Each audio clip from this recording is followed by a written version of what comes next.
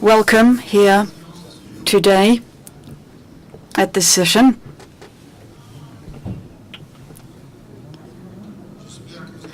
I hope that you had a good rest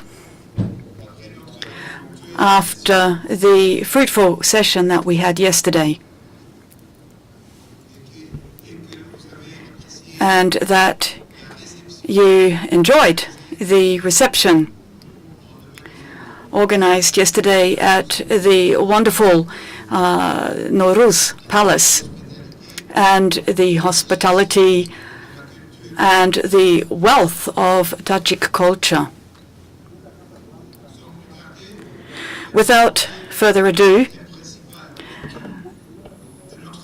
we will move to the main items on our agenda today.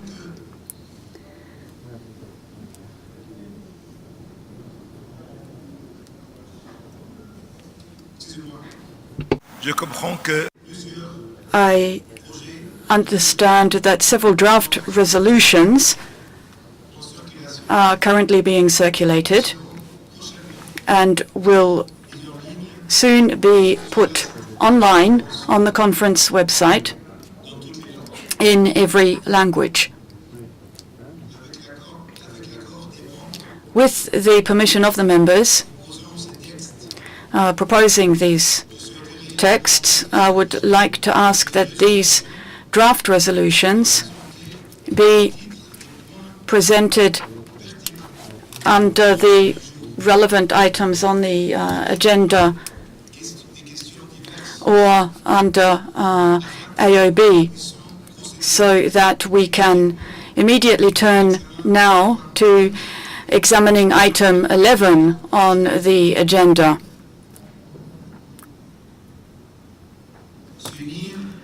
which is uniting for sustainability, integrating climate action, biodiversity conservation, and land restoration for sustainable agri-food systems in Europe and Central Asia. The document was distributed under ERC35 and it is now my pleasure to invite Mr. Kabezaidi, the director of the Climate Change and Biodiversity Office of FAO, to present this item. You have the floor, sir.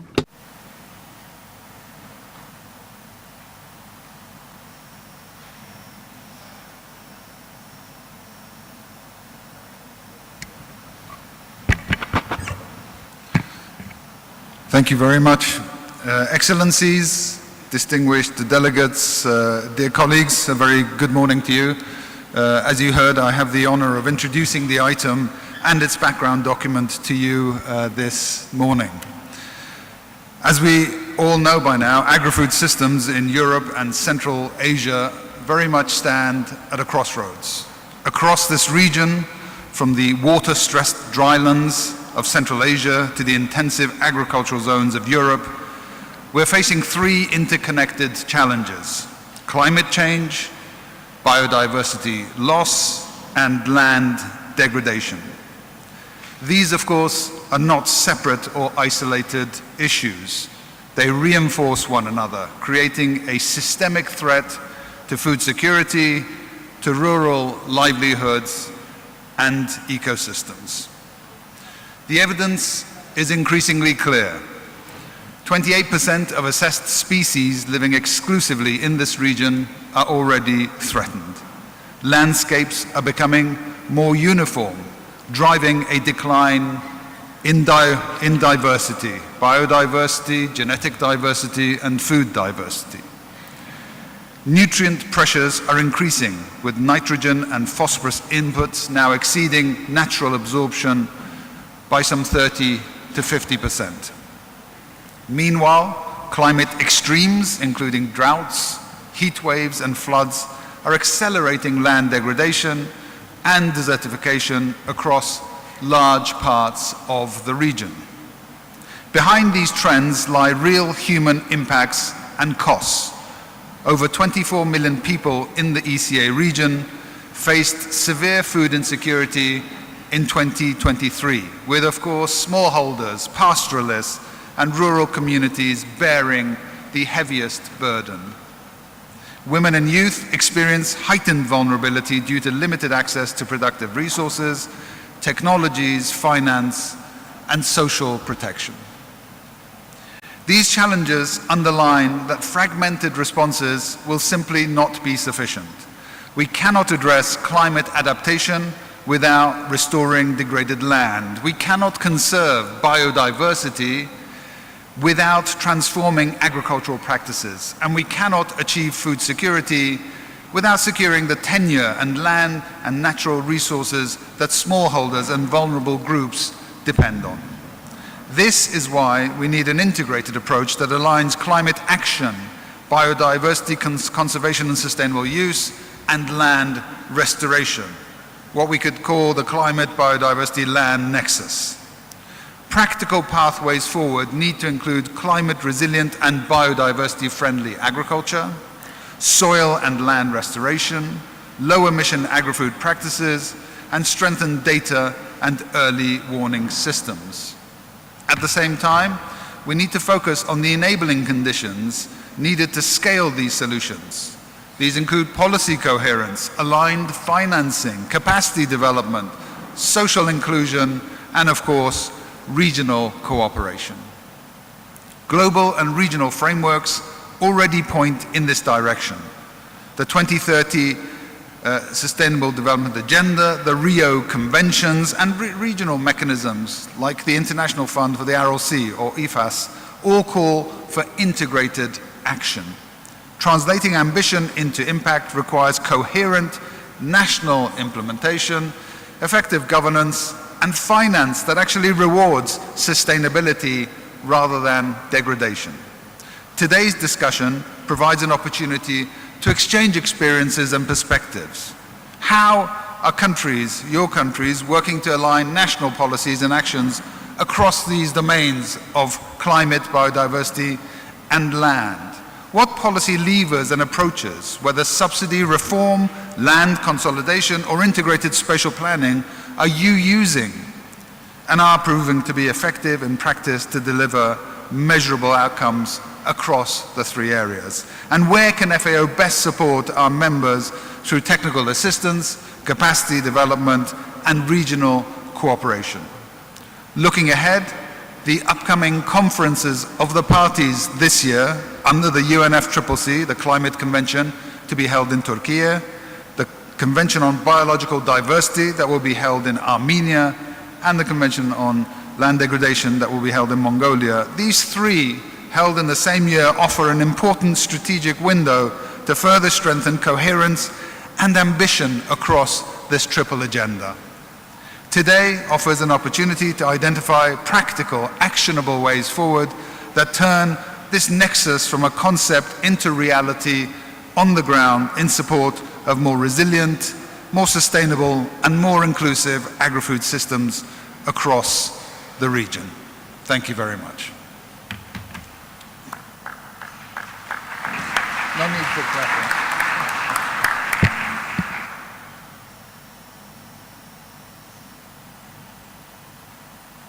Je vous remercie, Thank you, Mr.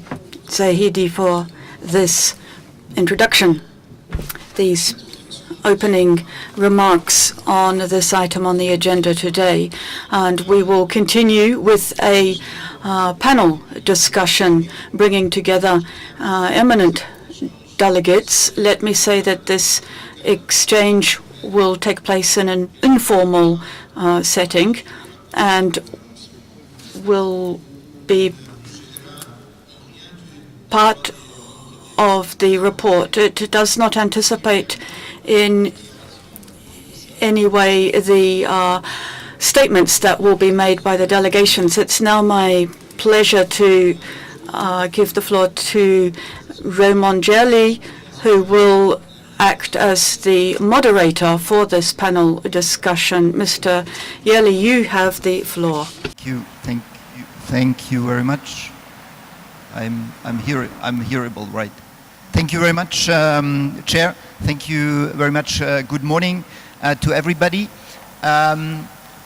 We had an introduction from the Director of Office of Climate Change and also Biodiversity.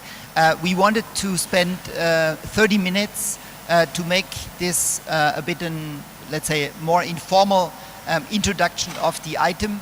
And in this case, I'm happy to be your moderator, and I will call on 4 distinguished panelists who are joining me in this case this morning. And I would like to ask the Deputy Minister Lasha Dolice from Georgia to join me here, the Deputy Minister Ahmed Bakci from Turkey to join me also here on the center of the room, the State Secretary Daniela Mirjanic from Serbia, and the Director Sultan Aykan from Kazakhstan. Would be very pleased if you could join us here in the center of this room.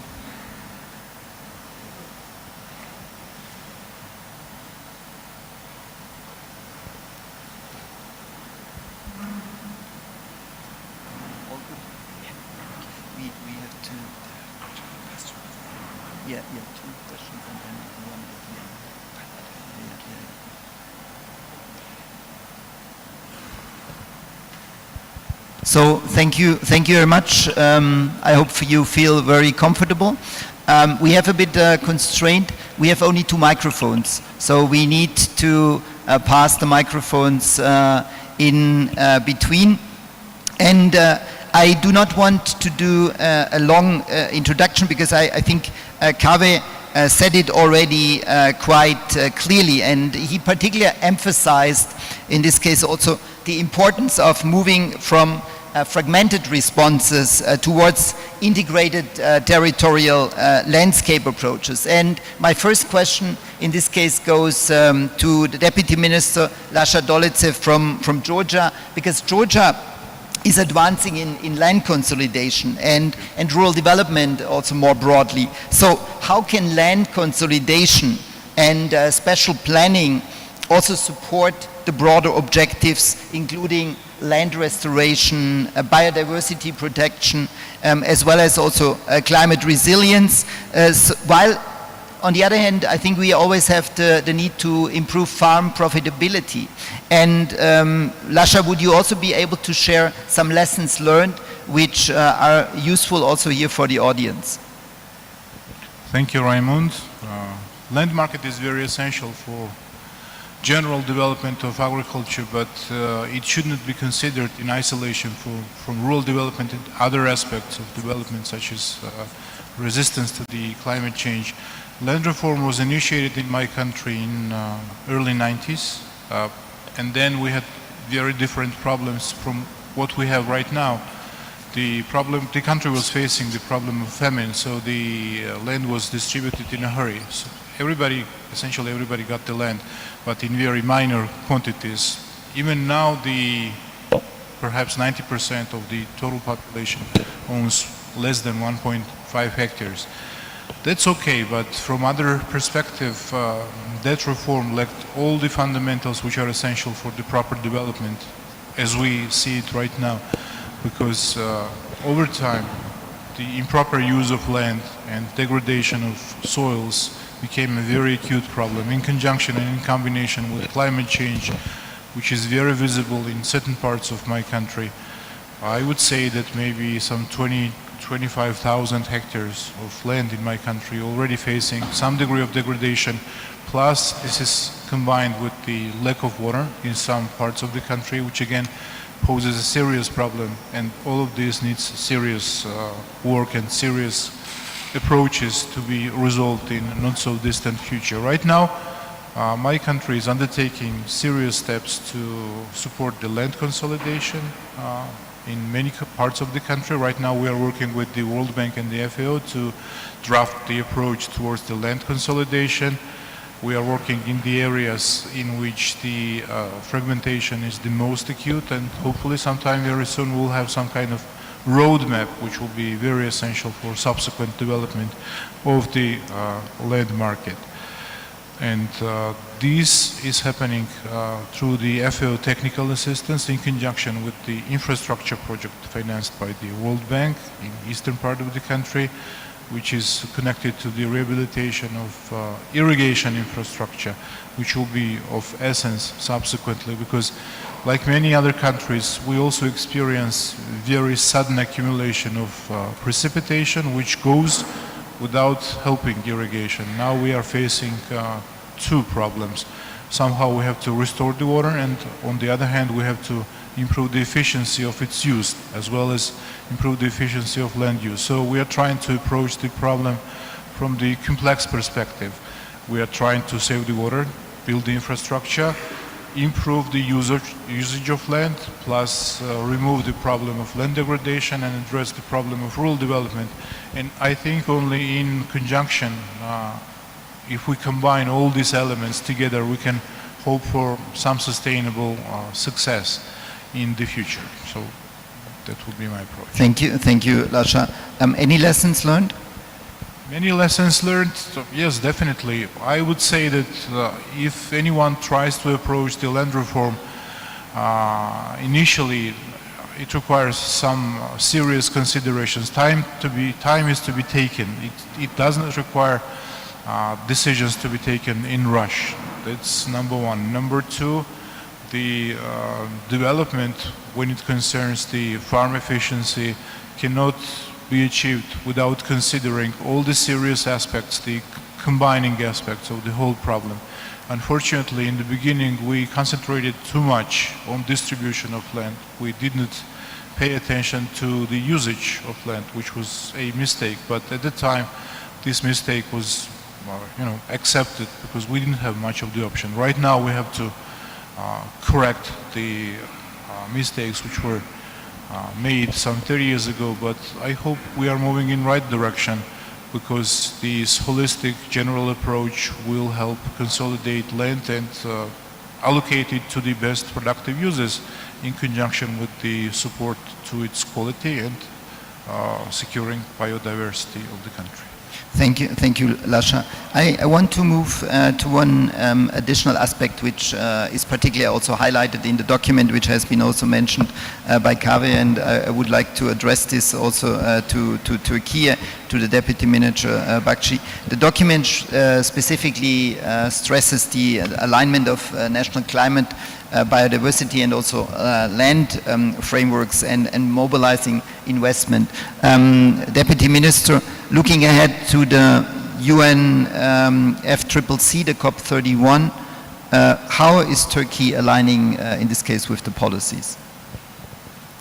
Thank you very much, Excellencies, esteemed guests, ladies and gentlemen. Good morning. As you know, Turkey will host COP31 this year. It's a great responsibility. It makes us more visible on the international stage, while also requiring us to look more carefully at our policies. So what have we done concretely? We updated our 2030 targets. We used to aim for a 24% reduction in emissions. Now we are committed to 41%. Our emission trading system launches in 2026 this year. Factories and energy companies will know how to pay to emit carbon. This message to investors is clear. Polluting is no longer free. As you know, carbon pricing changes behavior and makes forest and land production projects more attractive to investors. We have an action plan with 260 concrete measures covering energy, transport, agriculture, forest and waste. Our climate law also requires every province to prepare a local climate action plan. This matters because climate policy does not stay on paper in Ankara. It reaches provinces, municipalities, and farmers. Climate, biodiversity, and land must be addressed together. If you build a solar farm on a piece of land, it may be good for the climate but harmful to biodiversity. If you irrigate farmland incorrectly, the soil degrades, land deteriorates, and then that land can neither store carbon nor produce food. These three issues are deeply interconnected. Yet policies still too often run in separate ministries, separate budgets, and separate reports. One area appears successful while another quietly fails. Turkey's new sustainable finance framework aims to bring climate, water, biodiversity, circular economy, pollution, and land degradation under a single legislative umbrella. This is the right approach and model we want other countries take notice of. The most fundamental lesson for other countries, money flows were policy points. If government subsidies still go to fossil fuels, harmful agriculture support or deforestation, targets on paper remain in the air. We have experienced this ourselves, as have many countries. What needs to be done is simple in concept, but politically difficult. Make projects that protect nature, restore degraded lands, and support agroforestry financially attractive through government support, and measure the results. A target without an indicator is not a target. Without reporting and transparency, neither progress, nor accountability is possible. As you know, COP30 set a climate finance target of $1.3 trillion annually.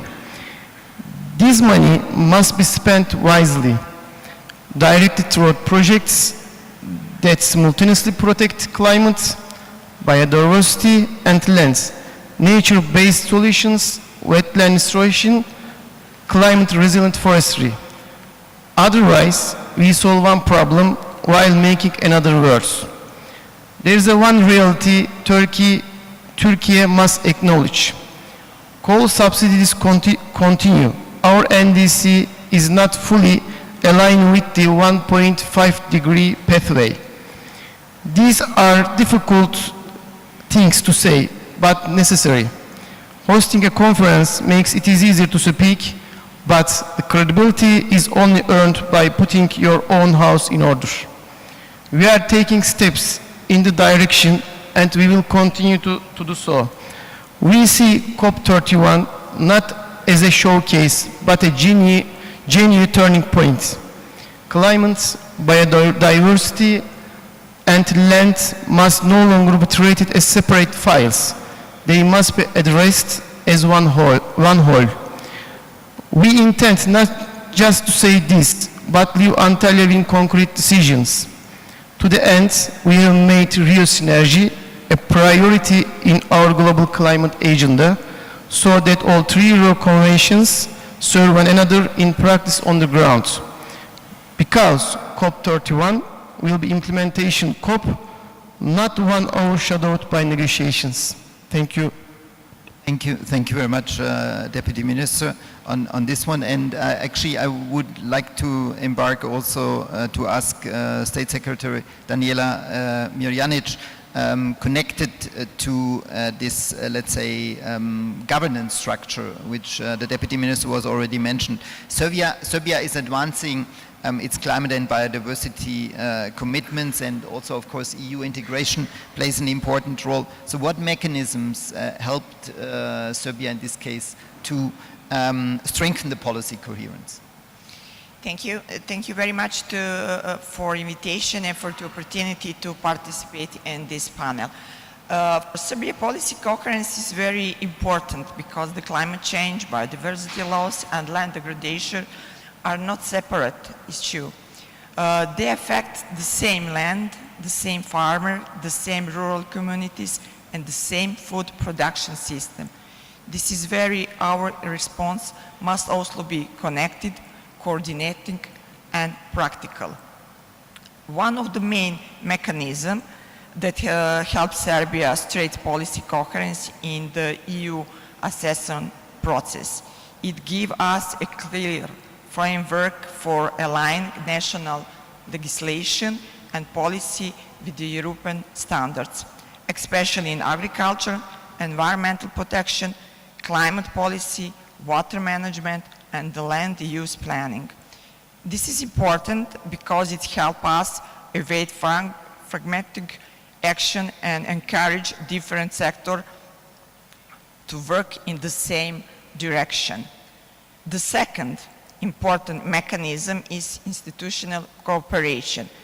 The Ministry of Agriculture, Forestry and Water Management works closely with the Ministry of Environmental Protection and the Ministry of Finance, the Ministry of Economic, and as well local governments, scientific institutions, advisory services, farmers association, and the private sector.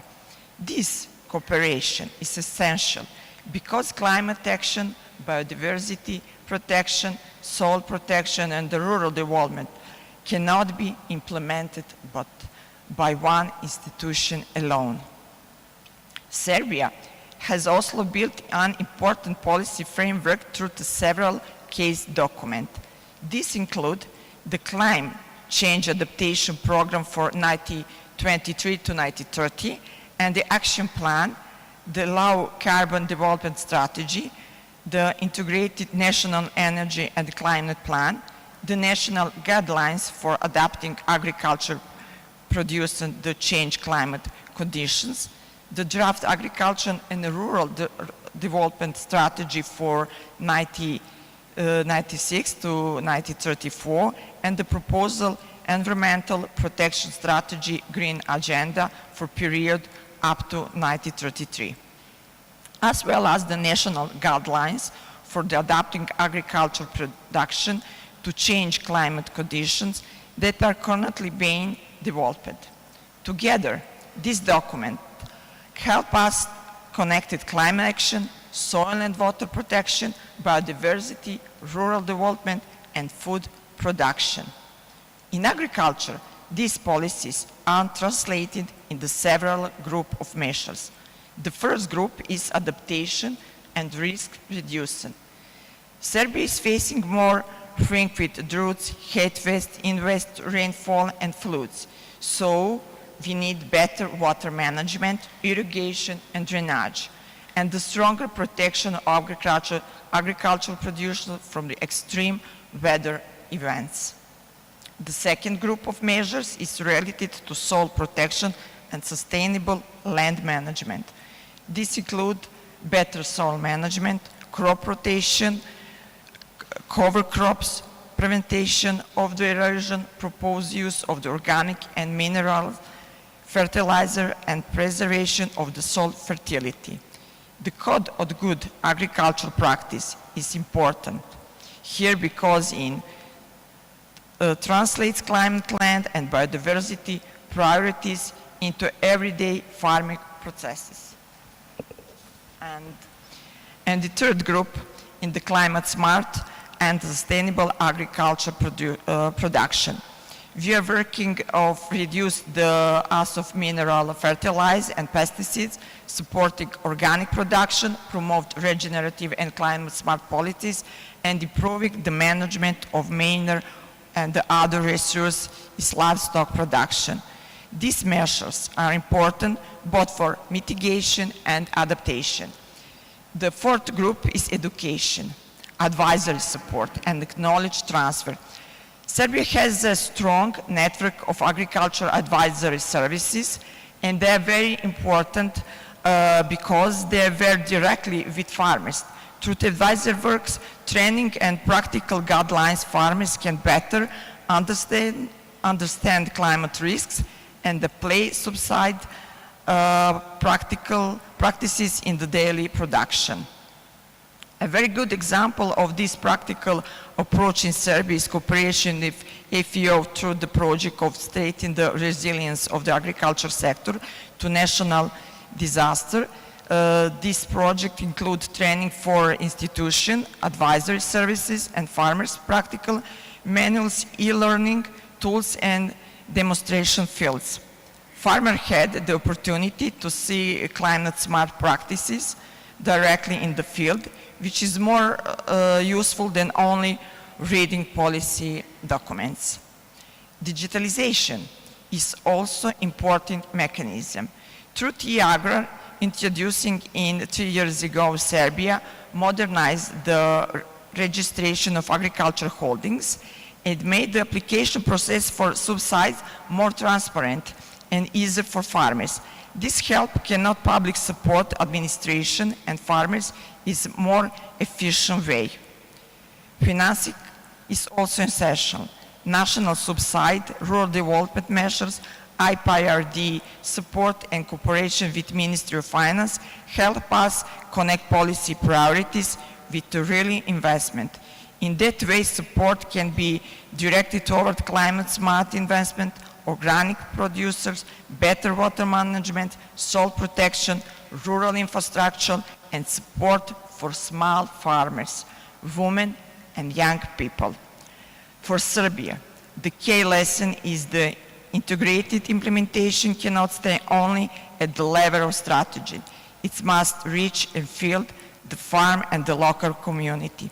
Climate, biodiversity, and the land policy must work together, not separately. Thank you very much, State Secretary, for this clear example from Serbia, bringing the different policy together. I would like to turn to the last speaker, last but not least, Kazakhstan, the Director, Sultan Aykan, particularly taking up the aspect which I think in the document has been also clearly mentioned, and Kaveh also introduced, that is water governance, rangeland management, and sustainable land use. So, Director, how is Kazakhstan using the policy and the investment levers such as the land use planning, such as water governance, to address land degradation and water scarcity, which of course Kazakhstan is also facing?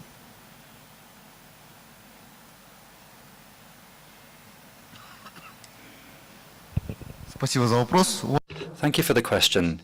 Colleagues, climate change and a lack of water resources has a distinct influence on guaranteeing food security. Climate change, not only in Kazakhstan, leads to other changes in agriculture and changes in livestock farming.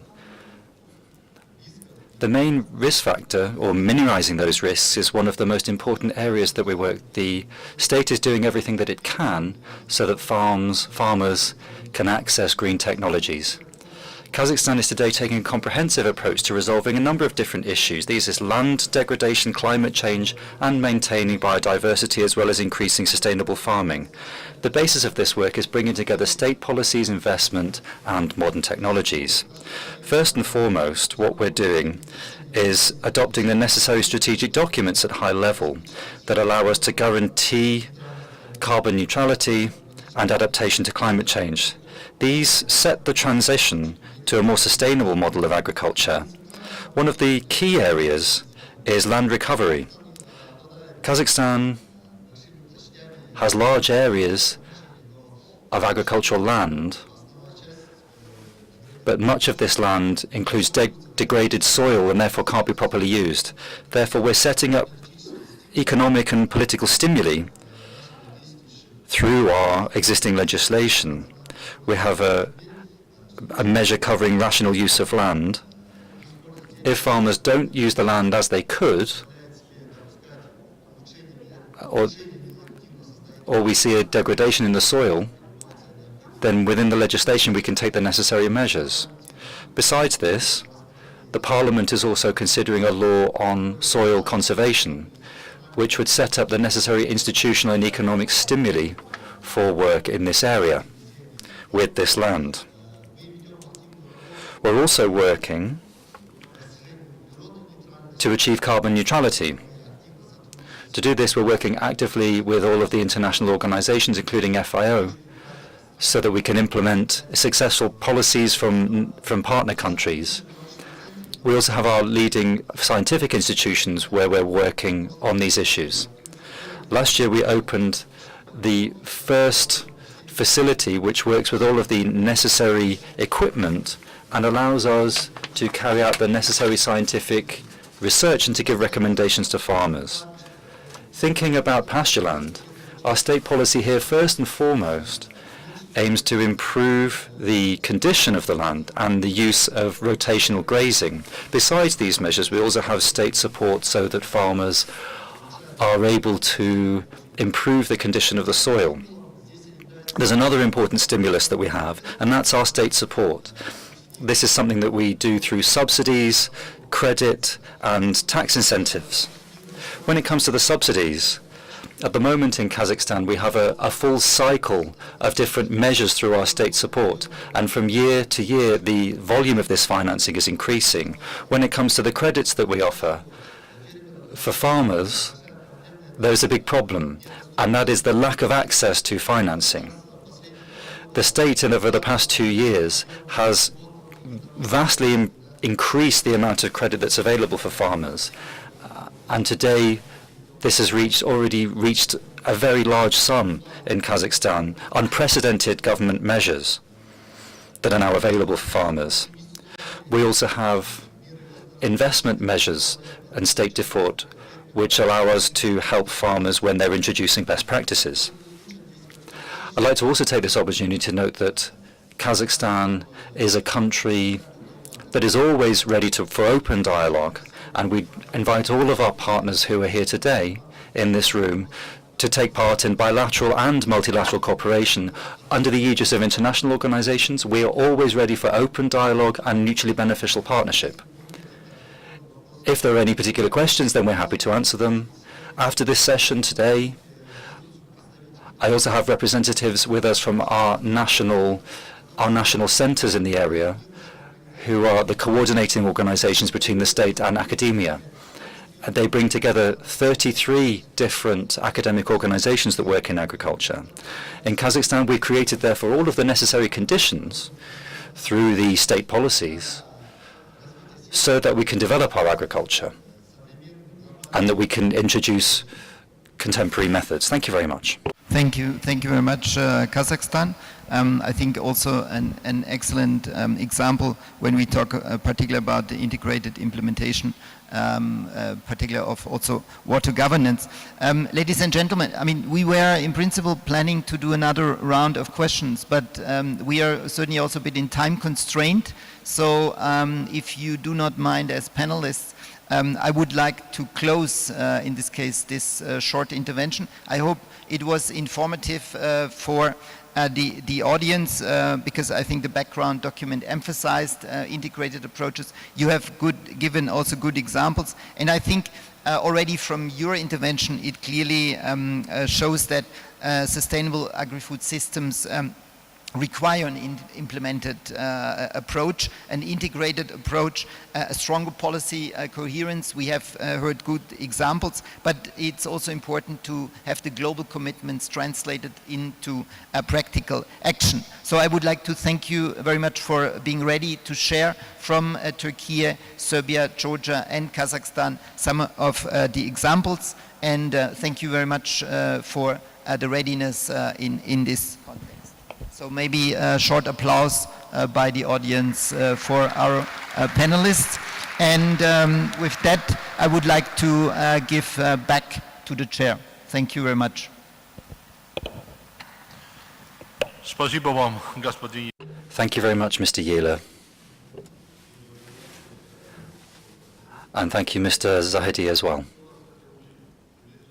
I'd once again like to greet all of you distinguished delegates for today's meeting.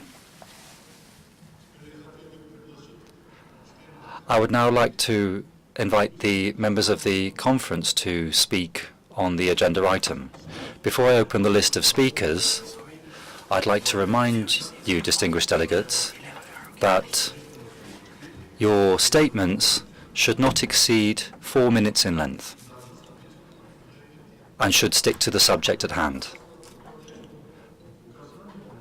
According to the instructions that were sent out in the information note, and as was said this morning by the Secretary, the floor will be first of all given to those delegations who submitted their statements in advance to the Secretariat, and the first of those will be ministers, then registered delegates, then after that other participants. So please, the floor is open. Ministers, heads of delegations, who would like to speak? I give the floor to the Minister of Agriculture from Ireland. Thank you, Mr. Chairman, Excellencies, ladies and gentlemen, distinguished guests. Ireland aligns with the statement made by Poland on behalf of the European Union and its 27 member states, and thanks to those countries that joined that statement. We add the following in our national capacity. First, I thank the government of Tajikistan for hosting the 35th session of the FAO Regional Conference for Europe and for the warm hospitality extended to Ireland and our delegation. I also thank the FAO Director General and his colleagues for the strong documentation prepared for this conference. This conference meets at a critical moment for our region. Europe and Central Asia faces reinforcing pressures, conflict, climate stress, biodiversity loss, land degradation, energy and fertilizer volatility, disruption to trade routes and the persistent food price instability. These are no longer temporary shocks. They are structural pressures shaping food security, rural livelihoods and economic stability across our region. Ireland's position is clear. Food security is not only a humanitarian concern, it is a question of resilience, stability and human dignity. When agriculture fails, hunger rises. When agriculture is supported, communities endure. The global food situation remains fragile. Conflict, climate extremes, economic shocks and reduced humanitarian financing continue to interact in dangerous ways. Food insecurity, environmental degradation increasingly overlap in vulnerable rural areas least able to absorb further shocks. Ireland therefore strongly supports FAO's anticipatory action, early warning forecasting and data systems. These are essential tools to protect livelihoods, reduce humanitarian need and strengthen resilience before crises escalate. But early warning alone is not enough. Food crises are increasingly predictable and prolonged, yet international responses too often remain reactive and short-term. The shift required is towards prevention, resilience and locally led solutions, with agriculture at the centre of that effort. Ireland welcomes the emphasis in the FAO background paper and the European Union statement on integrating climate action, biodiversity conservation and land restoration through a systems-based agri-food approach. Climate change, biodiversity loss and land degradation directly undermine food security, soil health, water availability and rural livelihoods. These challenges cannot be addressed through fragmented responses. We therefore support stronger coherence across climate, biodiversity, land, water and agri-food strategies, alongside improved coordination across national determined contributions, national adaptation plans and national biodiversity strategies and action plans. We also support scaling up climate resilient, biodiversity friendly and land restorative agri-food practices that deliver practical results for farmers and rural communities. This is where FAO matters. FAO's comparative advantage lies in the technical expertise, data standards and field level experience. Ireland supports stronger FAO leadership in data systems, digital innovation and early warning, alongside greater support for country-level implementation through technical assistance, investment planning and capacity development. Ireland also welcomes FAO's Global Plan of Action on Sustainable Livestock Production. Livestock systems remain central to food security, nutrition, rural economies, land stewardship and emissions reductions across Europe and Central Asia. Sustainable livestock policy must remain science-based, farmer-focused and regionally adapted. Chair, the rest of this conference will be whatever will help, the test of this conference, wherever we help countries prepare earlier, support farmers to produce more sustainably, strengthen resilience before crises deepen, and align policy, finance and data in ways that reach those most at risk. Ireland stands by ready to work with the FAO members and partners across Europe and Central Asia to advance this practical and integrated agenda. Thank you, Mr. Chairman.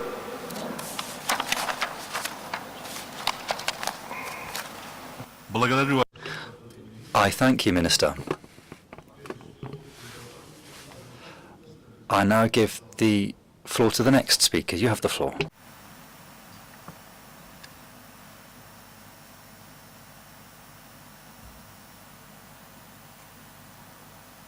The first Vice Chair, please.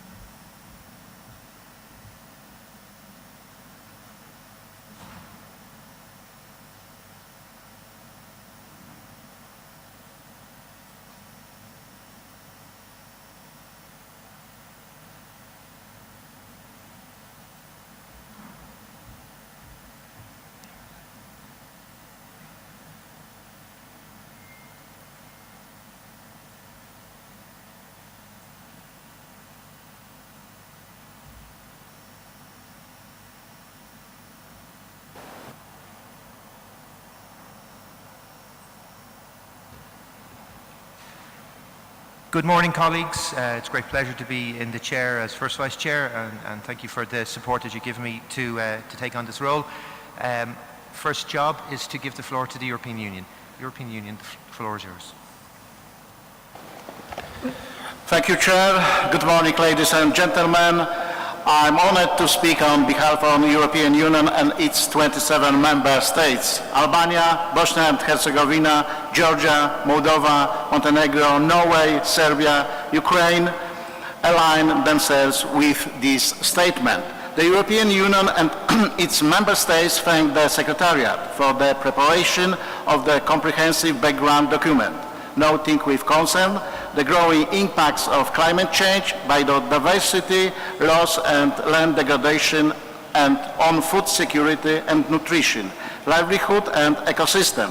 This call for reinforcing policy coherence across national strategies, the Rio Conventions and other global policy framework to support integrating action. In this context, we reaffirm our commitment to efficient, sustainable, resilient and inclusive agriculture and food system, addressing climate change, biodiversity and land together through a system approach that aligns environmental, economic and social objectives. We remain committed to working with FAO and all members and stay ready to support implementation through partnership and targeting investment. Building on this, we support the conclusion in Section 4 and encourage the endorsement. We underline the need for stronger high-level and interministerial coordination to ensure coherence across NDC, NIP, NBCAP, water strategies and land degradation neutrality targets. we call on FAO to accelerate uptake of climate resilience, low emission, biodiversity friendly, land degradation neutral and water efficient practices based on a sustainable and circular bioeconomy and with a focus of soil health, land restoration, secure tenure rights and biodiversity mainstreaming with due attention for the One Health approach and to support resilience system, farmer field schools and advisory services for smallholders, women and youth. In this context, we encourage FAO to support members upon request to scale up agroecology and other innovation approaches. In parallel, we acknowledge the potential of technologies and innovations, including sustainable agricultural mechanization and digitalization for transforming agriculture and food system. We also highlight the importance of data-driven action and support investment on digital innovation, early warning and integrating data platforms for forecasting and risk management. We appreciate governance. We encourage FAO to strengthen its leadership in this area, including through regional platforms that support anticipatory action and evidence-based decision-making. In this regard, we underline the importance of addressing the risks, such as inequality in access, and encourage FAO to support members in creating enable environments, mobilization, financial, scientific and technical resources, and improving capacity of agriculture and food innovation systems at the national level that are tailored to local needs and context. We underline the need to align financial flows to enable scale and emphasize the need for coherent investment plan, stronger public finance and expanded blended finance to unlock private capital, including mobilization of climate finance through the Green Climate Fund with improved access for vulnerable groups. We support the establishment of a global multi-stakeholders bioeconomy for sustainable transformation partnership and recommend that FAO finalize the proposal for such a partnership for sustainable food and agriculture for discussion at the FAO Council in June 2026. Lastly, we commended the Global Land Observatory initiated by FAO for the status of land tenure and governance report launched at the recent International Conference on Agrarian Reform and Rural Development, ICARD +20, hosted by Colombia. The report clearly demonstrates the importance of secure tenure rights in relation to SDGs and the 3 Rio Conventions. In this regard, we suggest including the following point in the conclusion and recommendation, quote, strengthen land use governance achieved by enhancing land tenure security and integrating spatial and territorial planning, provides the necessary stability for stakeholders to invest in long-term ecosystem integrity and sustainable management. And, quote, this would provide the basis for FAO implement the following up action of ICARS +20. Thank you for your attention. Thank you, Poland, on behalf of the European Union. I now give the floor to France. France, the floor is yours. Yeah. Merci. Thank you very much, Chair. France aligns itself with the statement made by Poland on behalf of the European Union and its 27 member states and would like to add the following in a national capacity. Firstly, thank you, FAO, for the presentation. This has very well covered the subject uniting for sustainability, and thank you very much to the panelists for having shared their experiences and their best practices. We're aware of the challenges in this area in Europe and Asia and Central Asia, the effects of climate change, loss of biodiversity, tensions on agricultural markets, scarcity of water and soil degradation. And of course all of this affects our ability to produce food and affects food security. There are two ways of responding to this. First is reduction of loss and waste. So we can limit waste in agriculture. That's part of the response. The other part is, of course, the development of sustainable agricultural practices, and in particular agroecological practices. Another part of the response is the One Health approach. Barely a month ago, France hosted a One Health summit on the subject, and we would encourage this approach to be strengthened and the implementation of the commitments that were entered into at that conference by the four organizations, the four quadripartite organizations, including FAO. I welcome among the observers in this room the World Organization for Annual Health, and also the role played on this subject by UNEP in Nairobi on the health of ecosystems and the environment. There's a lot of good work that's being done on cross-border animal diseases at the moment, and this is a very important subject. The subject of our work is uniting for sustainability.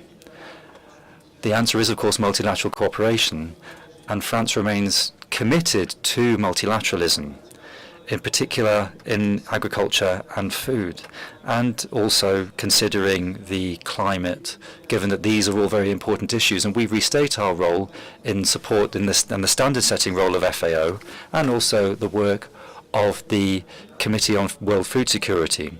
Yesterday, we heard its chair, who was in the hall with us, and I hail the work that is being done by the high-level committee of experts. Thank you very much. Thank you, Franz. I now give the floor to Banja Luka University. The floor is yours. Thank you.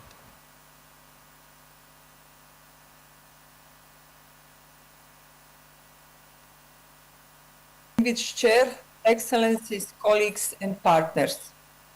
My name is Đurić and I am professor at the University of Banja Luka, Faculty of Agriculture, Bosnia and Herzegovina. I am honored to speak today as a nominated representative of the science, research and academia sector. We sincerely thank FAO for providing this important opportunity for the academic community to contribute to the preparatory process for the FAO and Central Asia Regional Conference. We particularly welcome this first formal consultation with academia prior to ERC process, representing an important step toward more inclusive and evidence-based policy making. On behalf of the science, research and academia sector, we emphasize that uniting for sustainability and addressing the interconnected challenges of climate change, biodiversity loss, and land degradation cannot be achieved through fragmented policies or isolated disciplines. Integrating climate action, biodiversity conservation, and land restoration requires interdisciplinary cooperation and system thinking that brings together agricultural, biological, engineering, but also social, healthy, and humanity sciences. We reaffirm that universities and research institutions hold essential competencies in scaling up nature positive and climate resilient agri-food practices, including sustainable soil health management, biodiversity conservation, ecosystem restoration, agroecology, and resilient local adapted seed system developed together with farmers, indigenous peoples, and local communities. We further stress that mitigation and adaptation are deeply interconnected, and that maintaining strong climate mitigation efforts is essential for strengthening long-term resilience. At the same time, we recognize that expansion of renewable energy infrastructure creates additional pressures on biodiversity, traditional rural landscape, agricultural land, pastures, and meadows. We therefore underline the importance of science-based policy and spatial planning that support renewable energy development while preventing unnecessary land degradation, biodiversity loss, and the displacement of local agricultural and shepherd practices in rural communities. The transition to renewable energy must be aligned with sustainable land use and food security, but also with sovereignty objectives. The academic sector also play a key role in advancing accessible digital innovations, including remote sensing, spatial mapping, artificial intelligence, and multi-hazard early warning system to support evidence-based anticipatory action and to better identify agricultural risk, climate, and biodiversity vulnerabilities. Stronger cooperation is needed between academia, governments, farmers' organizations, cooperatives, civil society organizations, and the private sector to co-design locally adapted solutions. Scientific expertise should be complemented by the practical and traditional knowledge of small-scale farmers, indigenous people, and local communities, while ensuring that farmers' rights and participation remain respected within agri-food transformation processes.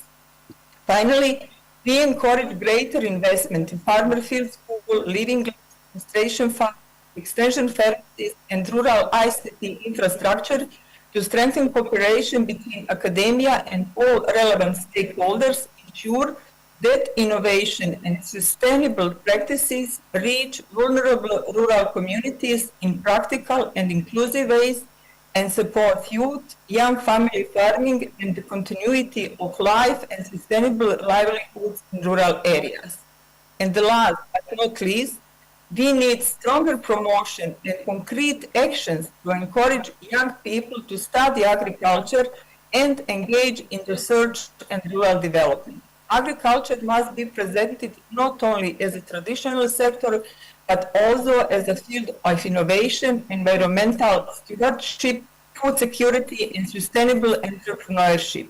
Young people should be supported through education, practical training, access to land and resources, and opportunities to participate in agroecological and community-based initiatives. Without a new generation of educated, skilled, and motivated young farmers, researchers, and rural entrepreneurs, the long-term sustainability of our food system and rural communities cannot be ensured. Thank you very much, Chair. Thank you, University of Banja Luka. Next up is Armenia. Armenia, the floor is yours.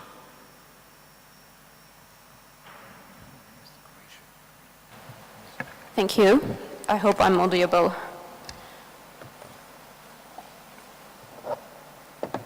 Thank you. Distinguished Chair, Excellencies, ladies and gentlemen. At the outset, I would like to thank the Secretariat for preparing this insightful report. The document clearly demonstrates that the interconnected challenges of climate change, biodiversity loss, and land degradation cannot be addressed in isolation. Rather, they require coherent, integrated responses that bring together policies, financing, and stakeholders across sectors and governance levels. Agri-food systems are a cross-cutting pillar within this nexus. As highlighted in the report, integrated approaches regarding spanning agricultural production, landscapes, and value chains offer critical co-benefits, including enhanced resilience, improved food security, ecosystem restoration, and climate mitigation. Armenia considers this integrated vision not only timely, but essential for advancing sustainable development pathways. The report also underscores the policies and innovations must be co-designed with stakeholders to ensure ownership, effectiveness, and sustainability. In this regard, Armenia is committed to promoting inclusive participatory approaches that empower indigenous people and local communities, farmers, pastoralists, women, and youth as key agents of change. The 2030 Agenda for Sustainable Development remains an overarching blueprint, guiding our policies across climate, biodiversity, land nexus. With less than 5 years remaining, accelerated action is urgently required to achieve these goals and targets of the 2030 Agenda and keep the pledge of leaving no one behind. Our National Development Agenda prioritizes inclusive and green growth, environmental protection, climate resilience, agriculture, sustainable use of biodiversity, and efficient management of water resources. First and foremost, Armenia is scaling up its best practices and innovative technologies in the sphere of water governance. The government has undertaken comprehensive measures to protect water ecosystems, reduce loss of water, promote positive incentives for effective use of subsidizing programs of drip irrigation. Furthermore, we attach critical importance to biodiversity as a foundation of sustainable agriculture. Agri-food systems that are anchored on protection and sustainable use of biodiversity are indispensable for ensuring long-term food security, strengthening the resilience of rural livelihoods, and safeguarding national capital. At the same time, we recognize that achieving these ambitions requires adequate and well-aligned financing. Armenia supports efforts to move towards more systematic and coordinated financing frameworks, including through the mobilization of both public and private resources, the use of blended finance instruments, and strengthening of national financial systems. Mr. Chair, equally important is the role of regional and international cooperation, for the challenges we face transcend borders and require collective responses. Building on its national efforts, Armenia is striving to contribute to the global efforts and is honored to host the 17th Conference of the Parties on Convention on Biological Diversity, or COP17. We view this as an important opportunity to advance global dialogue and collective action on biodiversity, while strengthening synergies with climate and land-related processes. Guided by the ambition of taking action for nature, Armenia presidency will place particular emphasis on enhancing implementation of the coming Montreal Global Biodiversity Framework and promoting integrated approaches that bridge policy silos and maximize co-benefits. Global review of the collective progress in implementation of the KMGBF will be central in the agenda of the COP17. In this regard, Armenia looks forward to cooperation with the FAO as custodian agency for multiple headline and complementary indicators. In conclusion, Armenia reaffirms its strong commitment to advancing integrated, inclusive, and cooperative solutions to the interconnected challenges of climate change, biodiversity loss, and land degradation through food systems transformation and promoting climate-resilient, biodiversity-friendly, and water-efficient agri-food systems. We stand ready to work with all stakeholders to translate global commitments into tangible results on the ground and to build a more resilient, sustainable, and equitable future for all. I thank you. Thank you, Armenia. I now give the floor to Croatia, followed by Italy. Croatia, the floor is yours.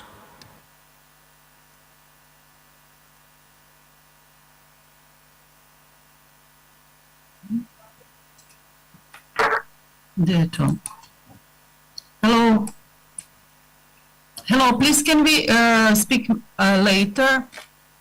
We have some problems here. That's fine, Marina. We'll come back to you later on.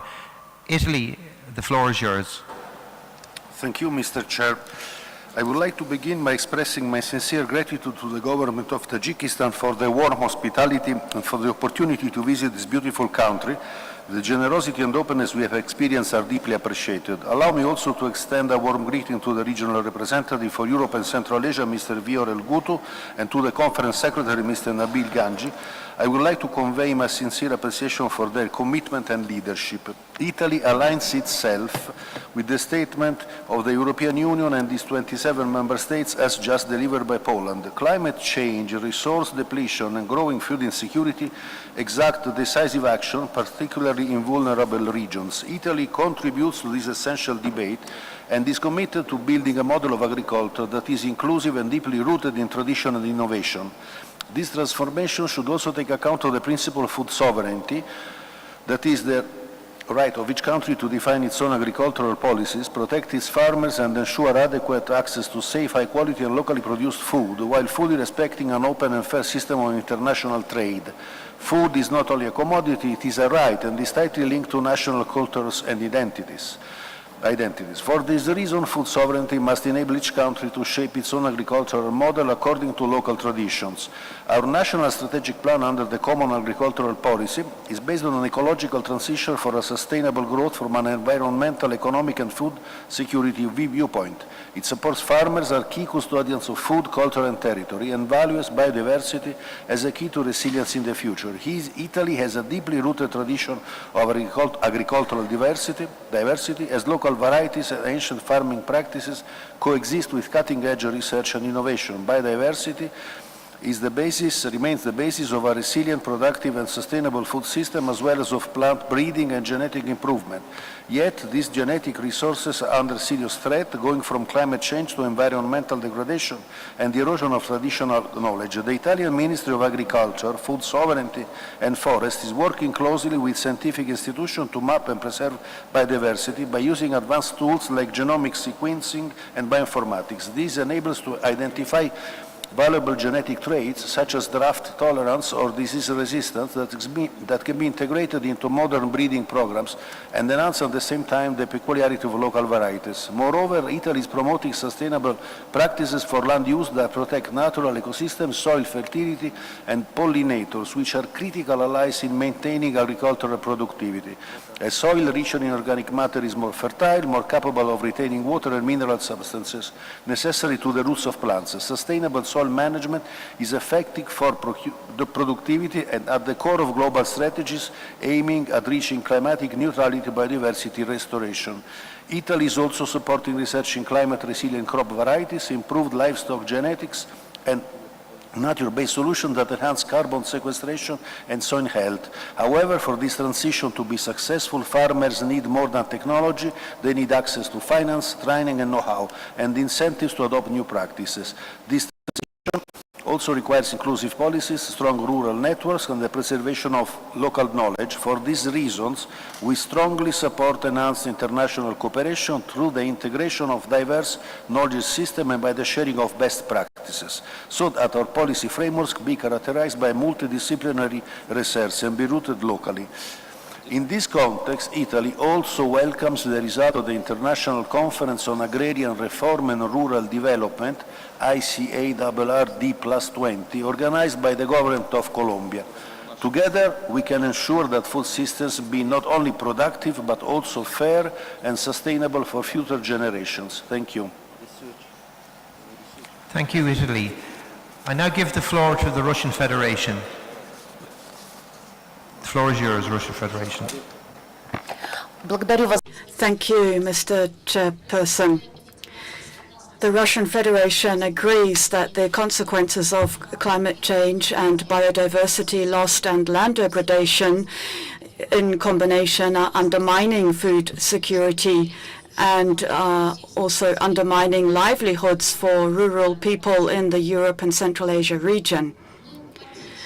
We support the use of a comprehensive approach to build sustainability and resilience of our agri-food systems, which would involve coordinated planning and management and financing of the agriculture sector, and the use of farming methods that are climate and biodiversity positive.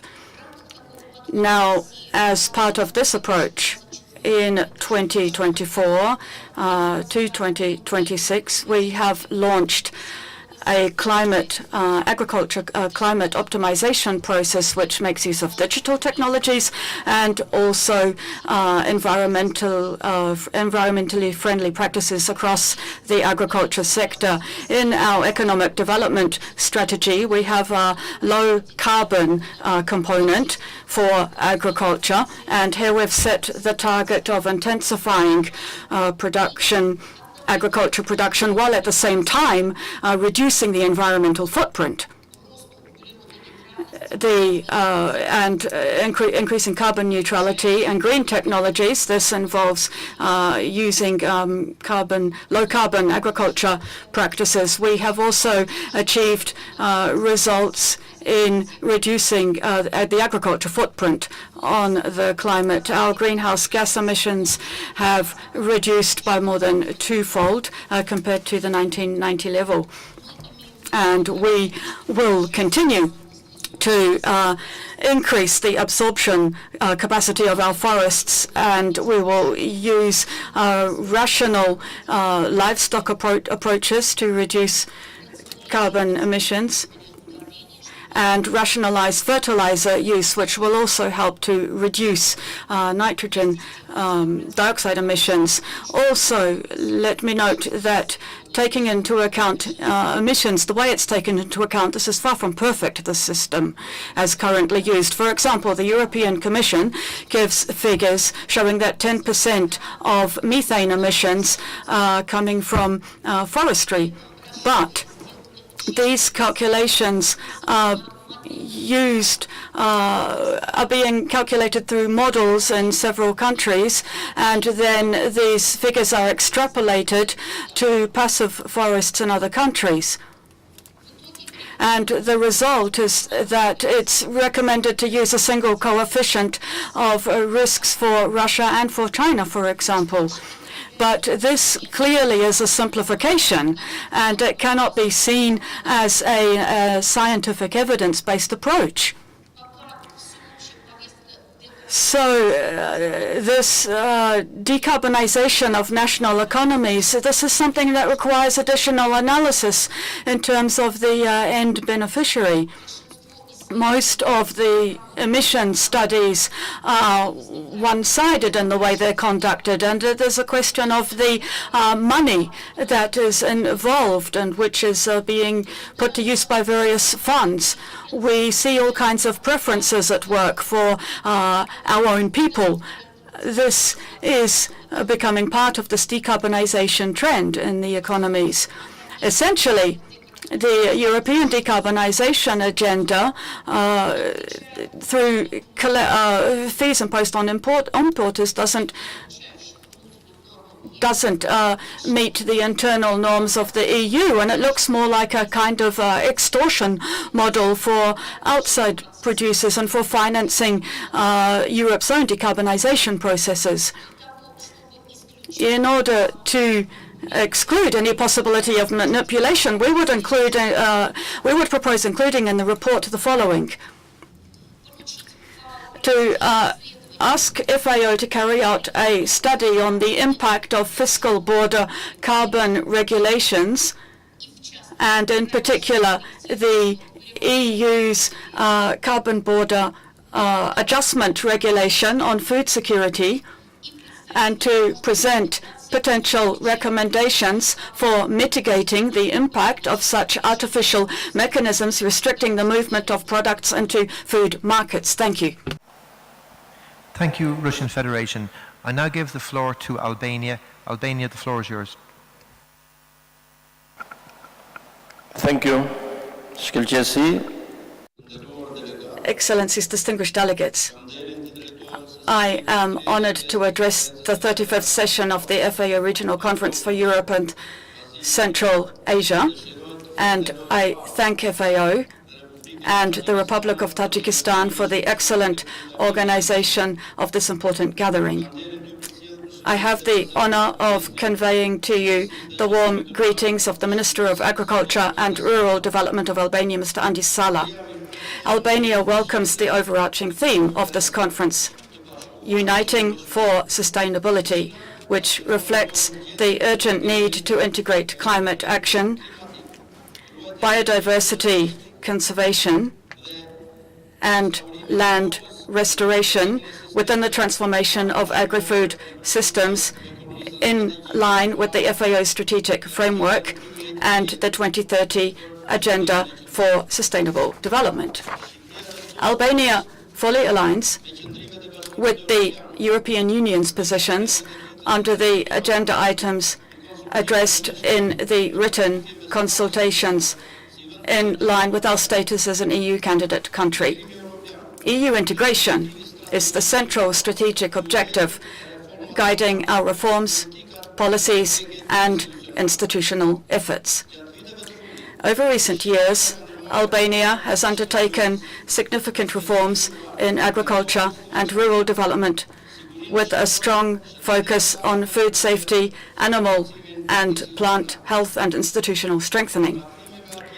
Approximation with the EU acquis, particularly in the area of food safety, remains one of the most complex and demanding aspects of the integration process. It requires sustained investment, administrative capacity, and close cooperation with international partners. In this context, we express our deep appreciation to our development partners and donors for their continued support. And we wish to particularly acknowledge the key role of FAO, whose technical assistance, policy support, and regional engagement have been instrumental in helping Albania advance reforms and resilience across the agri-food sector. Digitalization is a core pillar of Albania's reform agenda. We are firmly committed to the implementation of the Farmers' Portal and broader digital transformation measures under the FAO-implemented DART project, which we consider a flagship initiative, not only for Albania, but also for the region. This project strengthens transparency, improves service delivery, and supports evidence-based policy-making, while empowering farmers through better access to information and public services.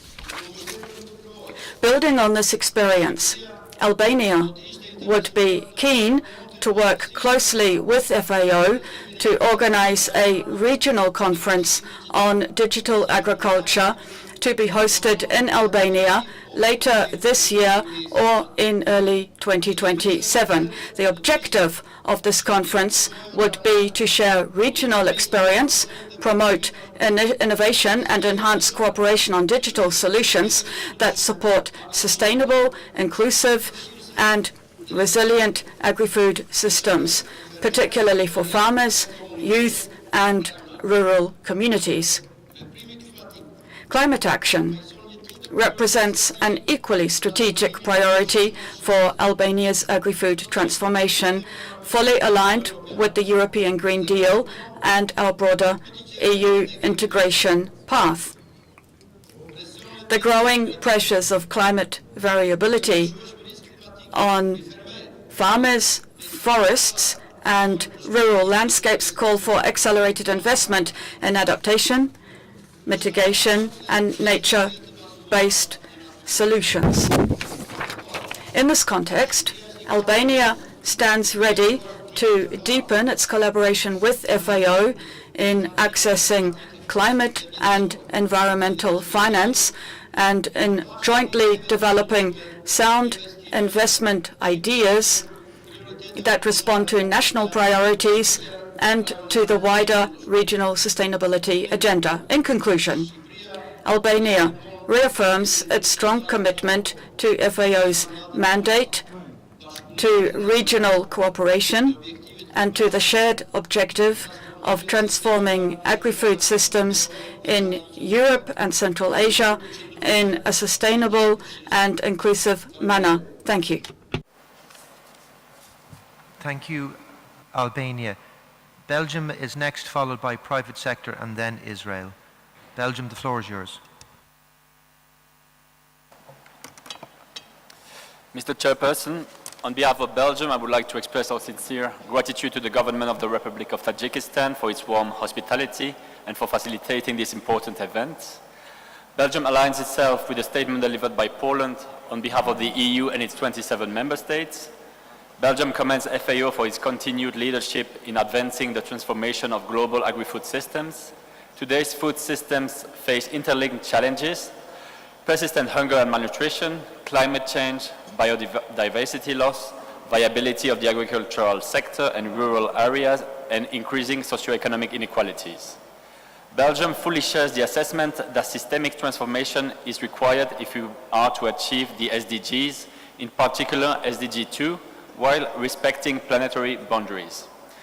Belgium welcomes the emphasis on science-based policies, evidence and data, which are essential to support informed decision-making and accountability. In this regard, Belgium attaches particular importance to sustainable and resilient food systems that are climate adapted, biodiversity friendly, and socially inclusive. We underline the need to scale up agroecological and climate smart approaches, strengthen local food systems, and reduce food loss and waste across value chains. Belgium also welcomes the strong focus on nutrition, recognizing that access to safe, affordable, and healthy diets remains a major challenge in all regions. Addressing malnutrition in all its forms requires coherent action across agriculture, health, trade, education, and social protection, with particular attention to women, youth, and vulnerable groups. Furthermore, Belgium stresses the importance of international cooperation and multilateralism. FAO's normative role, country-level presence, and partnerships are more crucial than ever to support members, especially least developed and fragile countries, in translating global commitments into concrete results. Belgium supports strengthened cooperation with Rome-based agencies, UN entities, international financial institutions, and civil society. Belgium also recalls the importance of policy coherence, including alignment with climate, biodiversity, and trade agendas. In this context, we encourage FAO to continue supporting members in implementing the Paris Agreement and the global biodiversity framework in ways that are food secure, equitable, and context-specific. In conclusion, Belgium remains a committed partner of FAO. Through our voluntary contributions and technical cooperation, we will continue to support initiatives that promote sustainable agri-food systems, nutrition, resilience, socio-economic development, and inclusive rural development, in line with national priorities and country ownership. Thank you, Mr. Chair. And thank you, Belgium. We now have the private sector, followed by Israel, and then the civil society organizations. Private sector, the floor is yours. Chair, Excellencies, distinguished delegates, thank you for the opportunity to contribute to this discussion, building on the private sector consultations held in preparation for this conference in Brussels, Belgium, and Izmir, Turkey. My name is Hana Idrissi Boudreri, and I'm Sustainability Advocacy Senior Manager at Danone, representing here the private sector perspective. Danone is a French food and beverage companies that relies directly on agriculture and food systems. This is why we are fully convinced that investing in sustainable agri-food systems is not only essential for the planet, but also for the long-term resilience for the businesses and economies. At the core, sustainability in agri-food systems is about addressing the climate change, biodiversity loss, and land degradation together. These challenges are closely linked, and tackling them separately will not be effective. We need joined-up solutions across the whole system. For example, farming practices that store carbon in soils can also restore land health and support biodiversity, showing that one action can deliver multiple benefits. From a private sector perspective, we can contribute in very practical ways. We can test and implement solutions directly with farmers, scale them across value chains, and generate data that helps track progress and inform decisions. We also have a strong incentive to act, driven by our stakeholders, including consumer expectations and the need to ensure long-term supply and business resilience. To go further, one key requirement is clear and stable policy frameworks.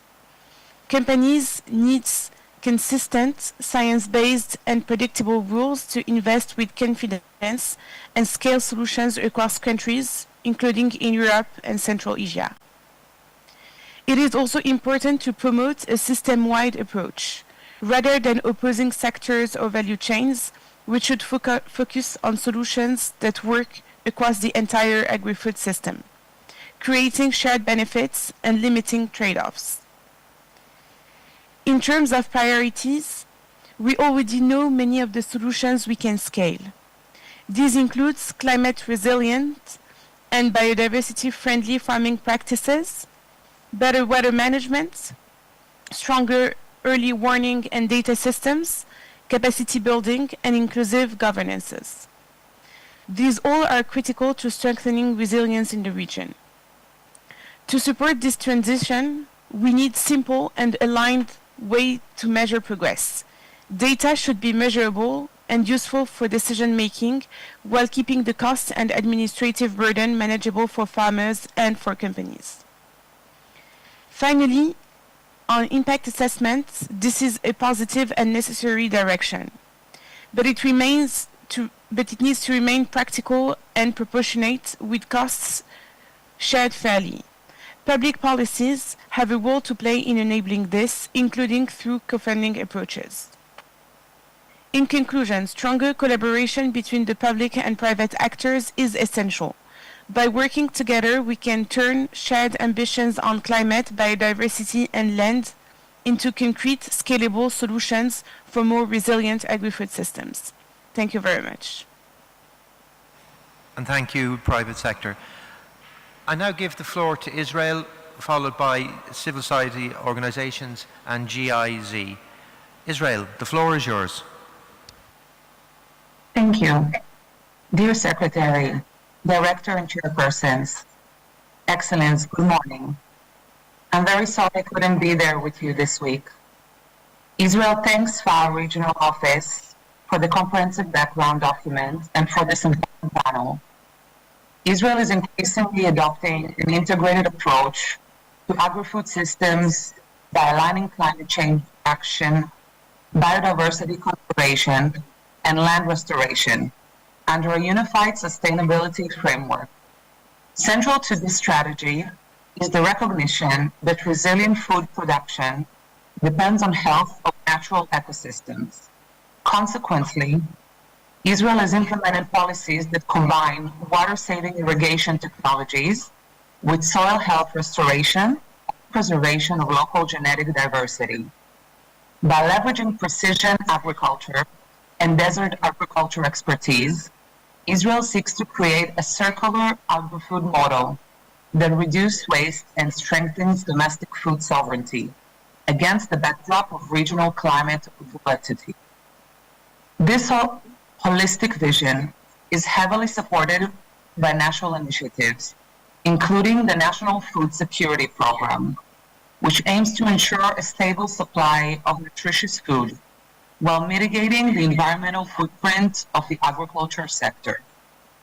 For countries facing water scarcity, arid conditions, and increasing climate variability, resilience is a daily necessity. Israel's experience has demonstrated that sustainable agriculture productivity can be strengthened even under severe natural resource constraints through innovation, efficient resource management, and long-term investment in knowledge. Over the years, Israel has invested significantly in advancing water-efficient agriculture, precision irrigation, wastewater reuse, climate-resilient farming practices, and technologies that today enable farmers to produce more while using fewer natural resources. At the same time, the growing availability of digital tools and advanced monitoring systems is transforming the way agriculture challenges are identified and managed. Remote sensing, climate services, and early warning systems can help improve preparedness, support more efficient use of resource, and strengthen long-term agriculture planning.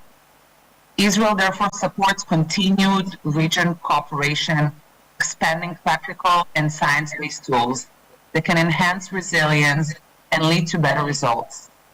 Successful digital transformation depends on ensuring that innovation remains accessible, inclusive, and adapted to local realities.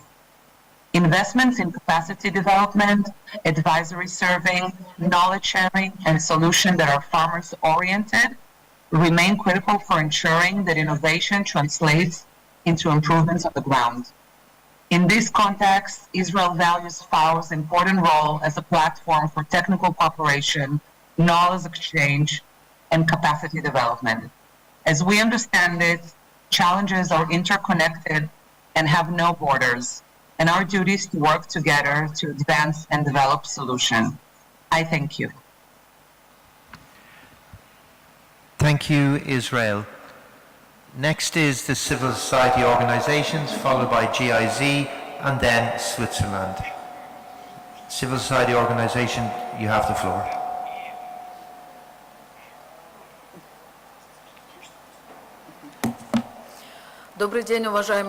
Good morning, colleagues. It's a great honor for me to, before I speak, to first of all express great thanks for the organization of this meeting. I thank FAO and thank my country's government for the high-level organization of this conference. This shows the professionalism of the organizers. Excellencies, honorable representatives of member countries, participants, ladies and gentlemen, the analysis set out in the FAO document correctly identifies the interconnected nature of climate crisis, biodiversity loss, and land degradation, as well as the role industrial agri-food systems play in deepening these crises. But civil society organizations believe there's a big mismatch between the diagnosis and the measures proposed.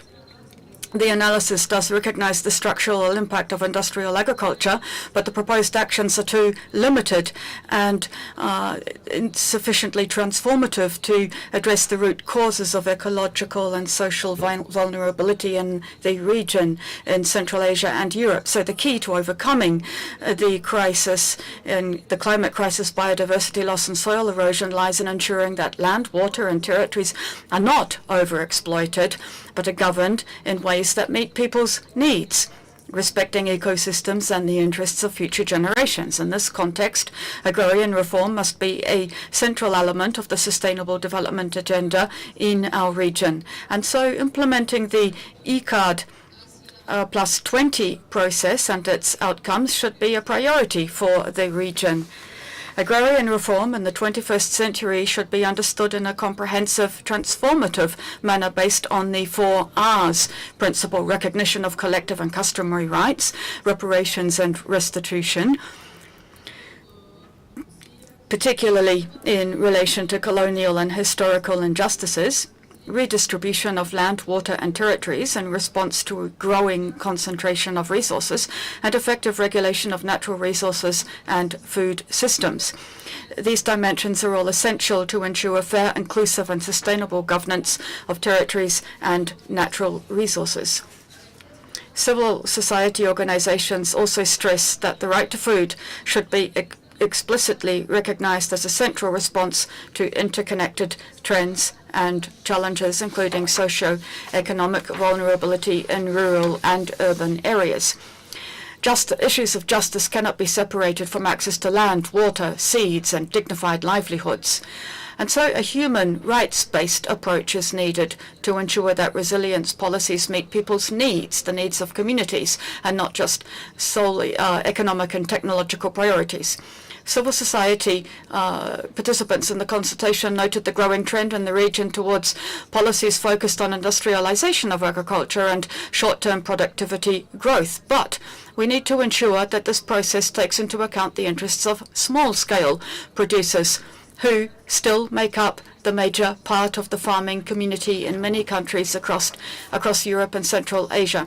Existing approaches might generate environmental risks and affect sustainability of local communities and traditional knowledge systems. And so agroecology, local seed systems, territorial food systems are essential. They are promising approaches for addressing current challenges and should be reflected in public policy priorities. We also stress the importance of advancing UNDROP and strengthening recognition of the rights and the role of peasants and other people working in rural areas. The document should also pay greater attention to reducing dependency on chemical inputs. The current crisis cannot be overcome without a radical drop in use of chemical fertilizers, pesticides, and other agrotoxins. These issues are insufficiently reflected in the FAO document, although they're of central importance for biodiversity, soil health, water quality, and public health. And so FAO should develop clear strategies and concrete measures to support a transition away from chemically intensive monocultures towards diversified mixed crop and livestock systems adapted to local ecosystems and territorial conditions. At the same time, there must be more attention given to organic fertilization systems and agroecological soil management. Rising global fertilizer prices and increasing dependence on external inputs have already shown the vulnerability of industrial production systems. But there are viable alternatives based on organic manure, circular nutrient systems, and agroecology practices that strengthen resilience and at the same time reduce the environmental footprint.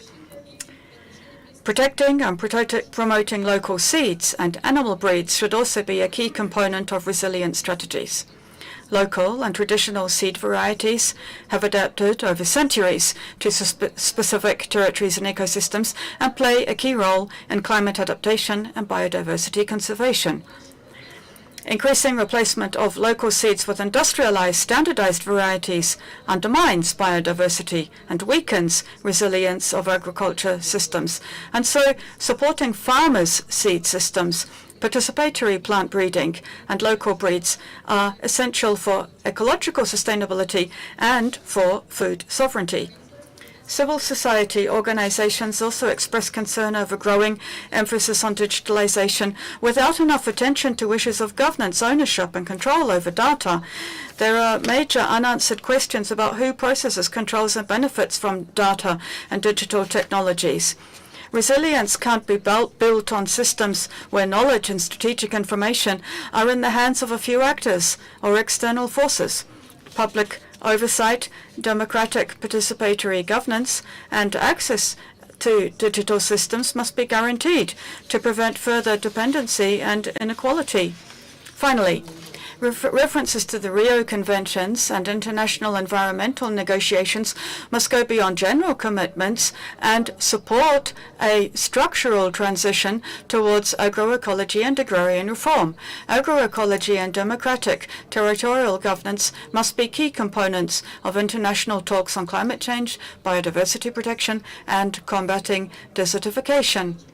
Resilience can't be achieved without transforming the dominant industrial agri-food model and placing small-scale food producers, indigenous peoples, pastoralists, and local communities at the heart of policymaking. Ultimately, the transition to sustainable agri-food systems goes beyond technical adaptation measures. It requires deeper political and economic transformation grounded in human rights, ecological sustainability, democratic governance, and territorial justice, as well as strengthening fair, inclusive food systems for future generations. Thank you. And thank you, civil society organisation, for that comprehensive intervention. I now give the floor to GIZ, followed by Switzerland and then the Netherlands. GIZ, the floor is yours. Thank you, Mr. Chairman. Honourable Minister of Agriculture, Excellencies, distinguished delegates, government representatives, colleagues, ladies and gentlemen. On behalf of the GIZ and Tajikistan, I'm pleased to contribute to this important regional conference here in Dushanbe. We sincerely thank the government of Tajikistan and FAO for convening this dialogue and for bringing together partners from across Europe and Central Asia at such a critical moment for the future of agri-food systems.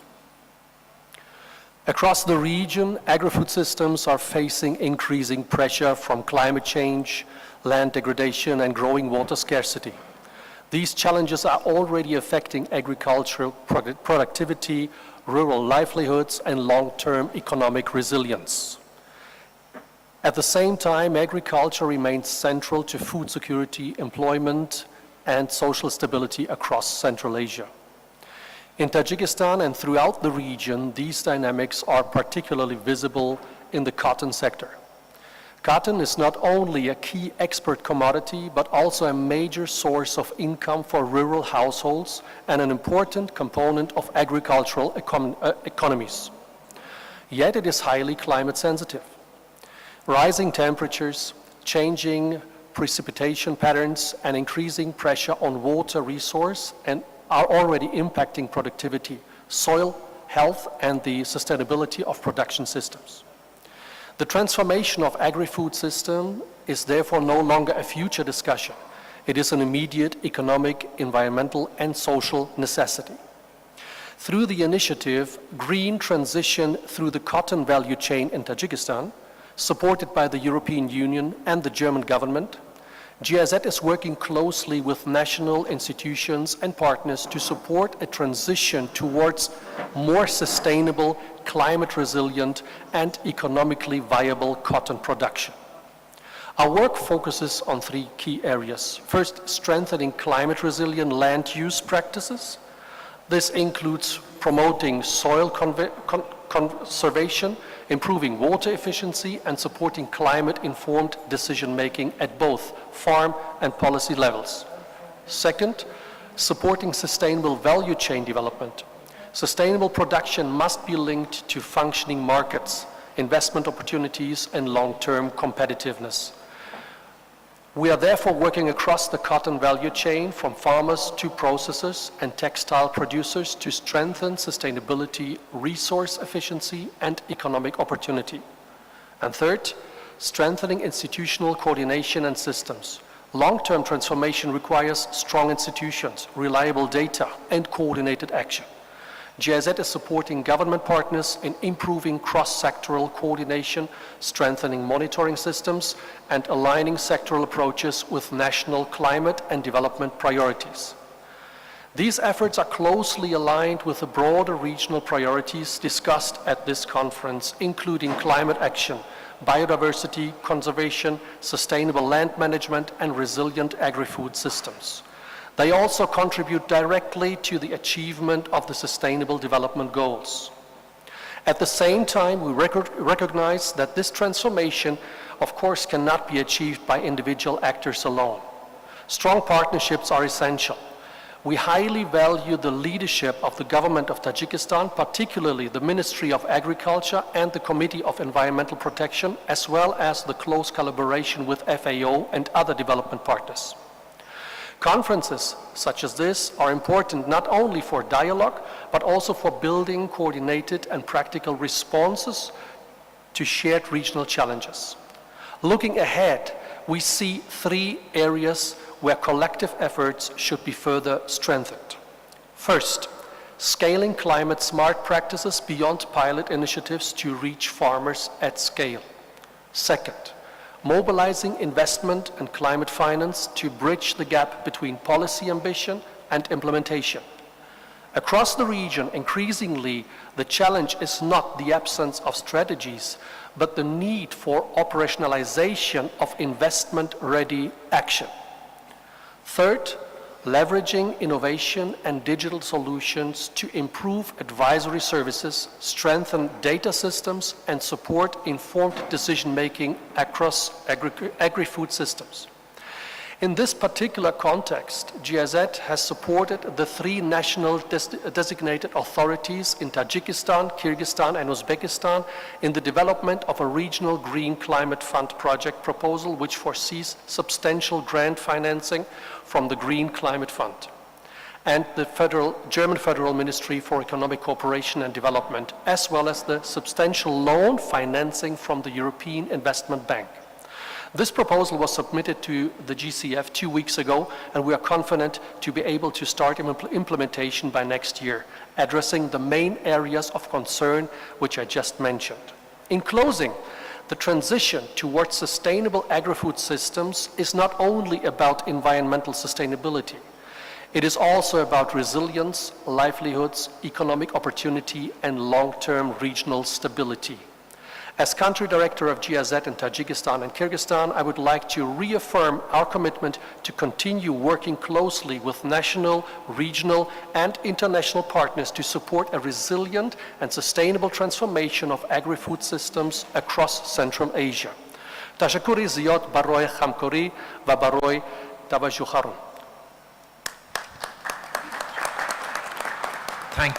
Thank you, GIZ. We now have Switzerland, followed by the Netherlands, and then Norway. Switzerland, the floor is yours.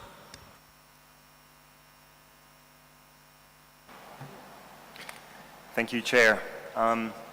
As Switzerland takes the floor for the first time, please let us express our sincere gratitude to the government of Tajikistan for the warm welcome and generous hospitality extended to us during this conference. I will now switch to French. Monsieur le Président, Mr. Chairperson, colleagues, Switzerland would like to thank FAO for examining the way in which interconnected challenges of climate change, biodiversity loss and land degradation are shaping agri-food systems in our region. Water management must be an integral part of this analysis.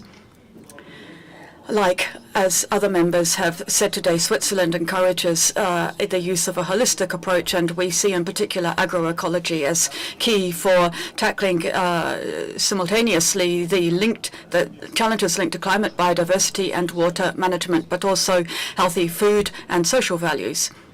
Agroecology can help to contribute to fulfilling the global commitments under the SDGs and the Rio Conventions. We encourage FAO to promote consistently an agroecology approach, also in link with Decision 7/2019 of the conference. And in this context, as the representatives of the EU and Armenia have said, reinforcing policy convergence and coherence is essential. Policies on agriculture, climate, biodiversity, land, water, energy and rural development must be fully in line to avoid any contradictory incentives and to ensure that efforts for sustainability are effective and mutually reinforcing. We encourage FAO to systematically integrate an analysis of policy and program coherence. As the document mentions, this requires also a high level of cooperation and coordination. Going beyond the purely interministerial dimension, these coordination mechanisms for policy coherence should also involve non-governmental actors. And here we draw attention to the work underway in the Sustainable Food Systems Programme of the UN's One Planet Network. Switzerland is co-managing this, and its initiative on convergence and coherence of public policy for climate and transforming food systems, and the COP30 action program to be launched in June in Bonn. And this includes also the launching of a border analysis based on lessons learned and policy coherence from the experience of 10 countries. The water, energy, food, environment nexus should also be better taken into account. And so we have co-organized with FAO a side event which will take place tomorrow morning, and you're all cordially invited to it. First, this must take place through clear implementation of the integrated water resource management for better managing trade-offs between agriculture, ecosystems and climate, in particular water basins and transboundary basins. Second, greater attention to effective water use in irrigation agriculture, as irrigation is a major consumer of fresh water in general and in Central Asia in particular. This approach should better integrate the issues of governance of water resources, including transboundary resources, and this is especially topical in a region prone to water stress like Central Asia. Switzerland has been working for some time now in the global framework on water scarcity and agriculture, WASAG, and we invite all members to join this important partnership to contribute and to develop and implement together effective solutions. Finally, on resilience and risk reduction, rather than piecemeal actions such as those listed in the document, our action could be reinforced at their conception and integration by being integrated into a real system that links together prevention, preparation, response and recovery, and financing could also be more clearly linked to concrete results on resilience. In particular, the document could better show how financial mechanisms translate into measurable risk reduction especially risks linked to water, consequences of disasters and vulnerability, and adaptation to climate change. Thank you. Thank you, Switzerland. Next up is the Netherlands, followed by Norway and then Tajikistan. Netherlands, I give you the floor. Thank you, Mr. Chair. The Netherlands aligns itself with the statement delivered by Poland on behalf of the European Union and its 27 member states. We welcome the strong emphasis on integrated systems-based approach to climate action, biodiversity conservation, and land restoration. These interconnected challenges cannot be addressed in isolation. Progress in one area depends on progress in the others. At the same time, we would like to underline that the real challenge now lies in the implementation. Integrated approaches must lead to concrete and practical solutions at country level, particularly for farmers, rural communities who are on the front lines of these challenges. In this regard, the Netherlands wishes to highlight the importance of healthy soils, sustainable water management, and effective land use planning as the foundation of resilient agri-food systems. We also see a crucial role for innovation in making this transformation a reality.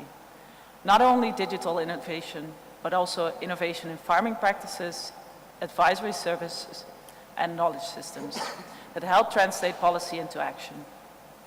We further stress the importance of measurable outcomes, robust monitoring systems, and inclusive approaches that ensure smallholders, women and youth have access to finance, knowledge, and markets. Without this inclusiveness, sustainable transformation will not succeed. Finally, we underscore FAO's mandate and expertise in supporting the implementation of the Global Biodiversity Framework. FAO is uniquely positioned to bridge the policy gap between biodiversity conservation and food production. We encourage FAO to continue its work on GBF indicators and welcome the support provided to countries in implementing their NBSAPs. We strongly support FAO's central role in providing data, technical assistance, and capacity building to help countries move from strategy to effective implementation. Thank you. And thank you, the Netherlands. Next is Norway, then Tajikistan, followed by Spain. Norway, I give you the floor. Thank you. Distinguished chairpersons, excellencies, ladies and gentlemen, colleagues.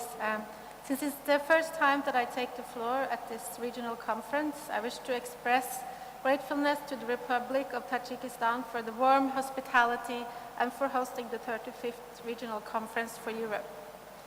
Norway fully supports the analysis in the background document of the interconnected challenges of climate change, biodiversity loss, and land degradation, and hence the need for integrated approaches. We stress the need to promote and scale up climate-resilient, biodiversity-friendly, and water-efficient agri-food practices. We particularly want to stress the potential of agroecological practices in addressing these interlinkages. Furthermore, we wish to emphasize the need to implement a diversity of land management systems, such as agroforestry and landscape approaches that are important to ensure ecosystem services. The conservation of crop diversity is essential for global food security and key to enable agriculture to adapt agriculture to climate change, pests and diseases by maintaining a variety of plant genetic resources. In Norway, we continue to develop targeted environmental schemes that are adapted to different production systems throughout the country. I think one lesson learned is that it is a continuous challenge to reduce trade-offs and to maximize win-win solutions when it comes to food security and climate and environmental goals in agriculture. We believe that solutions tailored to farmers' needs are important, and we welcome participatory approaches as part of the toolbox. Also, I think Mr. Kavi Sahidi mentioned this morning that in addition to provide the data and monitoring, it is essential to also ensure the enabling conditions such as finance and capacity. Together here in the land of mountains, we are doing more than opening sessions. We are embarking a vital mission for our shared future. The theme of our discussions, Joint Force for Sustainability, is a moral imperative for our region. As the FAO has noted, we no longer have the luxury of treating the climate crisis, biodiversity loss, and land degradation as separate issues. They are a single complex challenge that demands bold systematic transformations. Tajikistan, with over 93% of its territory covered by mountains, stands on the front lines of climate change. Our message is clear. The food security of Central Asia is inextricably linked to the health of our glaciers.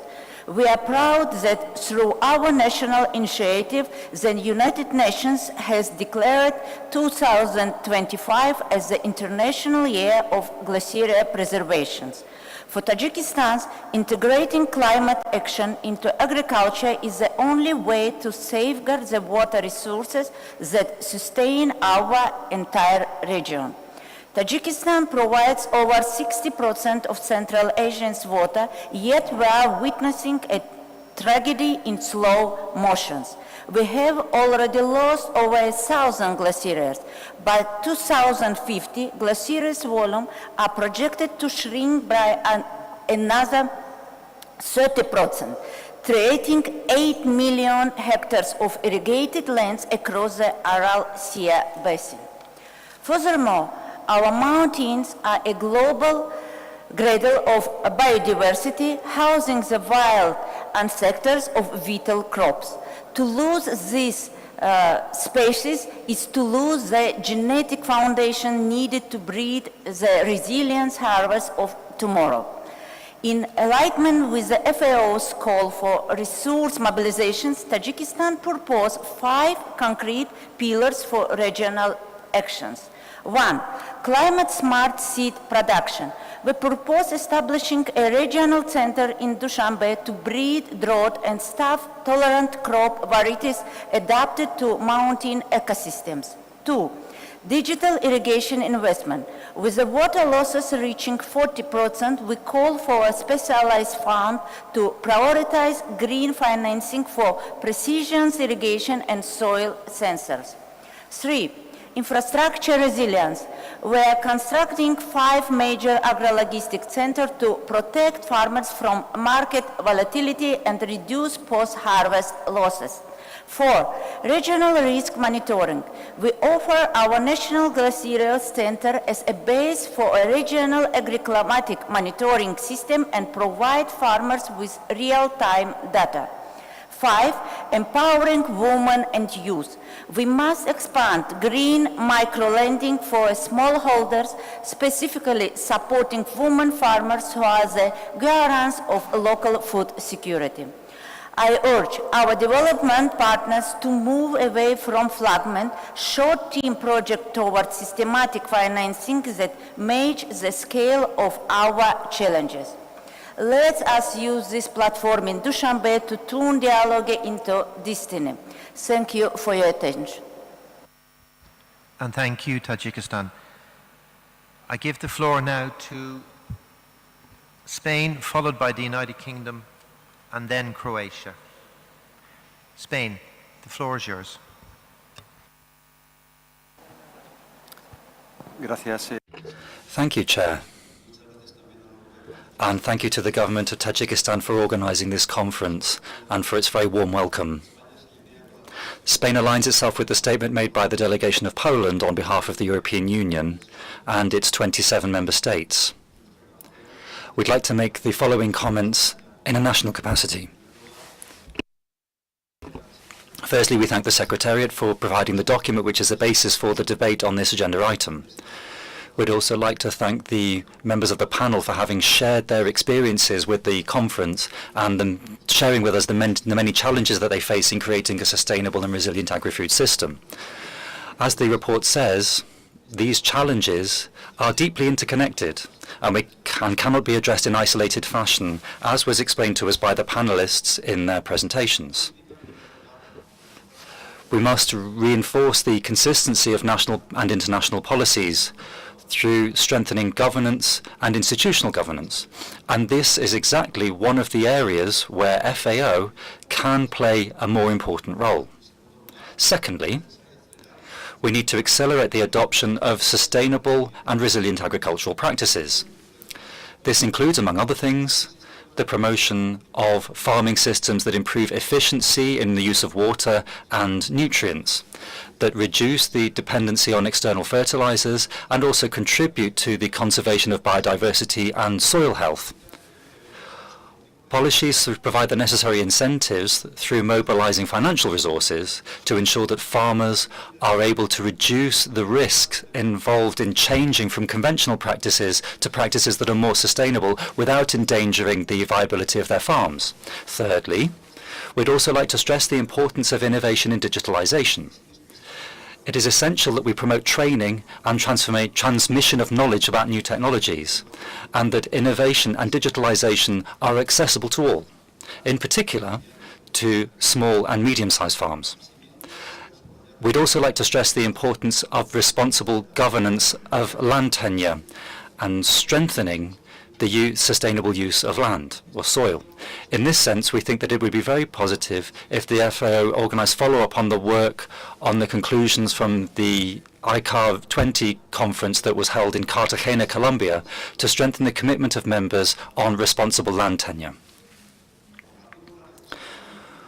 We agree that there's a need for efforts to strengthen sustainability of agri-food systems, including climate sustainability.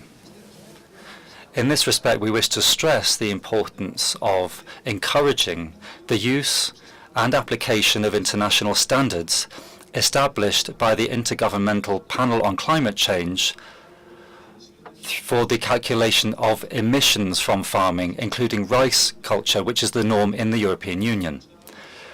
We've heard the delegate from Tajikistan talking to us about the effect of climate change on glaciers in this country. This leads us to stress the need to undertake action to reduce the effects of climate change. Therefore, the carbon border adjustment mechanism that the European Union has and the emissions trading system represent tools for reducing the emissions of greenhouse gases and allow us to reduce the negative effects that they produce on the environment at global level by outsourcing of emissions. In this way, promoting resilience and global sustainability of our agri-food systems and at the same time strengthening food security at global level. Thank you very much. And thank you, Spain. The United Kingdom followed trade routes, escalating uncertainty, and driving food and fertilizer price inflation. We are deeply concerned about the lasting impact of the Iran crisis and other global conflicts on global food security and malnutrition. Keeping energy and fertilizer markets open, predictable and transparent remains one of the most effective tools to support global food systems. As the UK noted at the FAO Council a few weeks ago, FAO has a critical role to play in this regard. Its timely market intelligence and early warning systems, including AMIS, allow countries to anticipate risks and act earlier to prevent and respond to shocks. Accordingly, the UK expects to see data, statistics and analysis duly prioritised and protected in the 2028-2029 PWB, which the Regional Conference lays the groundwork for. Likewise, it highlights the need to protect standard setting as part of FAO's core regular budget. The recent disruption has also highlighted the importance of taking long-term action to promote the resilience of fertilizers. The UK stands ready to work with FAO and partners to drive measures to optimize fertilizer use efficiency, promote low-emission production, and support sustainable alternatives, including building on the Belém Declaration on Fertilizers ahead of the milestone update moment at COP31 and in this wider triple COP year. Our food systems and agricultural production rely on healthy ecosystems and biodiversity, yet agriculture, especially in its most intensive forms, is also a leading driver of nature loss. The impacts include crop failures, intensified natural disasters, and infectious disease outbreaks, placing growing pressure on food systems and supply chains. Biodiversity loss and environmental degradation are therefore systemic risks to agriculture and food security, which is why transitioning to more sustainable and resilient agriculture following the One Health approach is such a key part of the solution. This is why the UK government pays farmers to take actions that benefit the environment, reflecting our international commitments to tackle climate change and restore biodiversity, whilst improving agricultural productivity and profitability. It is also why we have prioritised the agri-tech sector in the UK's industrial strategy, learning lessons also from our profitability review. This includes backing the technology and innovation that will define the next generation of British farming and enable more sustainable agricultural solutions. For example, precision agriculture and new breeding techniques are contributing to more efficient irrigation and more drought-intolerant crops. We would be happy to share our experience with other members. A truly sustainable future must include greater collaboration because uniting for sustainability benefits us all. Thank you. And thank you, United Kingdom. I now give the floor to Croatia. Croatia, the floor is yours. Dear Mr. Chair, it is my honor to speak on behalf of the Republic of Croatia. At the outset, I would like to underline that we fully support the EU statement. Therefore, I will limit my intervention to our national policies and share our experience with you.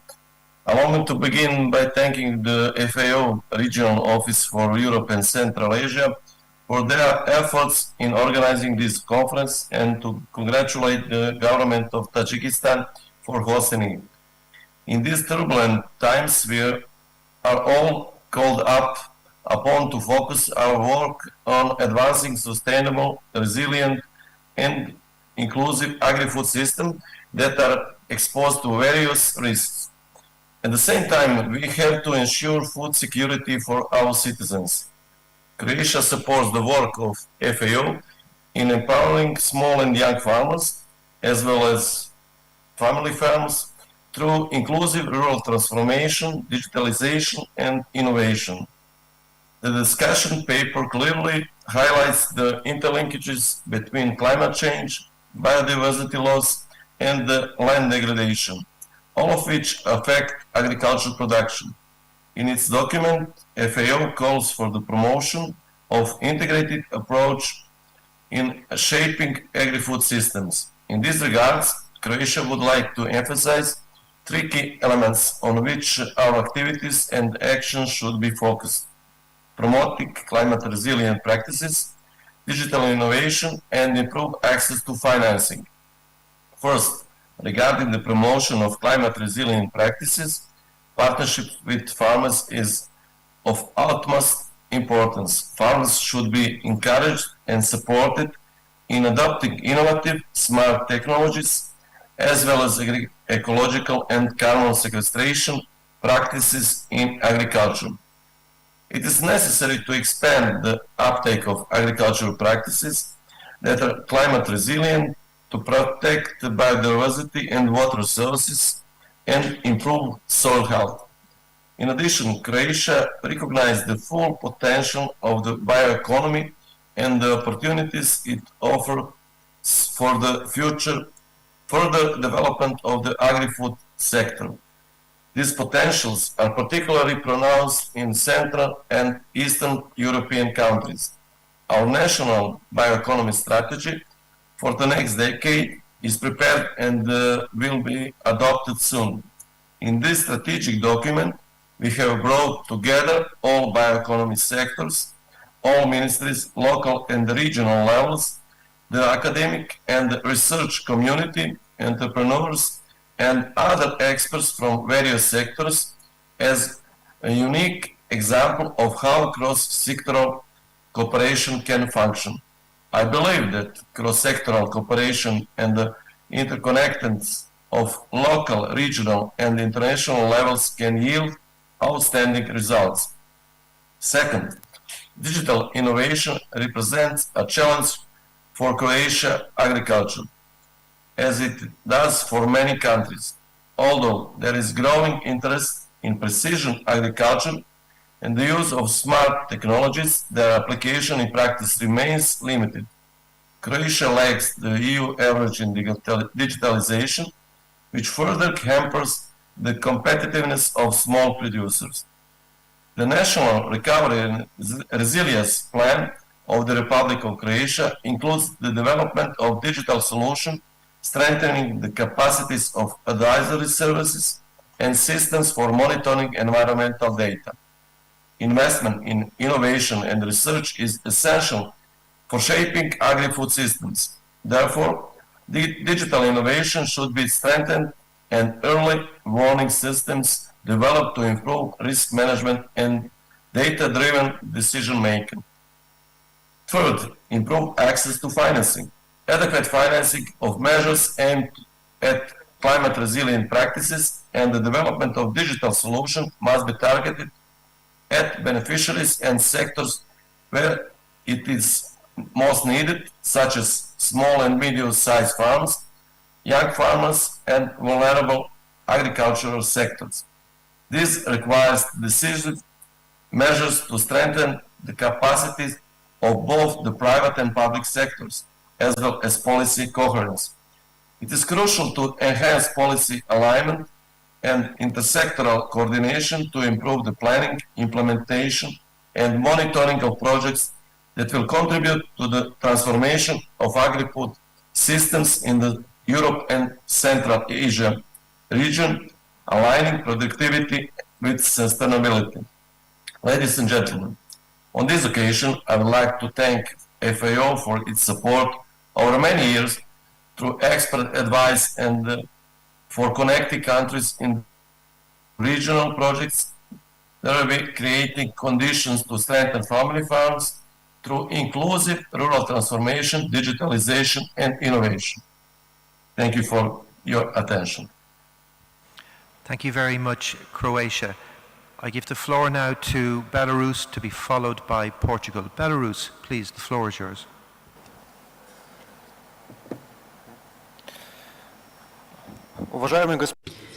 Distinguished Mr. Chairperson, distinguished participants of the conference, on behalf of the delegation of Belarus, I would like to express sincere thanks to the FAO Secretariat for this chance to take part and speak here at this high-level meeting. And I would also like to thank the government of Tajikistan for the excellent organization and the warm hospitality. Today, more than ever, we realize that climate change, biodiversity loss, and land degradation are three interlinked challenges which are having a direct negative impact on the sustainability of our agri-food systems. The Republic of Belarus is one of the leaders in environmentally friendly and sustainable use of swamp ecosystems. These ecosystems play a crucial role in climate mitigation and preserving clean water and protecting biodiversity. Swamp ecosystems are also one of the most vulnerable ecosystem types. Our country has great practical experience in restoration of peat bog systems, and we're ready to actively share this experience with partners in the region. Let me, in brief, set out our approaches and our results. In 2019, we adopted a law on preservation and use of the peat bogs and a national strategy and a peat bog distribution, resource distribution scheme through to 2030. And the key message here is that restoring degraded ecosystems is about investing in sustainable development. We in our country, we estimate that the water resources accumulated in our peat bogs have a tremendous value, and totaling around $500 million in value. The peat bogs, though, when they dry, they produce great emissions every year, not taking into account fires. The peat bogs are emitting around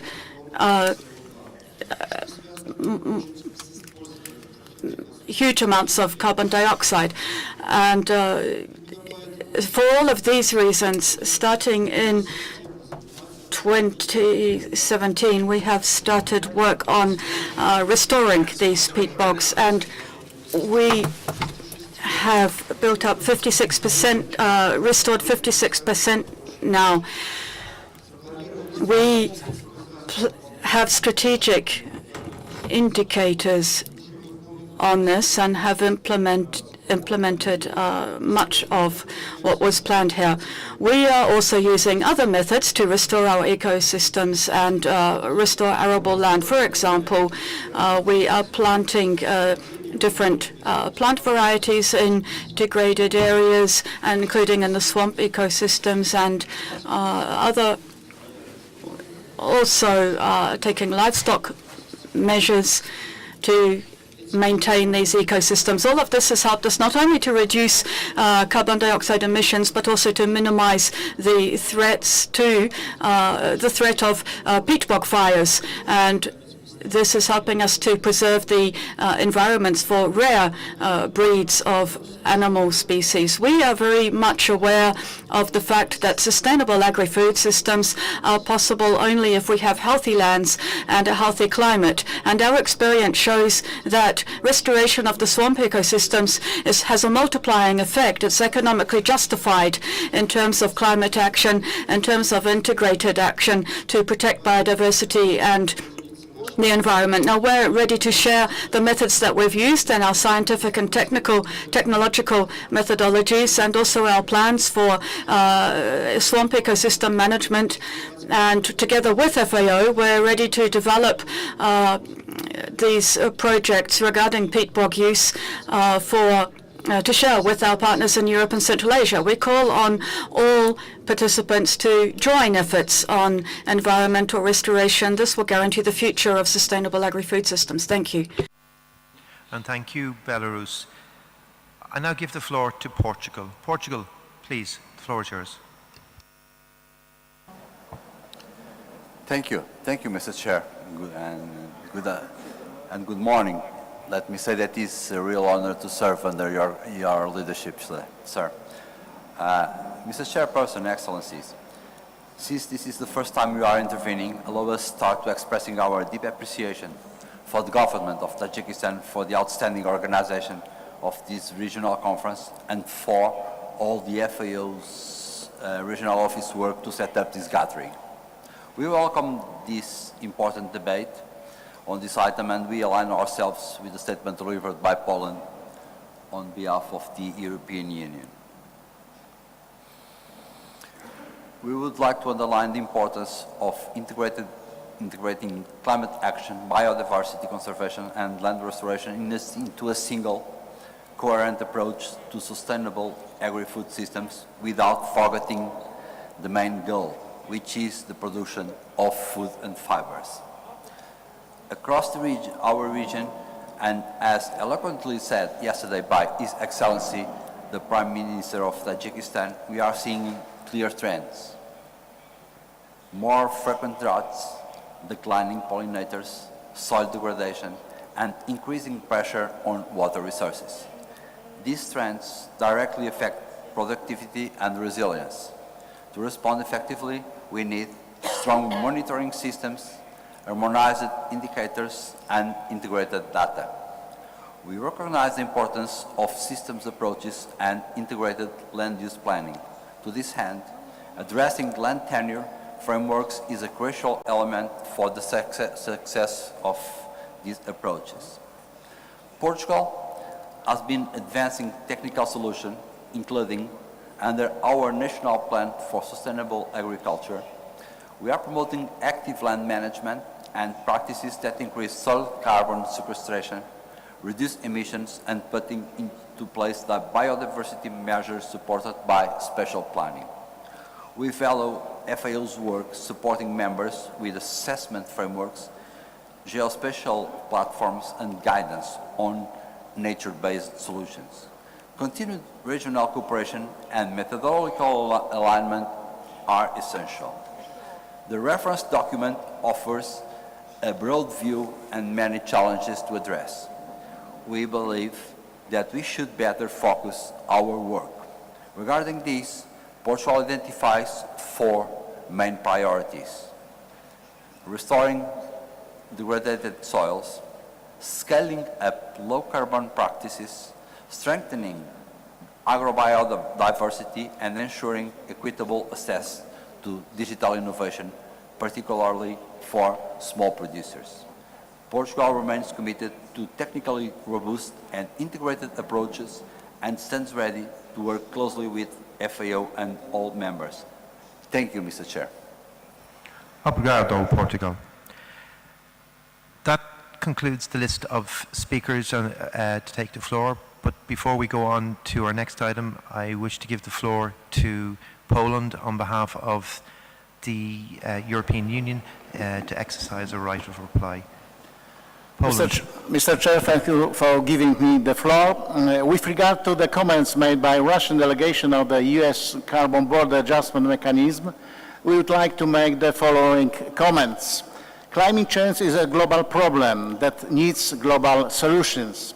EU policies in relation to climate change and other global challenges are carefully designed in line with international law and the EU's international commitments, including in the context of the Rio Conventions and other global policy frameworks. And to colleagues in the room, please be assured that the EU engage closely in the dialogue with its international partners before launching and implementing any policy initiatives. As regards the Russian request addressed to FAO to analyze the impact of the EU's carbon border adjustment mechanism, global food security, and on the free movements of goods, we'd like to say the following. Of course, we welcome and support. How are you today?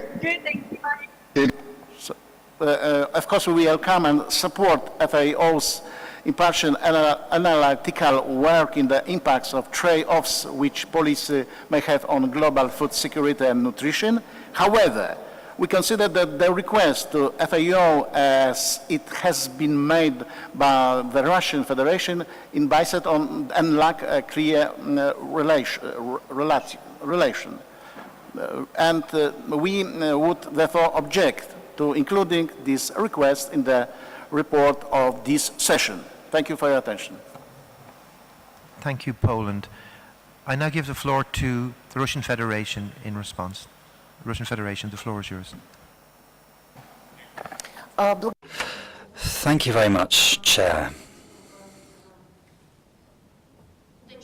I'd like to clarify my statement in the context of the comments that we have just heard from the European Union.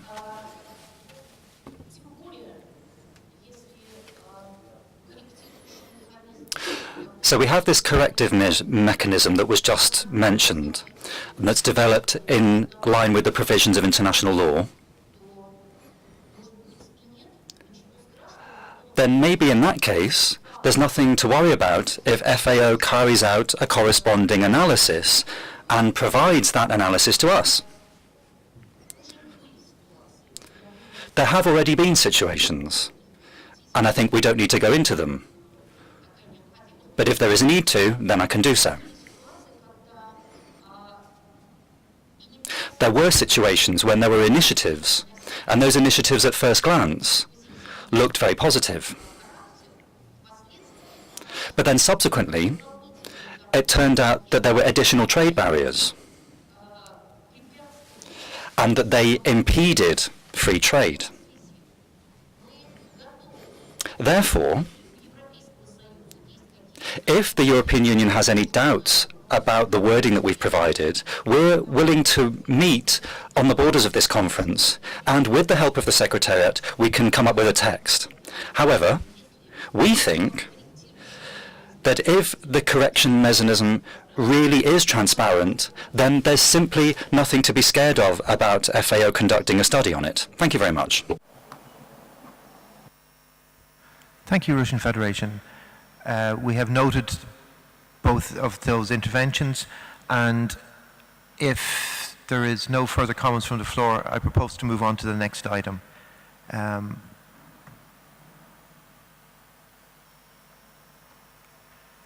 Okay, so just to conclude on this particular item, thank you all for your extremely valuable interventions and remarks from ministers and distinguished colleagues, delegates, and indeed my dear colleagues on the floor. I'd like to now give the floor quickly to the Secretariat to see if they would like to respond to any of the interventions that have been made this morning.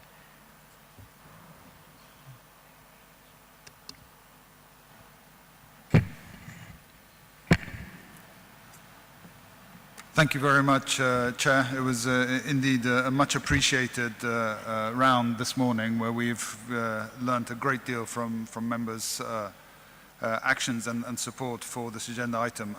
I think that resilient and sustainable agriculture clearly is coming out as the ultimate integrator of climate, biodiversity and land degradation agendas. We heard very clearly about the means for that: restoration of degraded agricultural lands, agroforestry, agroecology, integrated water management, were all shown to have the potential to deliver on climate, biodiversity, land degradation, but also importantly, food security.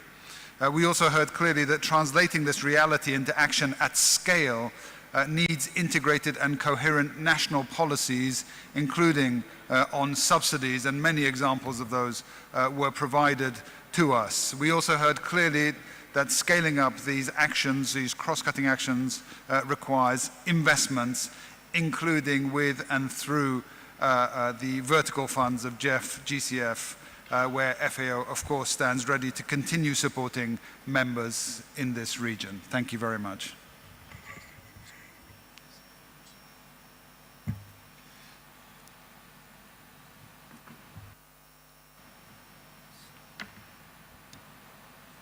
I'd like now to invite, we're moving on to item 12, Building Resilience in Agri-Food Systems, and I'd like to invite Mr. Ryan Paulson, Director of FAO Office of Emergencies and Resilience, OER, to introduce this item. Mr. Paulson, the floor is yours.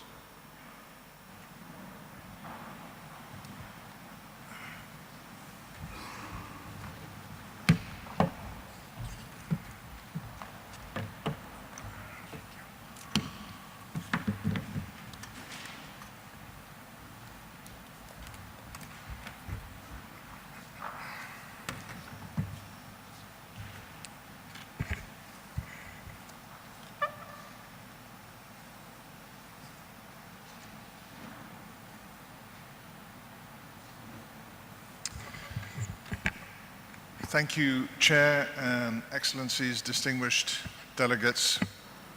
I'm pleased to be able to introduce the background to you for this next agenda item. And to mention as I do so that at the 34th session of the European Regional Conference in 2024, a background document focusing mainly on what resilience means and how it can be built through agri-food systems transformation was presented and discussed, as I'm sure you'll recall. And that conversation, that agenda item, helped to establish a common understanding and highlighted a wide range of possible entry points, from diversification and digitalization to advisory services, early warning systems, and empowerment of vulnerable groups. The background document today then builds on that thinking and those discussions, but with a more focused purpose. And to be clear, the aim is not to repeat here what resilience is, nor to provide a catalogue of actions, but rather it seeks to sharpen our collective attention on how current risks are changing and what this means for how we design policies, monitoring systems, and investment decisions going forward. The main message of the document is this: the risks facing agri-food systems are becoming more complex, more interconnected, and more likely to occur simultaneously, manifesting, therefore, compounded effects. Across the region, we see increasingly that climate shocks, economic volatility, biological threats, and geopolitical tensions are interacting with each other.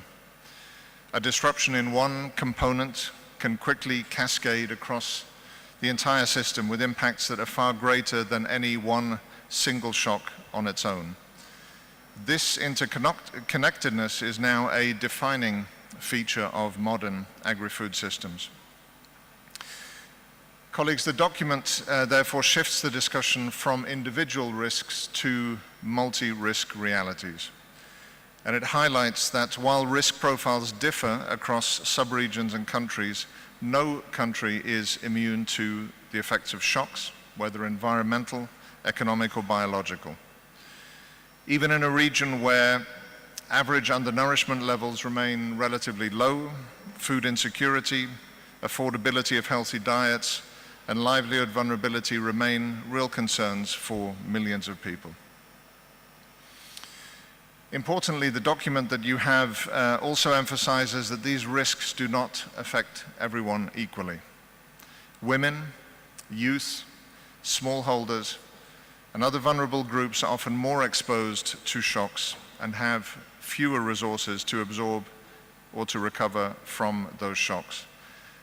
And therefore, when equity considerations are not sufficiently reflected in risk assessments and policy responses, resilience efforts risk reinforcing existing inequalities rather than reducing them. Against this backdrop, the document does not propose a long list of technical solutions. Instead, it highlights three interrelated areas where greater focus and coherence is needed if agri-food systems are to become more resilient over time. First, the document calls for a shift from single hazard approach to integrated multi-risk monitoring. Understanding how risks interact and how they amplify one another is indeed essential for timely evidence-based decision-making. A key component of this shift is the development of advanced multi-risk monitoring and early warning systems. In recent years, significant progress has been made by digital technologies, including satellite data, sensors, artificial intelligence, and big data analytics. These tools make it possible not only to detect risks in real time, but also to anticipate future scenarios and plan responses accordingly. But these need to be better connected and embedded in policy processes.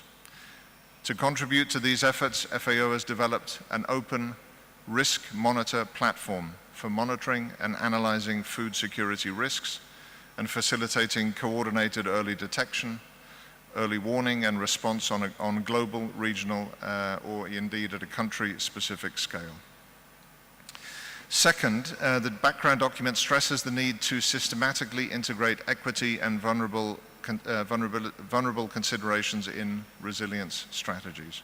For example, rural women play a crucial role in agriculture, as we know, yet often face unequal access to land, to resources, to training and financial services. And these structural inequalities reduce their ability to cope with and to recover from shocks. Resilience cannot be built if large parts of the population are left behind or remain invisible in data, assessments, and policy design. Also, youth in this regard are critical. Governments are therefore encouraged to invest in transforming from single-risk monitoring to multi-risk monitoring systems, embedding multi-risk governance into national and sectoral policies. Third, the document underscores the importance of investment in upscaling data systems to address data gaps through compilation of reliable data sets, as effective action requires and depends rather on the development of interventions anchored in robust, risk-informed assessments, enhancing regional cooperation and sharing knowledge. Overall, the document is intended to strategically frame the issue. It invites you as members to reflect on whether current approaches are sufficiently aligned with the realities of the risks and how resilience governance can be strengthened accordingly. Agri-food systems are at the heart of our societies. Strengthening their resilience is a social, economic, and environmental imperative. In a world of increasing... Morning. At that stage, we can digest what Rain has said, as well as eating our food.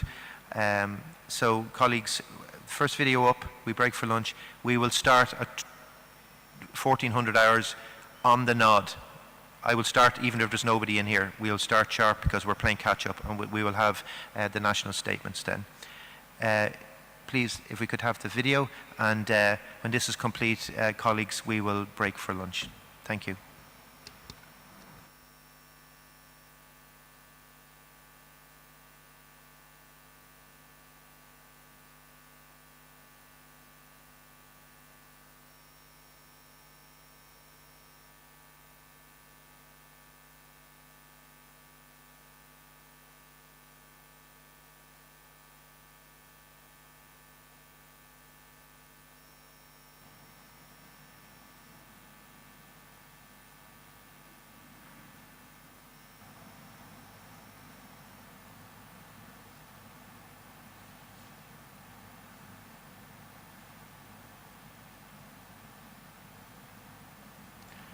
How are we getting on, lads? Are we ready to rock and roll, or are we getting hungry? Because I think the second one is happening.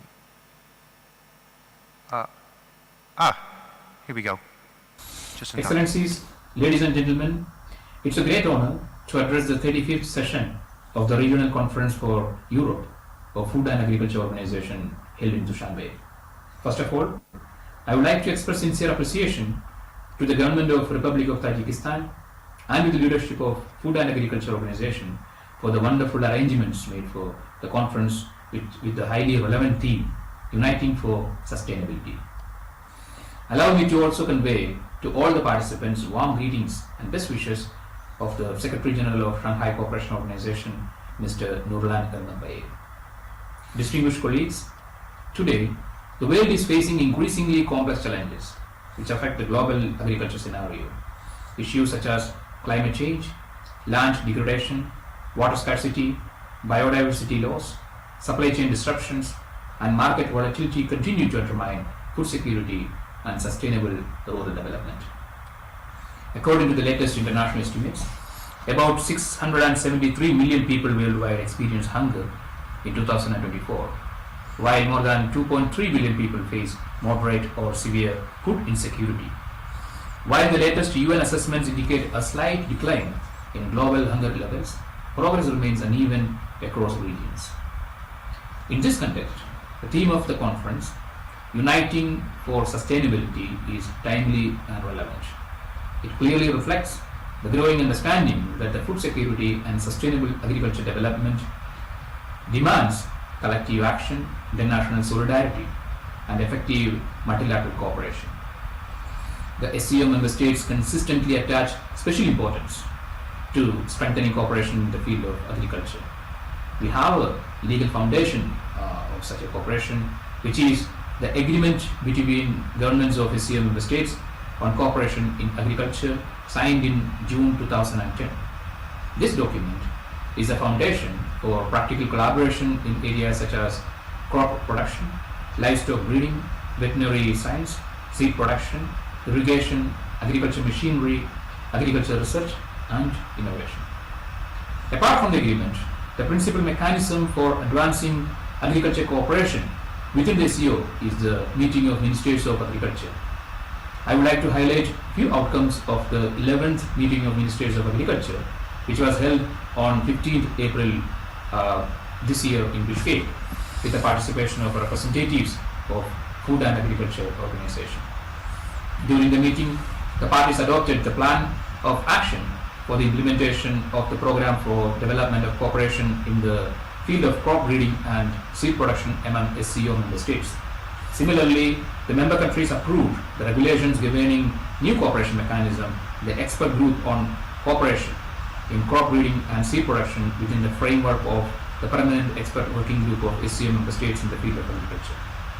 In this context, I would like to highlight that the draft action plan for the period of 2026-2029 on the implementation of Memorandum of Understanding between the Secretariats of SCO and FAO aimed at further expanding practical cooperation between our organizations is now being actively considered by the member countries.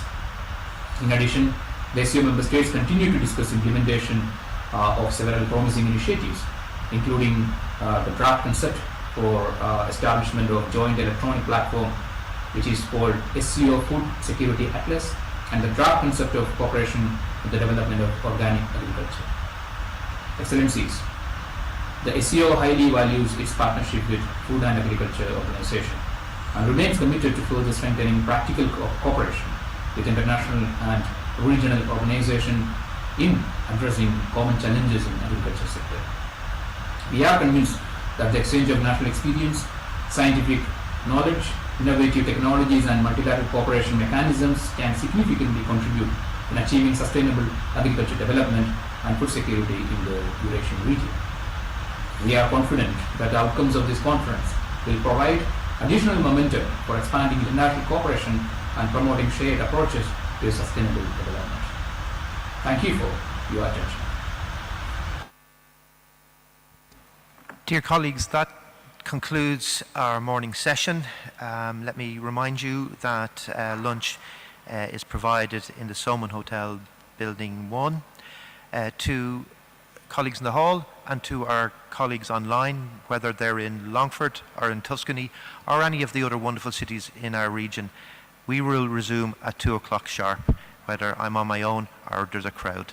Thank you all and enjoy your lunch.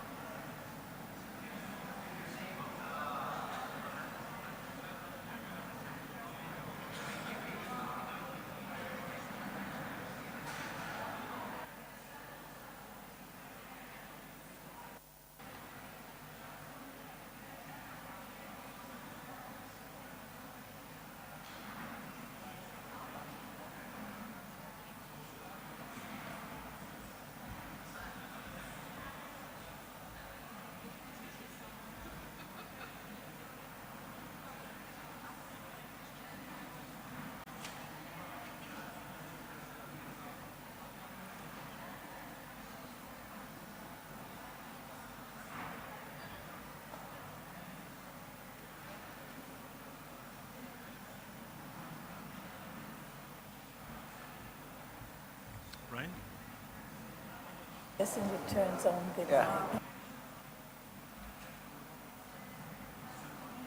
Well, seat 44, and then.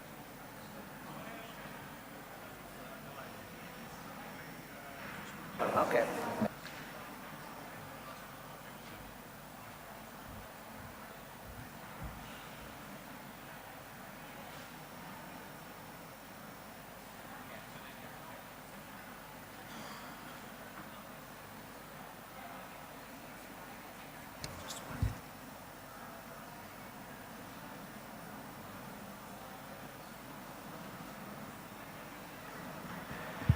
Dear colleagues, you have 30 seconds to assume your seats because you're going to be on camera walking around otherwise. Okay, 30 seconds from now.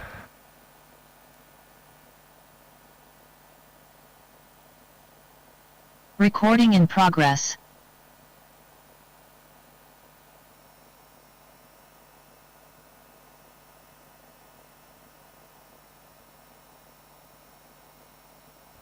Dear colleagues, just before we start, Secretariat wish to make a small announcement.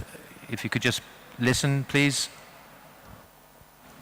Thank you, Mr. Chairperson. Good afternoon. For those who had lunch, please, this is a small announcement with regards to the field visit, which is scheduled on Friday throughout the day in the morning. Please, if you intend on joining the field visit, register your name on the second floor, which is the floor as you're going out. Registration is available all day. Please register your name if you intend on going on the field visit on Friday. I understand it's an amazing opportunity for you to see more of Tajikistan and the beauty of our host country. Thank you, Mr. Chairman. Thank you, Secretary. Dear colleagues, welcome back. I hope you are nourished, fed and watered. We're now going to go into the afternoon session. You will recall before lunch, Rain Paulson made his presentation. We're going to continue now with national statements. We're going to start first with a video from the Holy See. And thereafter we will seek interventions from the floor. Some of you have already submitted intentions to our indications that you're going to speak. So we'll start with the video, and if you wish to speak, please let us know. Colleagues, the video from the Holy See. Thank you.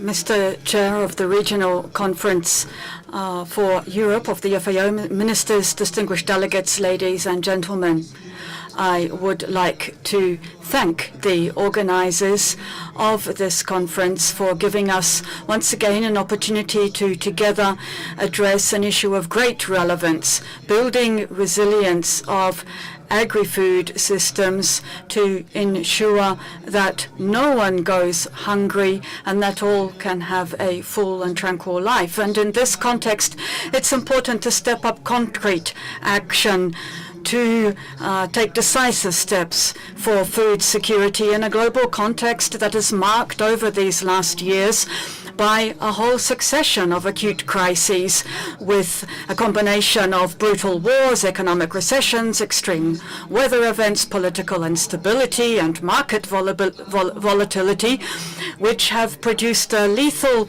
cocktail for the world's food systems.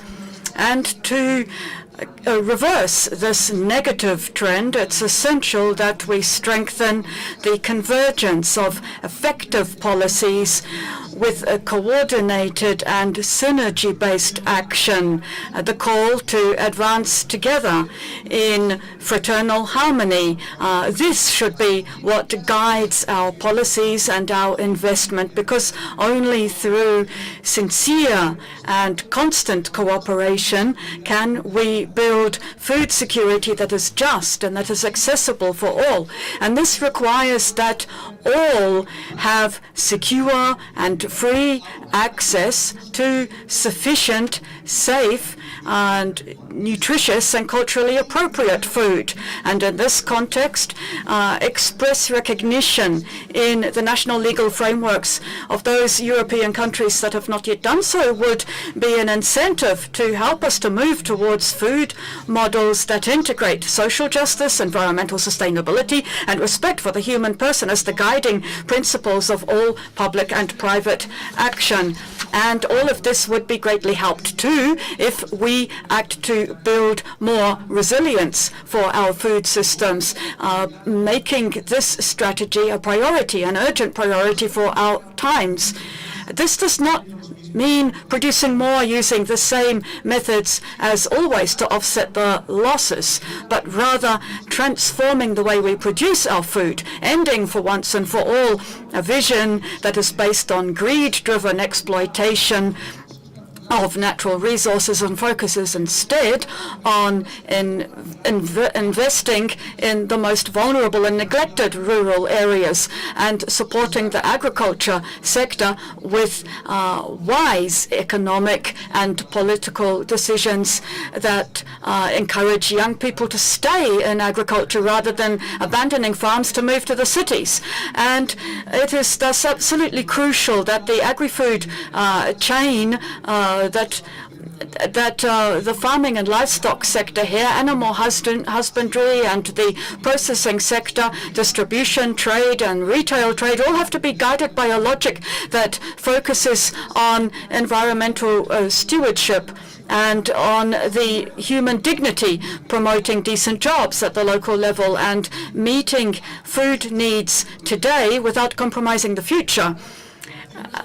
This is all about actions that accomplish the task entrusted to humankind by God, namely to till and to look after the creation. And so with this, the Holy See encourages this regional conference to take bold action and take the steps needed to combat existing inequalities in agriculture and at the same time improve living conditions for those working in the field, ensuring they have decent wages, recompensing them for the efforts they are making to ensure that every human being has their daily bread. Thank you. Thanks to the Holy Father for the message as delivered. I now give the floor to Poland on behalf of the European Union and its 27 member states. Poland, the floor is yours. Mr. Chair, I'm honored to speak on behalf of the European Union and its 27 member states. Albania, Bosnia and Herzegovina, Georgia, Moldavia, Montenegro, Norway, Serbia, Ukraine align with this statement. We thank FAO for the detailed background document on the progress made by FAO and member nations on strengthening the resilience of agriculture and food systems. We welcome its emphasis on the system approach addressing the interconnected nature of agriculture and food. We welcome the recommendation on strengthening the resilience of agriculture and food systems. And we commend FAO for its involvement in the Europe and Central Asia region by providing relevant data, analysis and digital tools, as well as through practical support for policymakers and for the implementation of field projects. Strengthening agricultural resilience includes strengthening production resources and thus food security. In this regard, we wish to highlight the important ongoing work on the CSS policy recommendations on building resilience food system. Building resilience also requires the long-term availability of seeds, which depends on the conservation of genetic resources and their sustainable use. We encourage FAO to pay special attention to these important aspects in the multidimensional approach.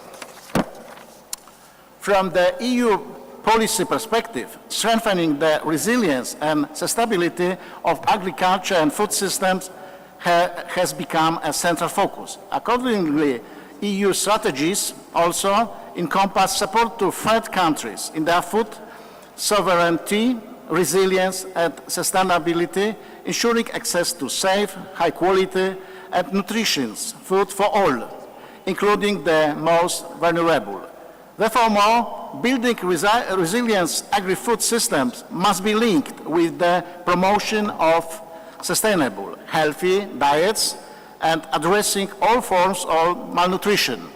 In the EU's vision for agriculture and food, strengthening resilience against multiple and interlinked risks is a central objective. The common agriculture policy is a key instrument. In this regard, supporting the resilience of the EU agricultural sector by promoting sustainable competitive farming and rural areas. Within the CAP framework, a set of risk management tools helps farmers prevent, absorb and recover from shocks, while continuing to provide safe, high quality and sustainable food.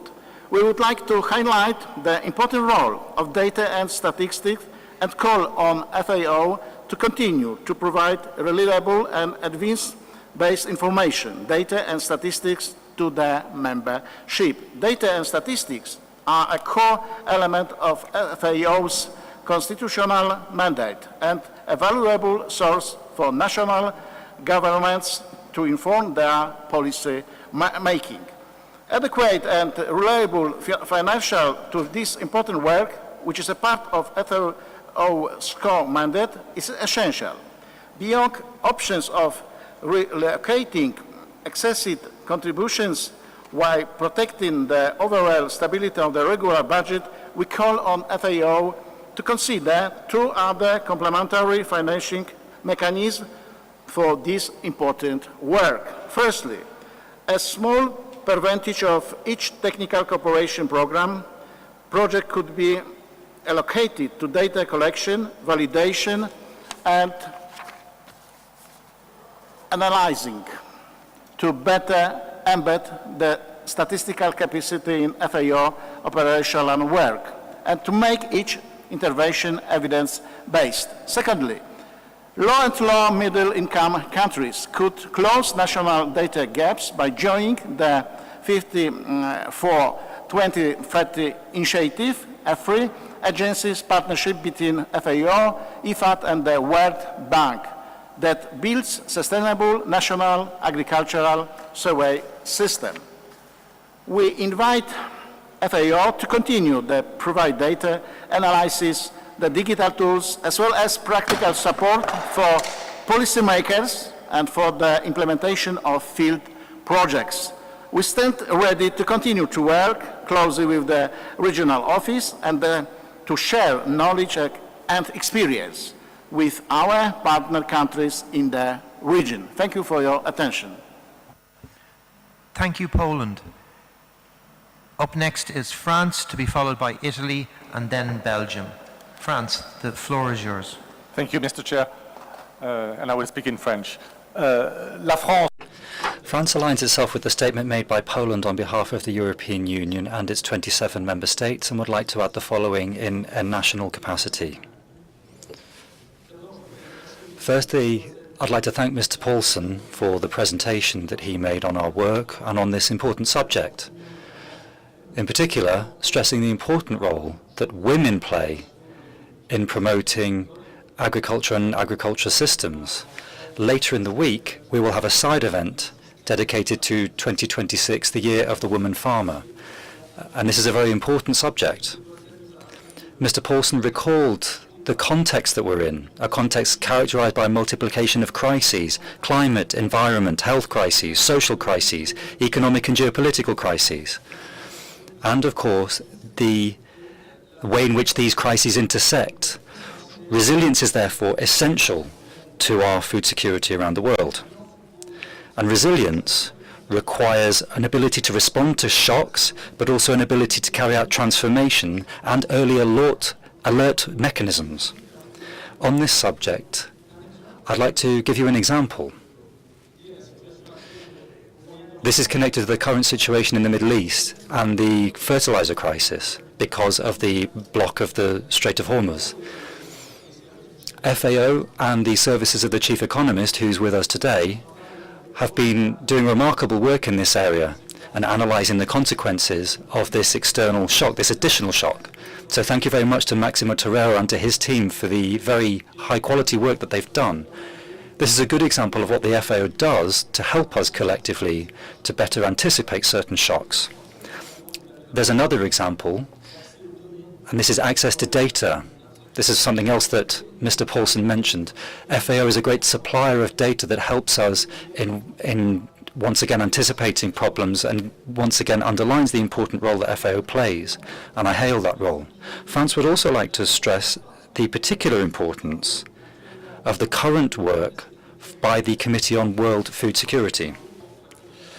This work aims to help build resilient agri-food systems and produces specific recommendations that are operational, science-based,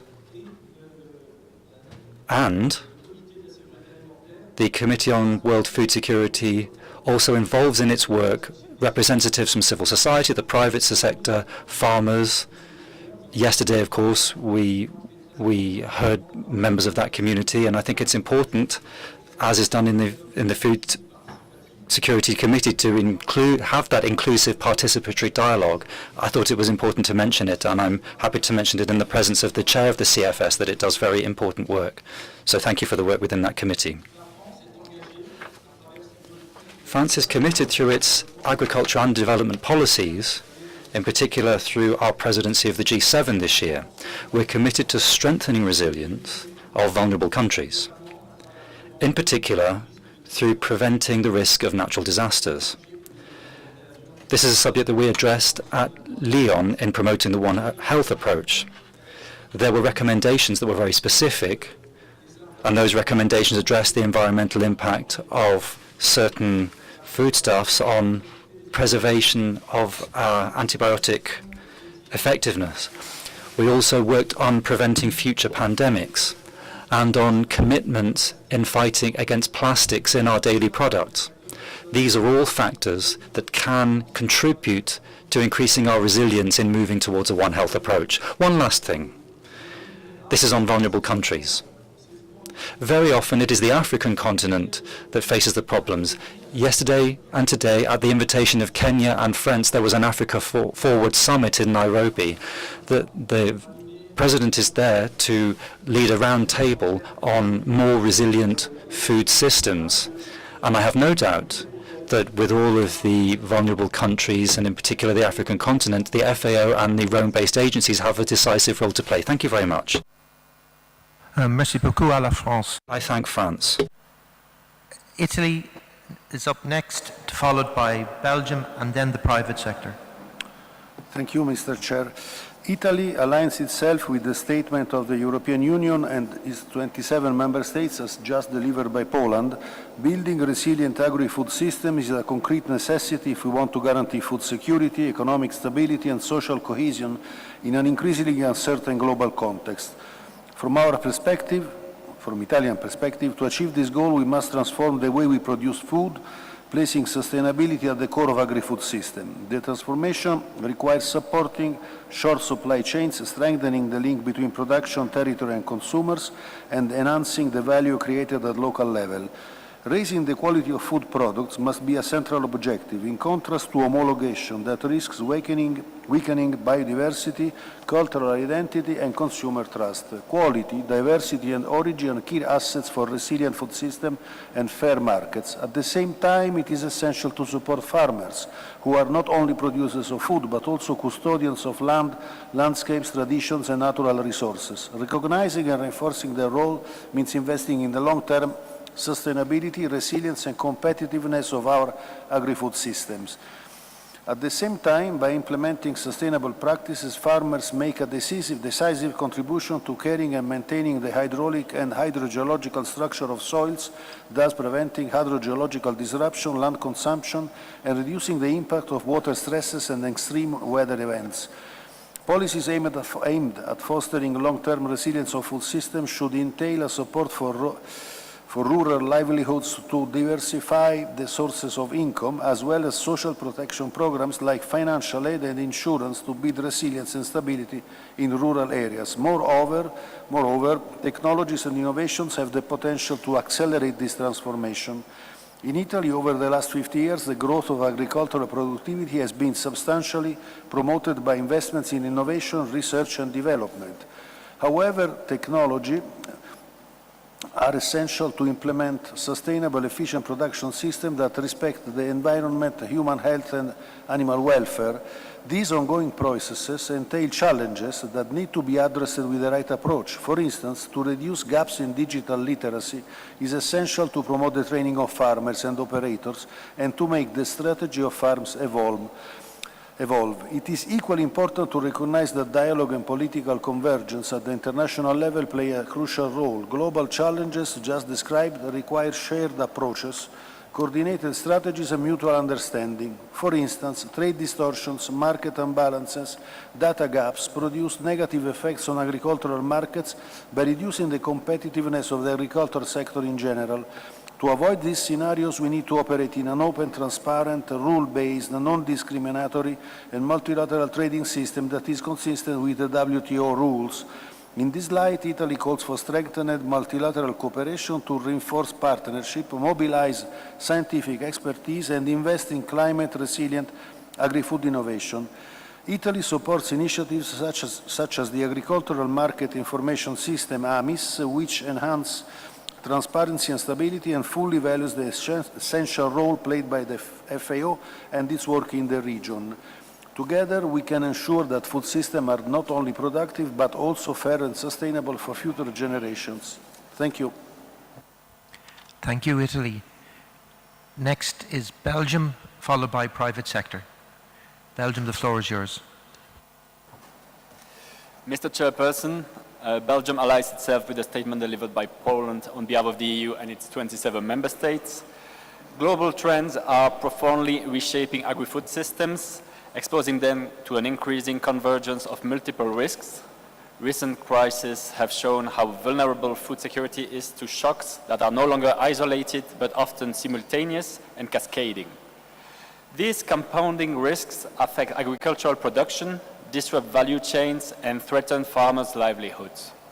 This underscores the urgent need to strengthen the resilience of agri-food systems through integrated and risk-informed approaches. In this context, Belgium warmly welcomes the launch of the FAO Risk Monitor platform. This valuable tool will help better anticipate, assess, and respond to food security risks worldwide. By improving early warning and evidence-based decision-making, this platform reflects our shared commitment to prevention, resilience, and multilateral cooperation. Belgium is proud to support FAO's leadership in turning data into timely action. Coordinated monitoring of plant and animal diseases and pests, including their links to climate change, is a key foundation for effective prevention and, when necessary, rapid response. Research into techniques and measures for climate adaptation and mitigation also forms the foundation for a preventive approach to risks, the development of resilience in a changing environment, and the protection of the environment. Continued efforts in research and communication on the risks and impacts of extreme weather events on agriculture remain indispensable. Financing and insurance instruments must also be linked to preventive adaptation measures, with particular attention to nature-based solutions such as agroecology, in order to minimize damage within the agricultural sector resulting from the effects of climate change and to strive for climate-resilient agriculture. Belgium is concerned that forest and forestry issues are still too often overlooked in discussions on agri-food systems. We therefore encourage FAO to further strengthen the links and synergies between these areas.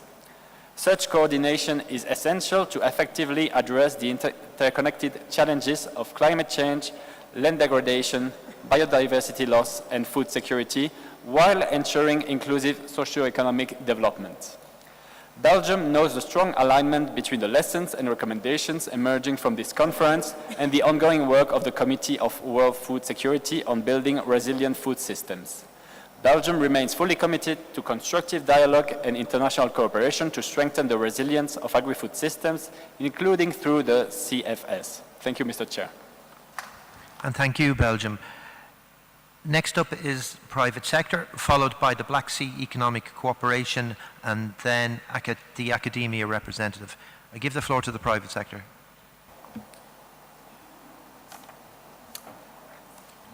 Thank you very much for the possibility to speak on behalf of the private sector on the issue of resilience.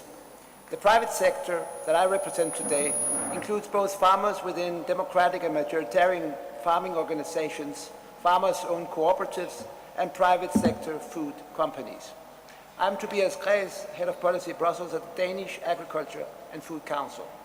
In Brussels on 22nd April, the European Dairy Association hosted a private sector consultation that gathered more than 50 participants.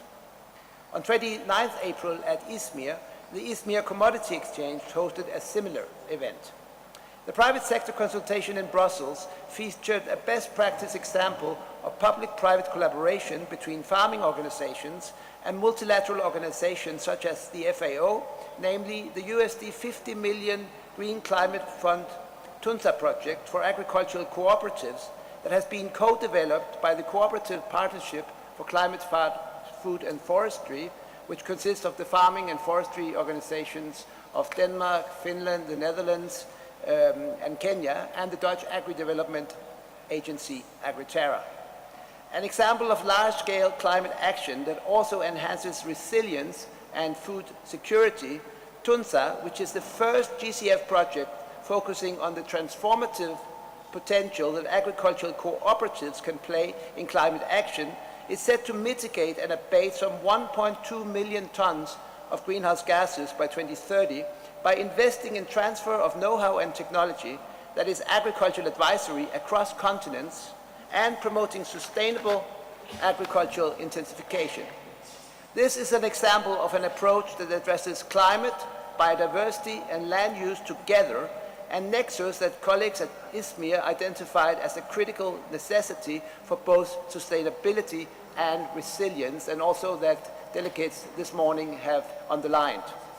The insights that I'm pleased to share with you today spring from the group discussion on the very topic of resilience that I moderated in Brussels, and from summary notes that I received from talks in Izmir. We were asked what role the private sector can play in the establishment of multi-risk monitoring and early warning systems. In response, participants expressed that there was a need to let those closest to agricultural production report to you. This is a very concrete task, so farmers should monitor. And across Europe and Central Asia, it was stressed that monitoring efforts should not rely on regulatory requirements, but instead on positive incentives. Today, there is a lack of positive incentives. There is even the risk for farmers of punishment for sharing information and data. However, whilst creating a positive incentive-based framework for data sharing, we should at the same time not lose track of transforming our food systems. In this context, one powerful tool is to stimulate transformation on the farms by means of on-farm incentive programs and to invest into such programs. There is also a need to focus on furthering regenerative agriculture, regenerative farming that can take place on small or big farms alike. Across such effort, public-private partnerships, international trade, and a stable regulatory framework is key. Finally, unfortunately and critically, in the context of geopolitics and climate change, we urge you to undertake measures to guarantee preparedness for a food availability crisis situation. Countries must have sufficient stocks of meat, proteins, and consumables. Resilience is about more than production. Ultimately, it's about food security. I thank you. Thank you, private sector. I now call the Black Sea Economic Cooperation, followed by Norway and the civil society representative. Black Sea Economic Cooperation, you have the floor. Thank you very much, Mr. Chairman.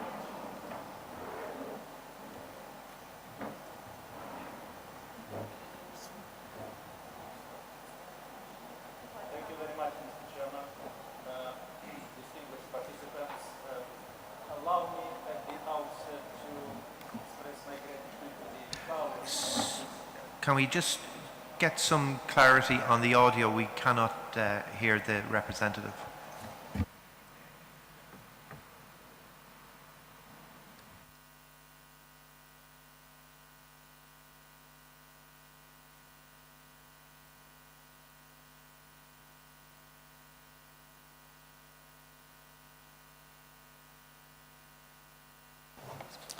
Thank you, Mr. Chairman. Mr. Chairman, it seems that we are having some small problems, but they are already overcome. Thank you, Mr. Chairman, distinguished participants. At the very outset, I would like to express my gratitude to the FAO Regional Office for inviting BSEC to the 35th session and for the possibility to participate in the discussion. Mr. Chairman, I also would like to join the previous speakers and to thank the host country for the indeed warm hospitality extended to us during our stay in this lovely city of Dushanbe.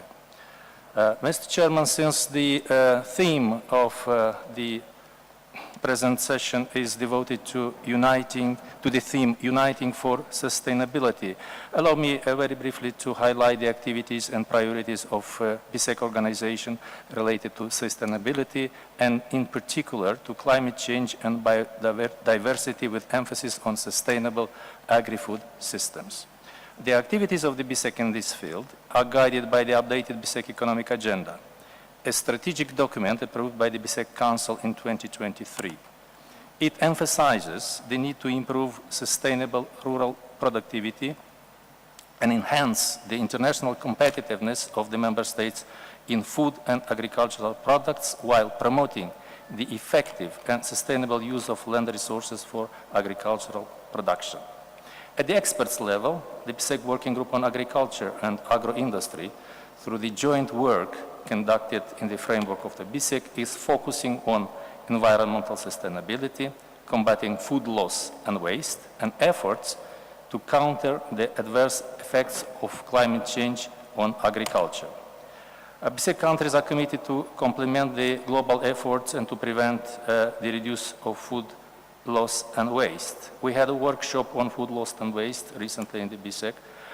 It provided a nice opportunity to build the common grounds, principles, and types of actions that would further develop the relationship between the BSEC member states. The topic of climate change has been discussed at various meetings in the BSEC in line with the BSEC Climate Change Adaptation Strategy for the Black Sea region, which was adopted by the BSEC Council of Ministers. This strategy is a timely response to Goal 6 of the BSEC Economic Agenda, which is related to developing plans for mitigation and adaptation measures to address the impact of climate change. BSEC has a long-standing and fruitful cooperation with FAO. It was developed and has been materialized in the form of two important projects. The first one aimed at supporting and strengthening the capacities of the BSEC member states for promoting intra-regional agri-food trade, and the second one on sustainable food systems. Mr. Chairman, I use this opportunity to thank FAO for the cooperation and for the possibility to implement these projects in the BSEC region. Concluding my remarks, Mr. Chairman, I would like to underline that BSEC will continue to promote the cooperation in the field of agriculture in the BSEC region. In this process, we will maintain our traditional cooperation with our partners, including FAO and other international and regional organizations and institutions. Thank you very much. Thank you, Black Sea Economic Cooperation. I now call on Norway, followed by civil society representative, and then Switzerland. Norway, the floor is yours. Thank you, Chair. We thank FAO for the background paper prepared for this agenda item. We welcome the analysis on the interconnected nature of modern agri-food systems and the need to address the different types of risks in an integrated manner. We need to monitor, analyze, and manage these multiple risks in order to improve the resilience of agri-food systems and improve food security and nutrition outcomes. One example, which is well described in the background document, is how climate variability and extreme weather events can increase biological risks of disease, outbreaks, and AMR. We call on FAO to strengthen its work in multi-risk management, and we welcome the focus on data collection, risk monitoring, strengthening of early warning systems, and rapid response. Plant health is also an important area, thematic area, that is sometimes overlooked. Furthermore, we wish to highlight the need to continue to build long-term resilience in food systems through good animal husbandry, improving plant and soil health, and securing genetic diversity.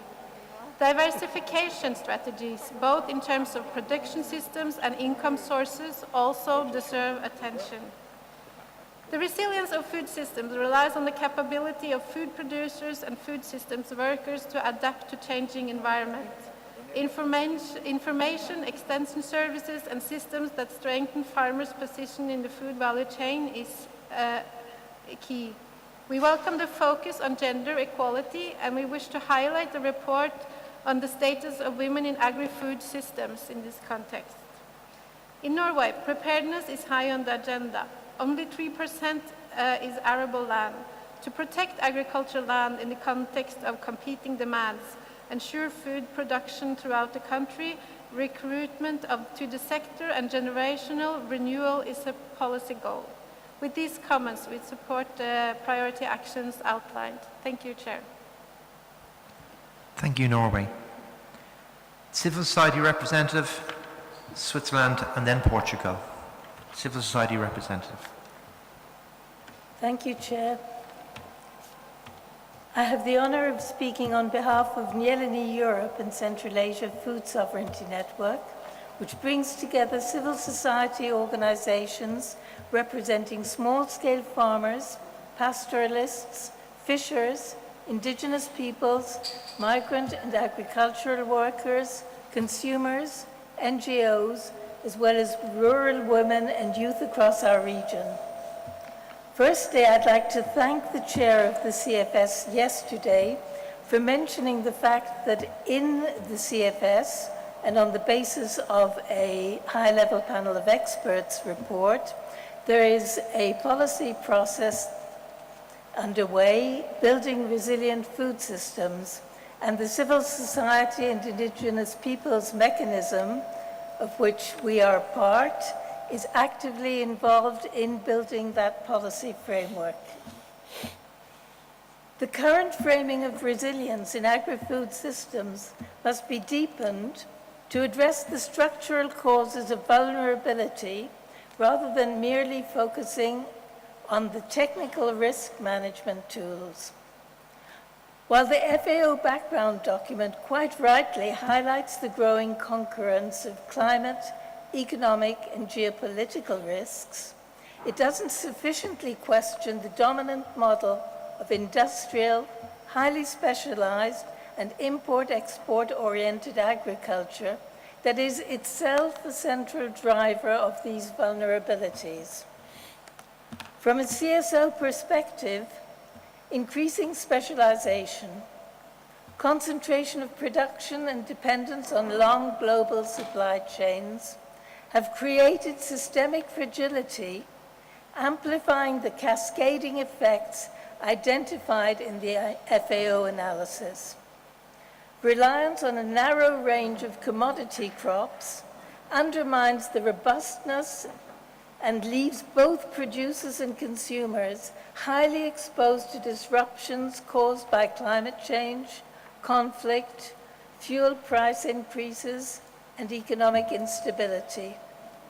Building resilience, therefore, cannot be reduced to improving monitoring systems, data collection, or digital tools alone.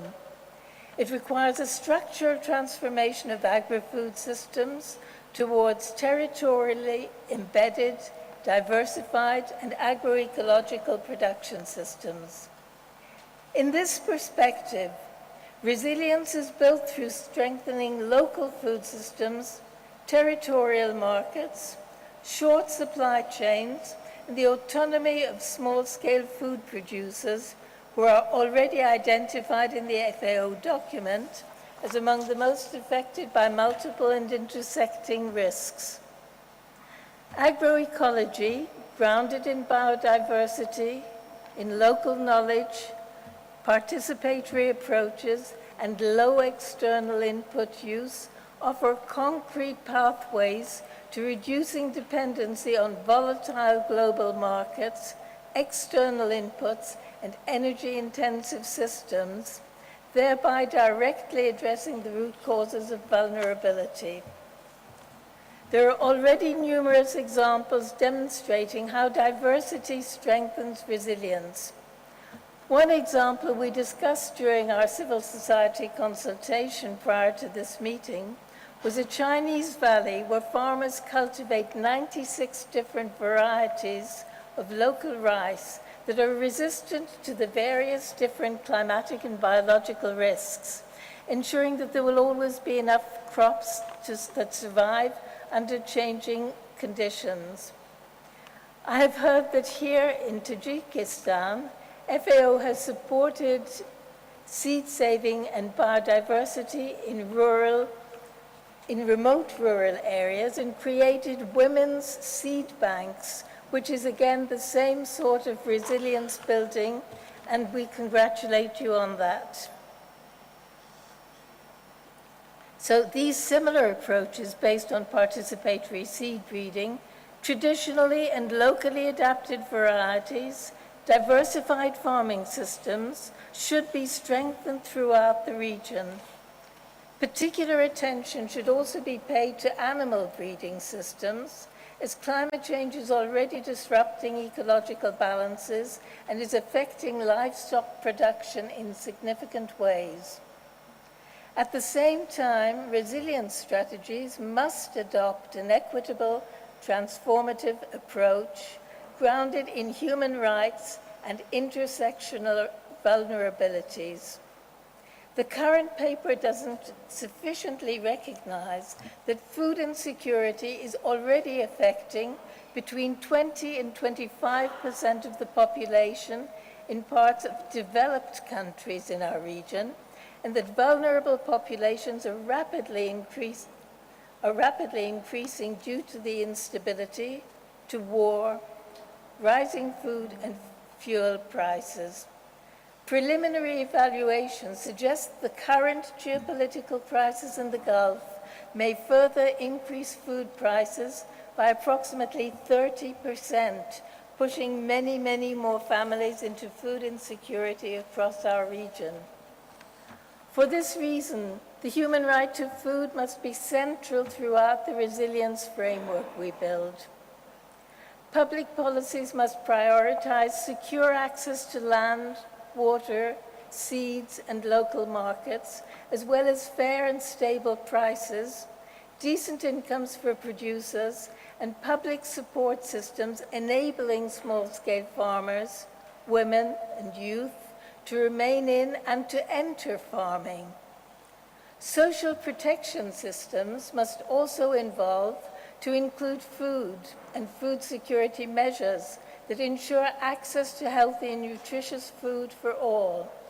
In this regard, examples such as food social security mechanisms adopted by the parliaments of Brussels and the Geneva Local Council, as well as in more than 60 cities in France, offer important lessons for territorial resilience and food justice. CSOs also underline that resilience cannot be built through food banks alone.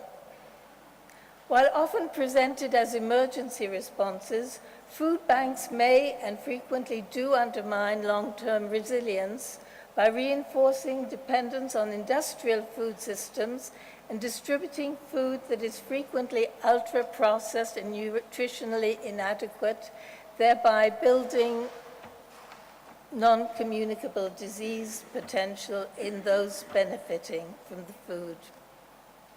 Instead, resilience policies should prioritize access to healthy, nutritious food that is free from agrotoxins and excessive pesticide use, whilst ensuring decent livelihoods for producers and affordability for consumers.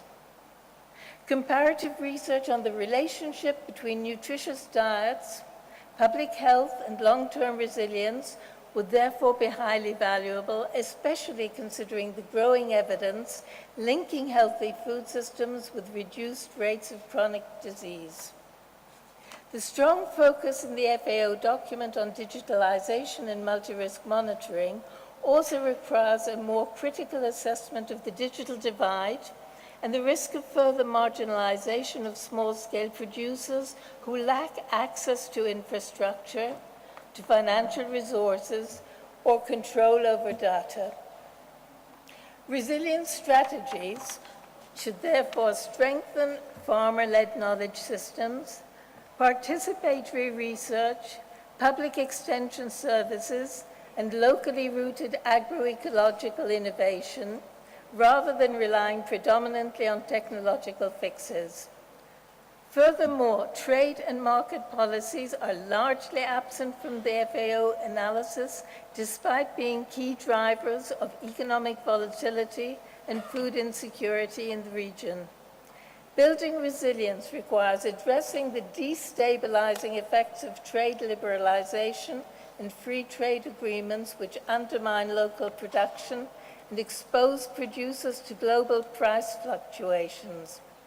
A transition towards food sovereignty, territorial markets, and social and solidarity economy approaches is therefore essential. This includes protecting domestic production, prioritizing short and direct supply chains, recognizing the right of peoples to define their own food and agricultural systems.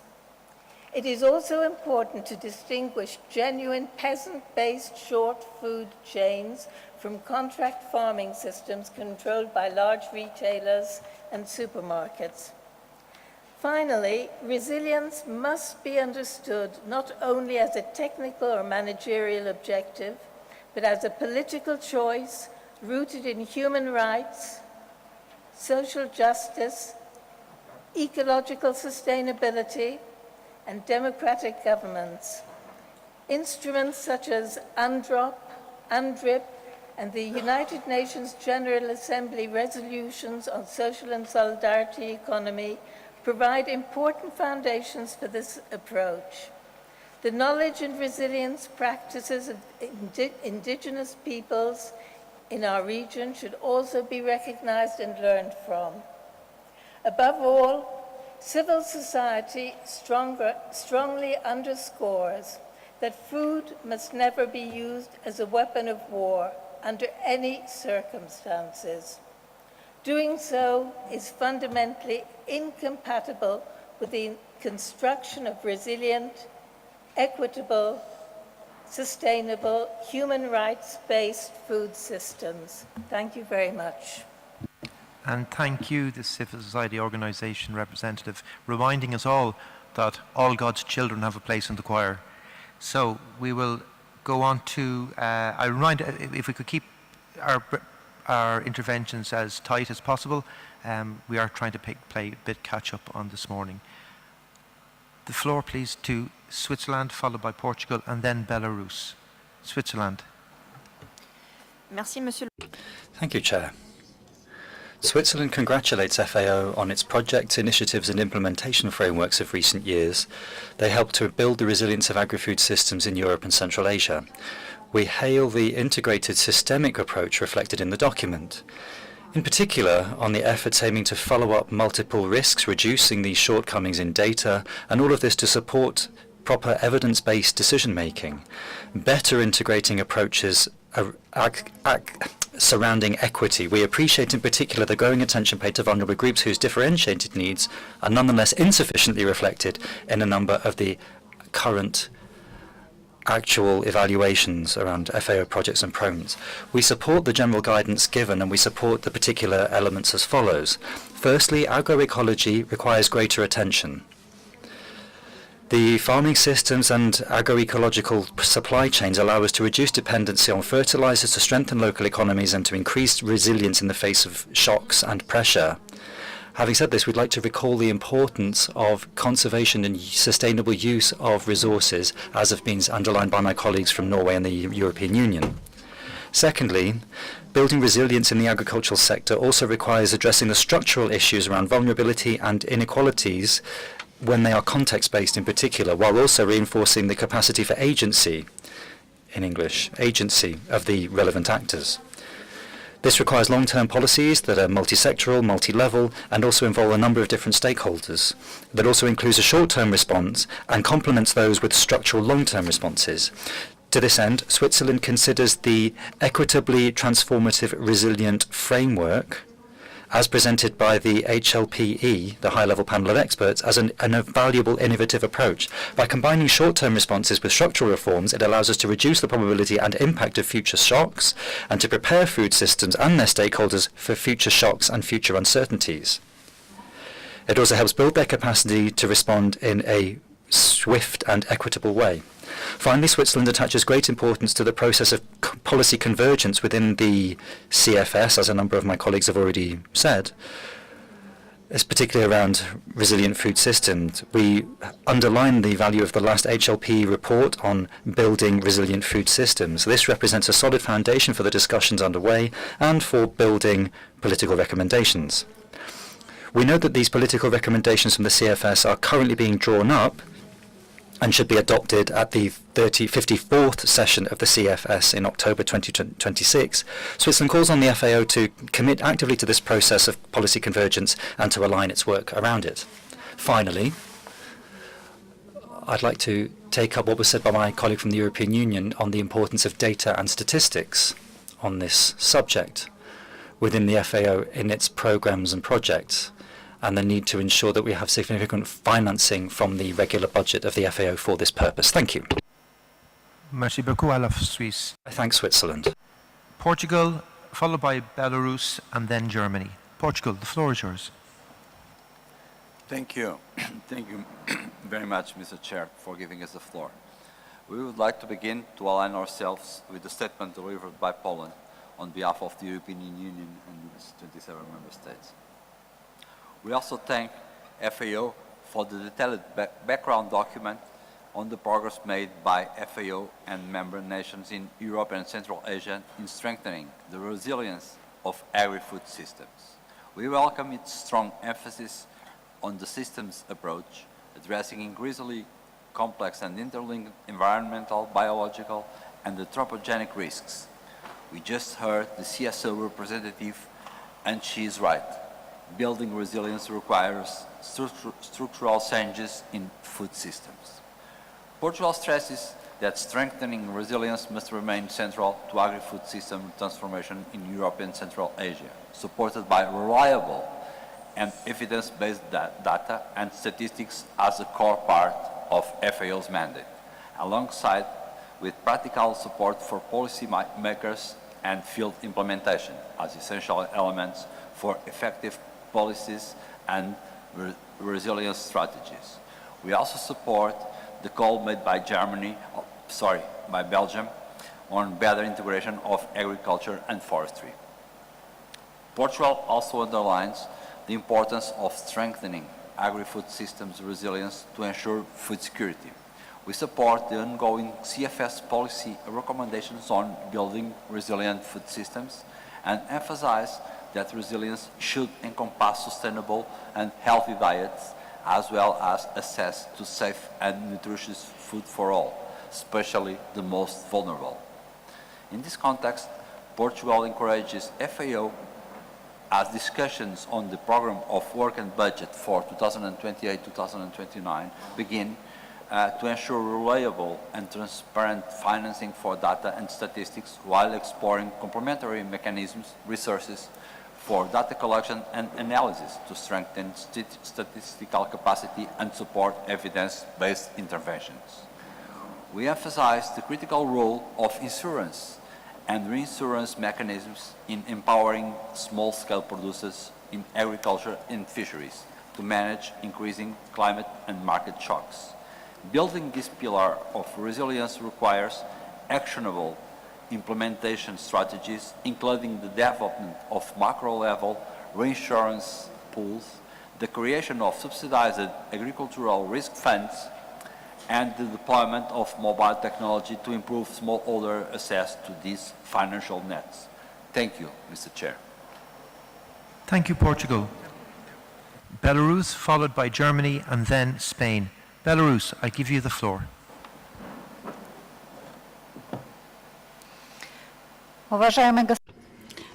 Distinguished Mr. Chairperson, ladies and gentlemen, sustainable development of agri-food systems is a priority for social, economic and agriculture policy in Belarus. In our country, agriculture land makes up 38% of the territory, and we have 21% of our population living in rural areas. And every year, the agriculture sector represents 7% of our country's GDP. It's no exaggeration, therefore, to say that Belarus is not just self-sufficient when it comes to its food, but it's also one of the major exporters of dairy, meat products, flax fibers, and rapeseed oil. We meet the needs of our domestic market with local, high-quality products, and we also export around 40% of the output of our agri-food sector. Based on the results of 2025, we had exports to more than 100 countries. We have a national system of standards and certification based on international demands, and this guarantees safe products.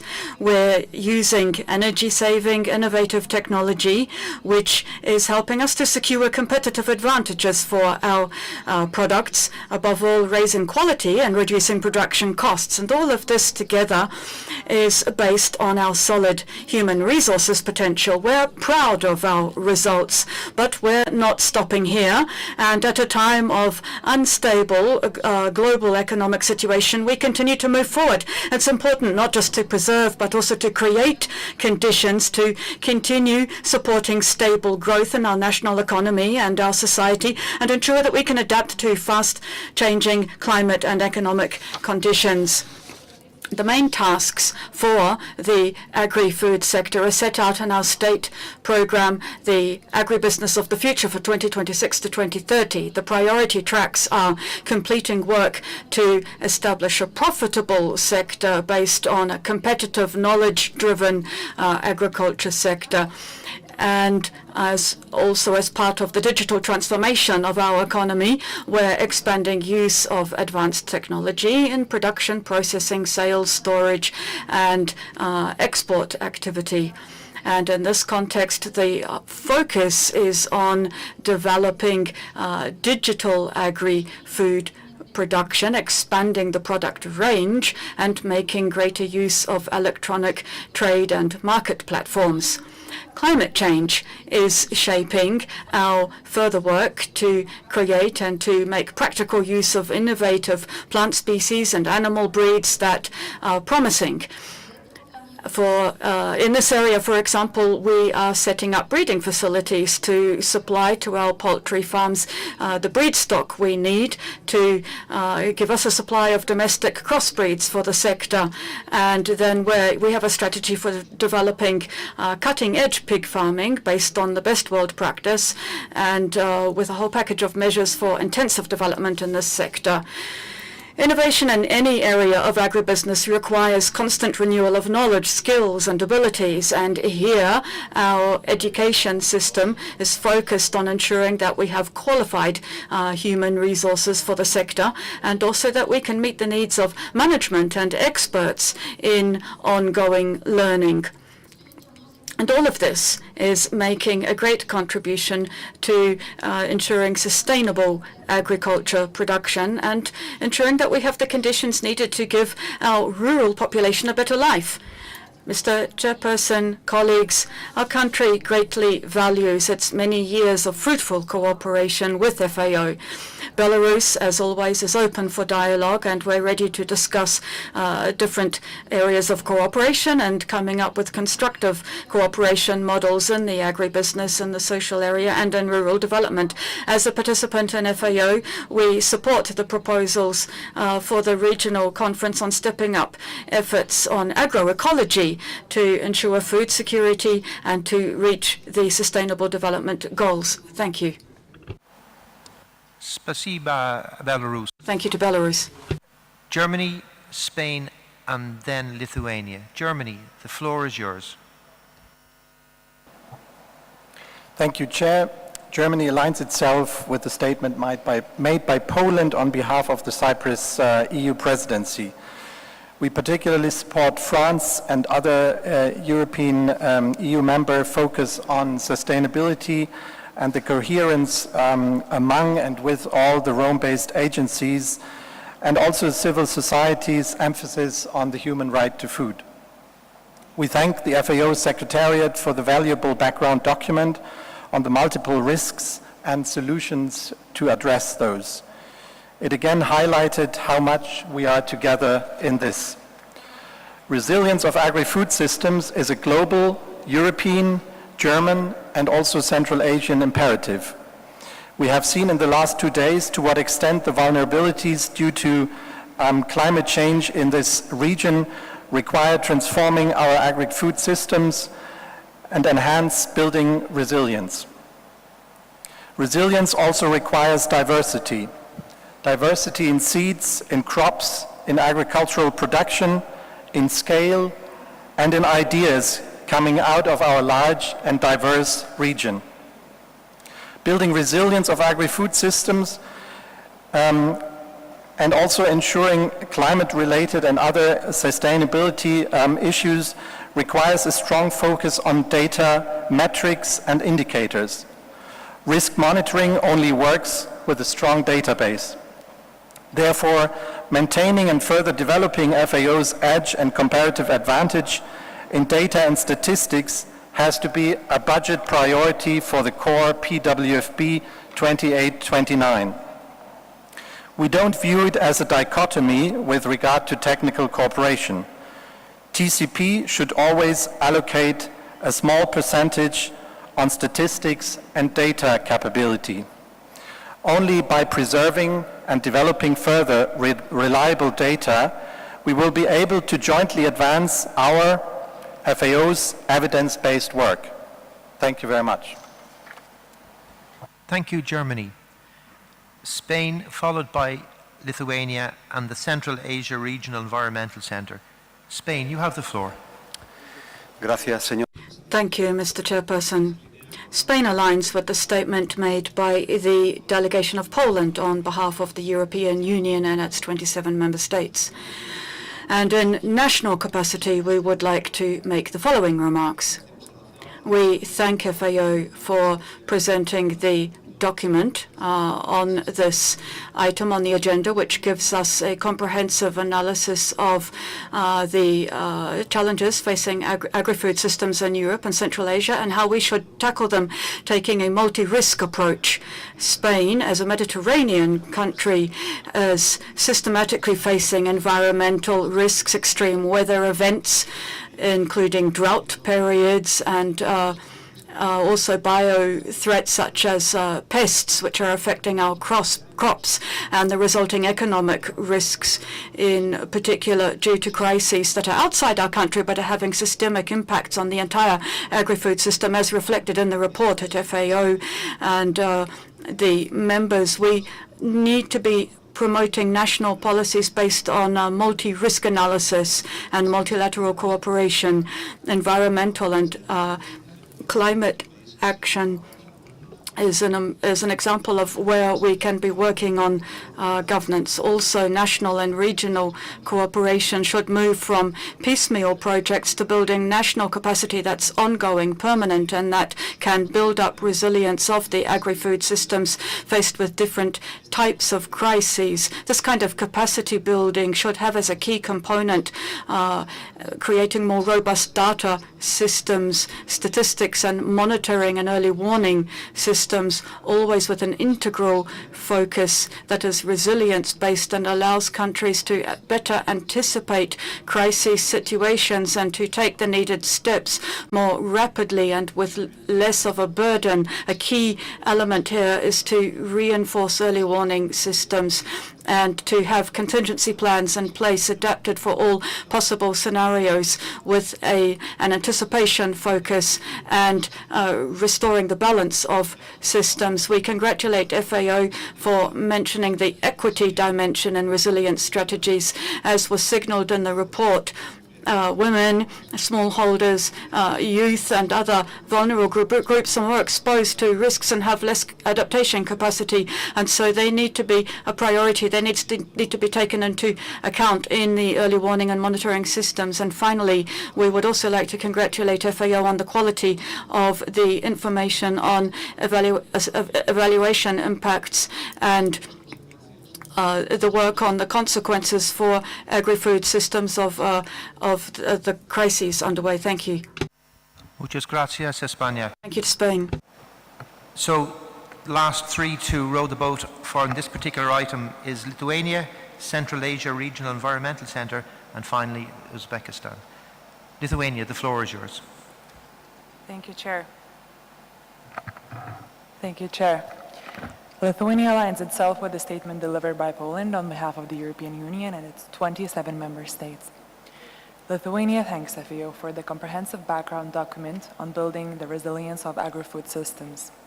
We welcome its focus on multi-risk monitoring, equity-focused approaches, and evidence-based decision-making. These priorities are highly relevant for a region where climate, biological, economic, and geopolitical risks are increasingly interconnected. For Lithuania, resilience begins with preparedness. We strongly support the shift from single-risk responses towards integrated early warning and multi-risk monitoring systems. In this context, we see particular value in digital tools, geospatial data, satellite monitoring, and real-time information systems that help farmers, policymakers, and institutions to act before shocks become crises. Lithuania attaches particular importance to innovation and digital public services in agriculture. Our experience shows that e-government solutions, digital registries, transparent payment systems, and data-driven agricultural administration can improve the targeting of support, reduce administrative burden, and strengthen trust between farmers and institutions. We also wish to underline the importance of biological resilience, transboundary animal diseases, plant pests, antimicrobial resistance, and zoonotic risks require strong veterinary and phytosanitary systems, cross-border cooperation, and a One Health approach. These are not only technical issues, they are essential for food security, trade continuity, and rural livelihoods. We support the EU's call for stronger data and statistics as a core part of FAO's mandate. Reliable, disaggregated, and timely data are indispensable for identifying vulnerabilities, designing targeted interventions, and measuring impact. The FAO has demonstrated its strong analytical capacity by rapidly providing accurate and evidence-based data on the crisis in the Strait of Hormuz. Lithuania therefore stresses the importance of ensuring that FAO's work in crisis-affected regions, including the Middle East and Ukraine, remains visible, adequately resourced, and firmly anchored in recovery, resilience, and long-term agricultural capacity building. We also support exploring practical ways to embed data collection, validation, and analysis into FAO's operational work, including through TCP projects. Finally, Lithuania encourages FAO to continue strengthening regional cooperation, especially in areas where risks do not stop at borders: animal health, plant health, water management, forests, market transparency, and emergency preparedness. Lithuania stands ready to share its expertise in digital agriculture, e-governance, and resilient public administration, and to work with FAO and partners in building more sustainable, inclusive, and shock-responsive agri-food systems. Thank you. Thank you, Lithuania. Next up is Central Asia Regional Environmental Centre, and we will conclude then with Uzbekistan. I give the floor to Central Asia Regional Environmental Centre.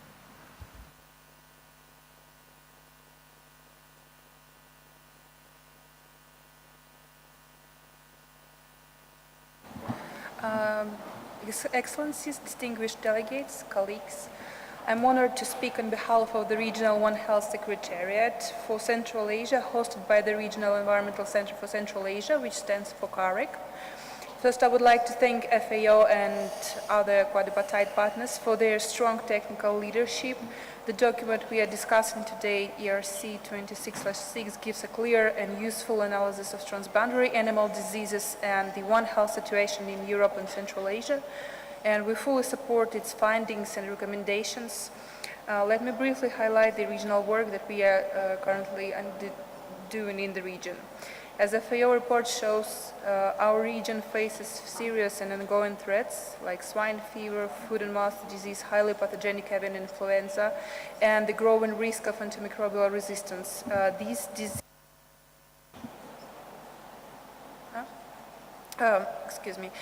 diseases do not stop at borders. An outbreak in livestock in our one country can quickly affect neighboring countries through trade, wildlife migration, and shared pastures. The FAO report, paragraph 9, highlights the importance of further strengthening early detection and rapid response capacities for transboundary animal diseases outbreaks in parts of Central Asia. This reflects a shared regional priority and an opportunity for stronger cooperation. The key question is how we can support countries in a practical and coordination way. The Regional One Health Secretariat is designed to help deliver concrete results in this area for all 5 Central Asian countries. Its role is to support FAO and national systems and other quadripartite partners by strengthening cross-border coordination and addressing regional gaps that require joint action across the region. Paragraph 5 of the ERC/26 notes that the Regional One Health Coordination Mechanism for Europe and Central Asia was established in 2021, with UNEP joining in 2022. Our Secretariat for Central Asia is part of this regional architecture, but with a specific niche mandate. The Regional One Health Secretariat does not repeat the work of FAO and other quadripartite partners. Our role is different, but it supports this work. FAO and quadripartite partners provide global standards, technical guidance, laboratory protocols, and risk assessment tools, and also help build national capacity. This work is essential. And while the regional secretariat focuses on cooperation between countries, this cross-border work cannot be done by one country alone.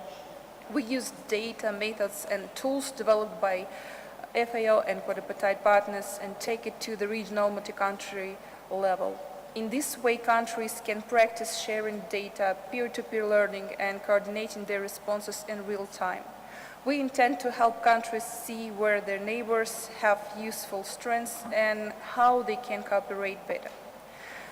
For an example, I would like to provide cross-border simulation exercises that we are going to organize among 5 Central Asian countries using the methodology developed by FAO and WHO. Our Secretariat is supporting the first tabletop exercises between Kyrgyzstan and Tajikistan with probable expansion for 3 other Central Asian countries. And the topic is zoonotic outbreak scenario. This exercise does not create new technical standards. It uses FAO risk assessment tools and WHO guidance for simulation exercises. Our added value is that we bring the 2 countries together before a real emergency happens. This helps them test communication channels, data sharing, and joint decision making. Currently, we have started the preparation process. Also, I would like to mention the Regional One Health Information Portal. This portal does not repeat FAO global databases. Instead, it collects and presents existing resources in a useful way for Central Asia. This includes FAO guidelines, WAH standards, and WHO risk assessments in one place. The portal also translates key materials into Russian and national languages, which is very important for the Central Asian region. It adds a regional layer, cross-border alerts, country commitment track through our functional commitment tracker, and a community of practice for One Health professionals in Central Asia. Distinguished colleagues, paragraph 23 of ERC 26/6 states that FAO will continue to work with countries and partners to support practical approach that strengthen preparedness, surveillance, and coordination. This is exactly where the regional secretariat fits. We also fully support recommendation 1 of the executive summary, endorse the reinforcement and integration of One Health governance mechanism at national and regional levels with formalized multi-sectoral coordination platforms. The regional secretariat with its regional coordination council and technical working groups is precisely such a platform.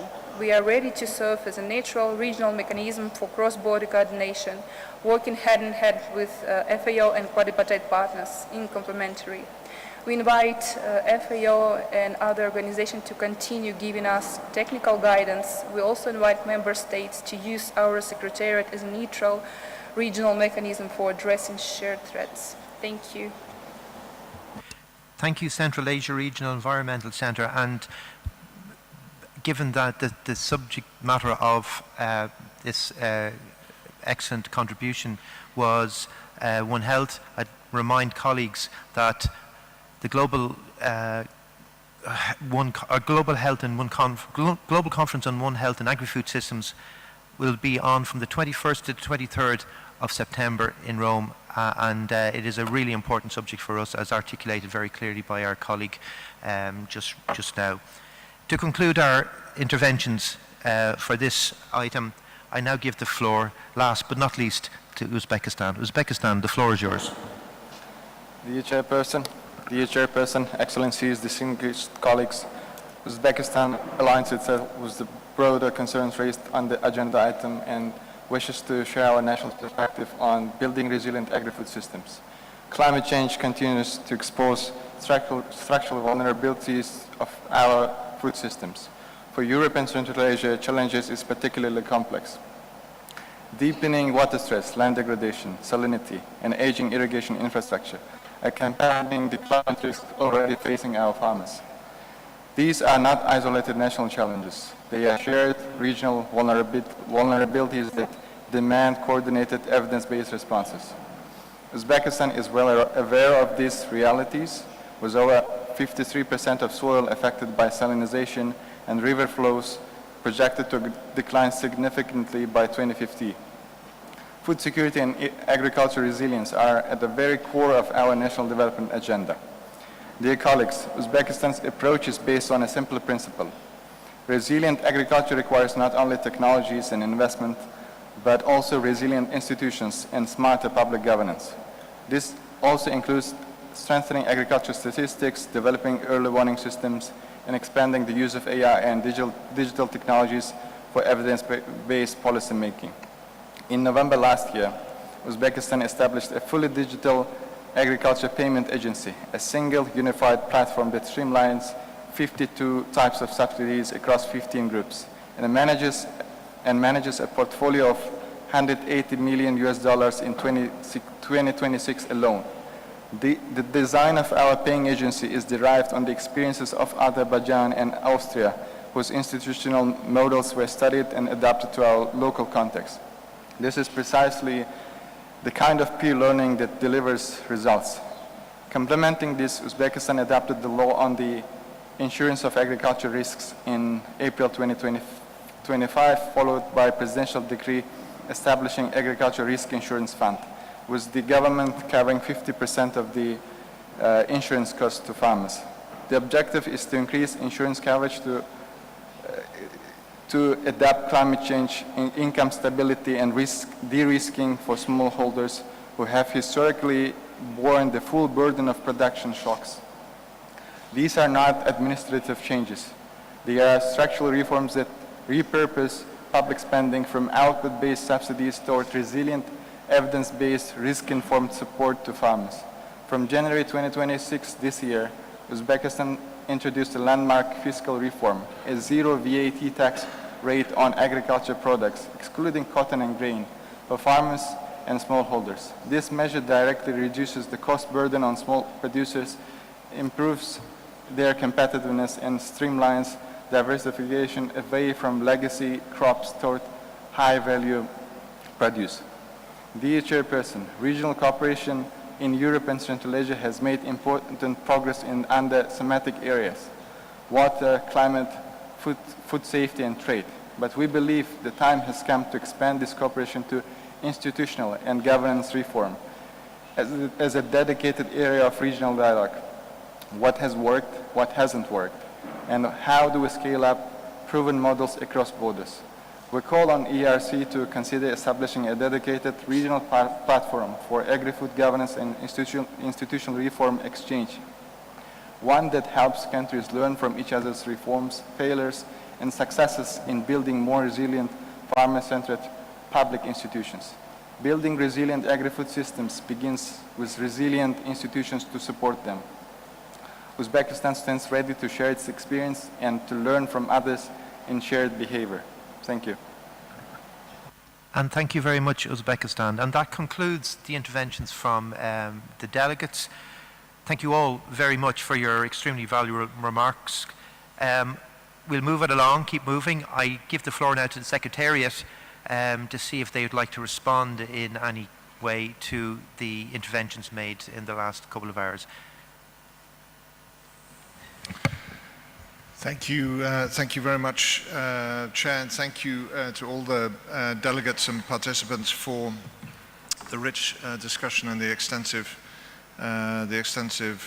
comments. Just a few reflections back in response to the detailed comments that were provided. Clearly, today's interventions and discussions have confirmed that agri-food system risks are increasingly interconnected, as the background paper underscored, from climate shocks to market volatility to plant health threats to input disruptions, and the list goes on.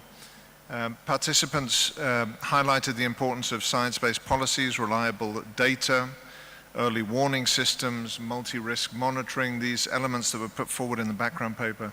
And we really do appreciate the way in which there was recognition for and appreciation for the work also which FAO is doing in this regard, and the references that were made to AMIS, the references that were made to the risk monitor as well. And let me just open a small but important parenthesis on the risk monitor, if I may, colleagues. The work on that platform goes back a period of time, more than 2 years, and the tool, the platform, continues to be strengthened, continues to evolve. The strong support that we heard today from a number of participants for FAO's work in this area and for that platform in particular, for the risk monitor, was really welcomed. It would be important, colleagues, that your support extends also beyond this room from a coherence perspective to ensure that other agencies are not deploying work that duplicates the efforts that are clearly yielding results on the risk monitor.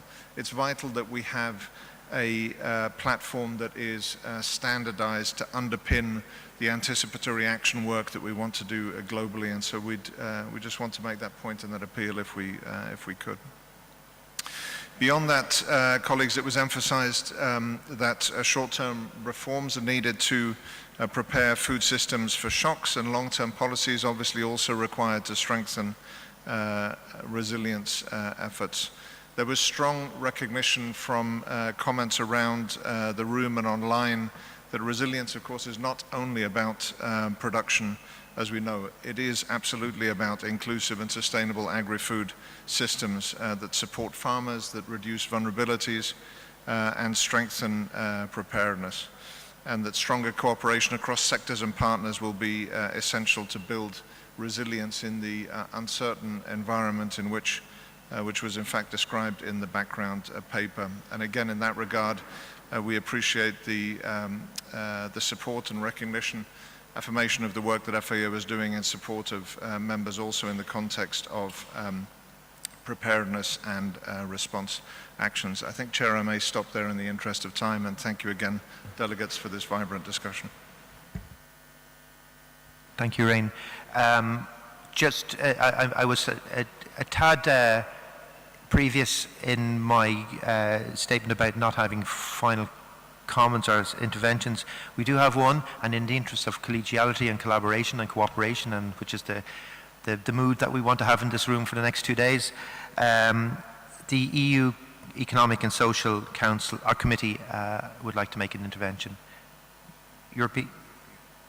European Economic and Social Commission. Sorry, I beg your pardon. The floor is yours.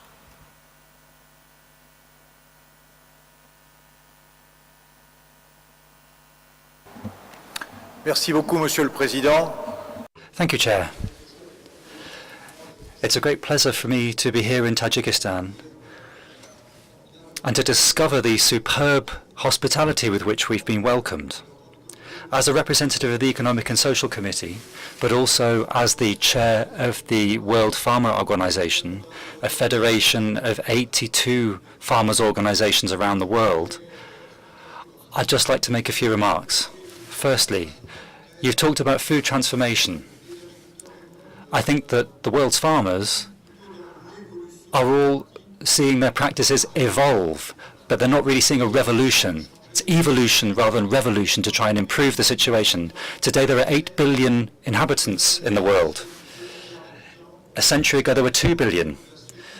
So we've seen this population growth that's been fed through the increase in agricultural productivity, whether through family farms or through other means, moving into the largest farms that exist.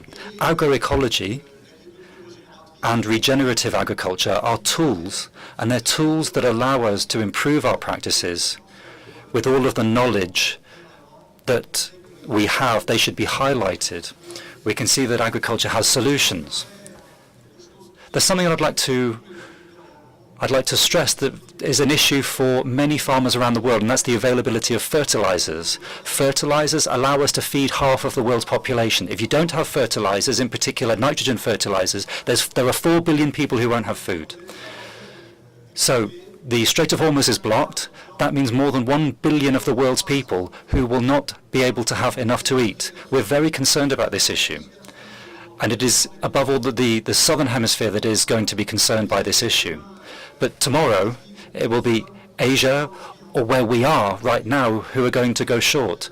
And so I would be very interested to see some statements around that problem, showing the concern of society in all of the countries that make up Europe and Central Asia. In conclusion, I'd just like to stress the importance of also production costs. Since the Strait of Hormuz has been blocked and we've seen the problems with fertilizers, the price of fertilizers have increased by 50%. And this has then eaten into farmers' profits, and that's also created its own issues. In conclusion, there's something else that is also a concern for us at the World Farmers Organization and in the Economic and Social Committee, and that is the issue of labeling. Working better, working harder, working more sustainably, without proper labeling, without recognition on the part of consumers of the efforts that farmers are making, would not help the circular economy, which ultimately should benefit society and farmers first and foremost. Thank you very much. And thank you. Is this conference in agreement with the recommendations as outlined in the document ERC/26/3, taking also into consideration the interventions made under this item? Oh, how could I leave Portugal out? I beg your pardon. Portugal. Thank you, Mr. Chairman. Thank you for your indulgence for giving us the floor for the second time on this item. Just two small remarks, one on the procedure and one on the substance. On the procedure, I would like to signal our appreciation and our welcoming for this restated procedure of having the FAO Secretariat introducing the themes we are discussing and then summing up at the end. We found it very useful, and the practice that we can follow and restate in other FAO's forum. That is our first comment. Our second comment is I think that the matter of insurance and reinsurance and on these financial instruments are mentioned in this session, at least for Uzbekistan and for Portugal. So I have a plea Is the conference in agreement with the recommendations as outlined in the document ERCs/26/3, taking also into consideration the interventions made under this item? If no objections, I see no objections. I would like to thank you all for your contributions, and I now close this item.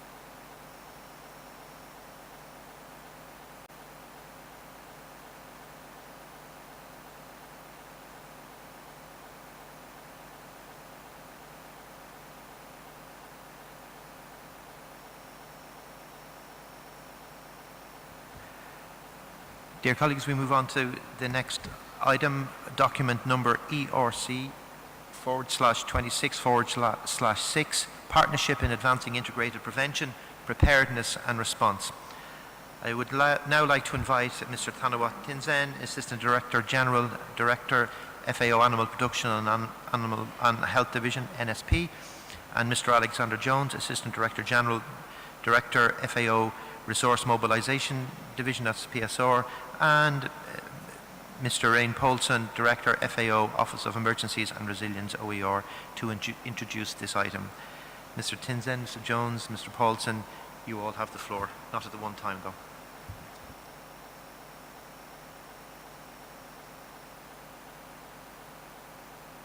Distinguished delegates, ladies and gentlemen.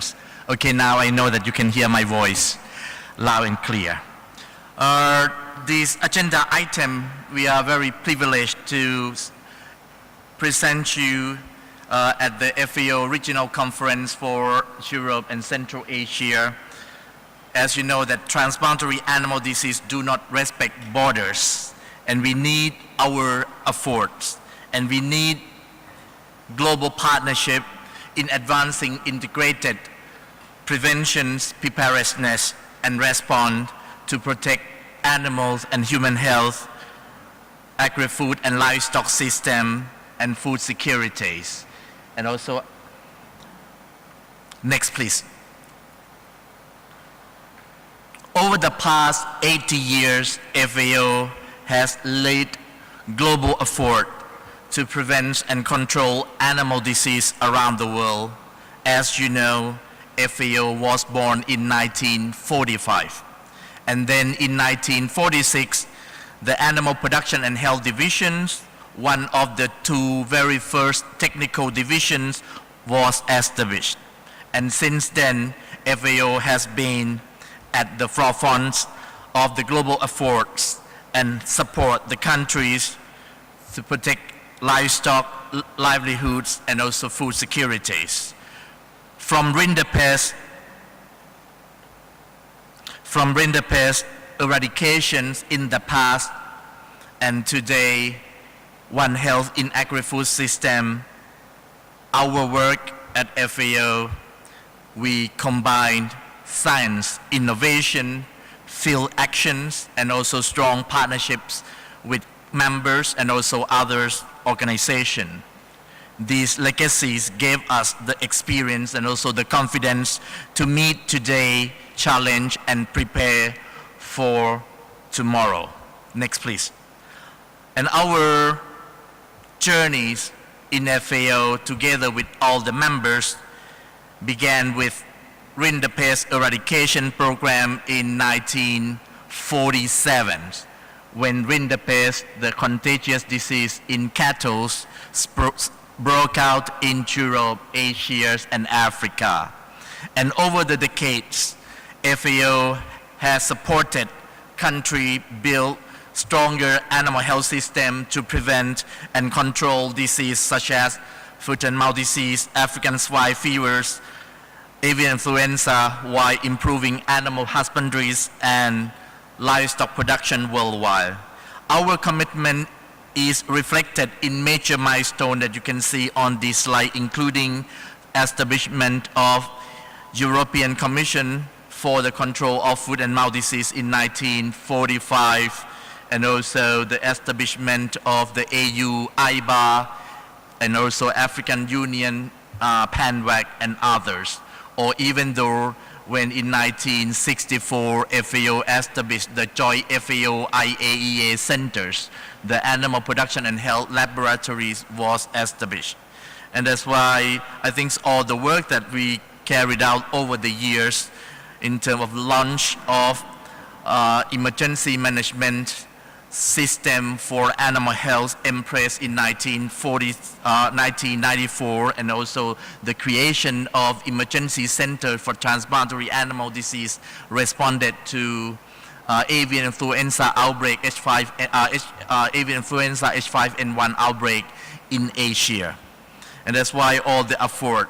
And then in 2011, the world achieved, the world make history. The rinderpest become the first animal disease ever eradicated globally.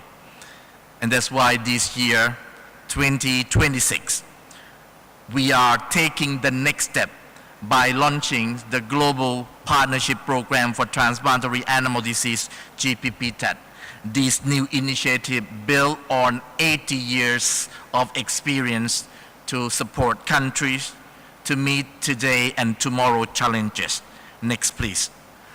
As you know that by 2050, the demand of animal products is projected to increase by 20% to feed the global population, nearly 10 billion people around the world. But rising demand of animal products also increase pressures of our agri-food and livestock system and raises the risk of the disease outbreak around the world. Protecting animal health is therefore not only a health issue, it is a fundamental to food security and sustainable development. But we need and we must be prepared for the next crisis. Next, please. At FAO, our work is guided by the One Health in Agri-Food System framework and also the Sustainable Livestock Transformation framework. As you have heard from previous session as well, human, animal, plant, and environmental health are closely connected. By working across sectors, we can better prevent, detect, and respond to disease threats, zoonotic disease, transboundary animal disease, even though during this week you have heard about hantavirus that also infected to human, which actually originally come from animal as well. Protecting animal health also protect human, protect the environment, and also our shared futures. Next, please.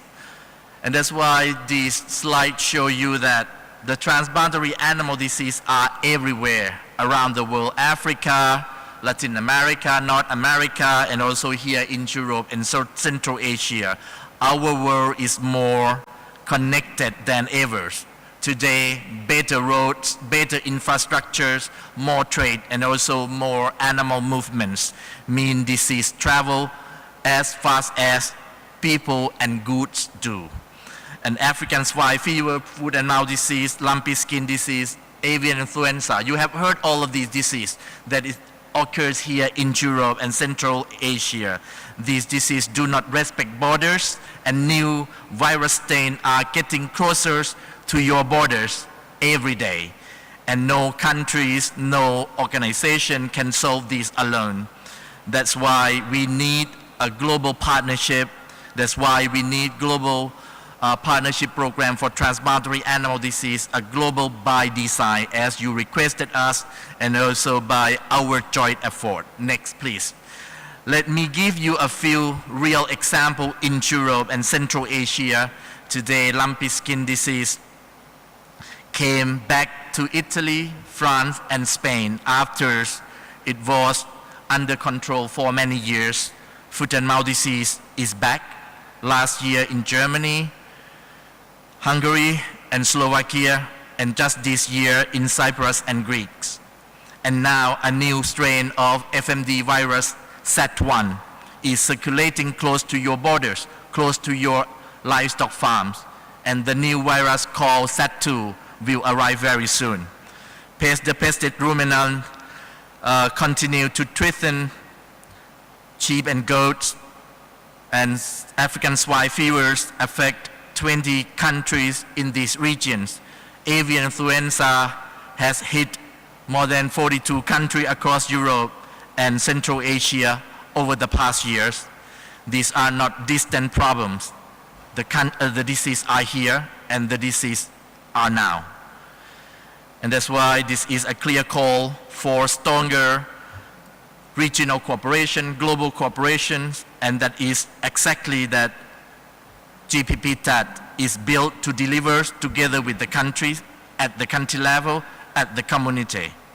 To prevent and control transboundary animal disease, we must share information transparently and share our knowledge and good practices openly among members and sectors. Next, please.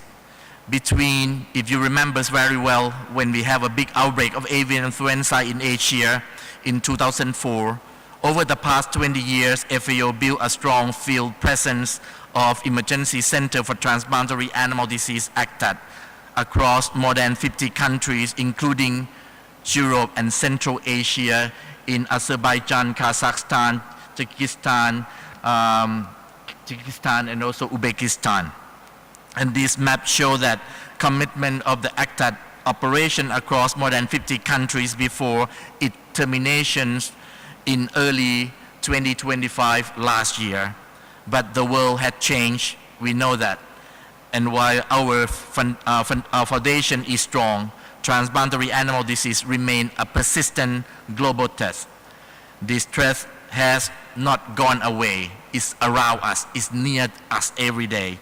And that's why we are now launching something more efficient, inclusive, resilient, and sustainable, the Global Partnership Program for Transboundary Animal Disease, GPPTAT, a new level of joint action with all of you.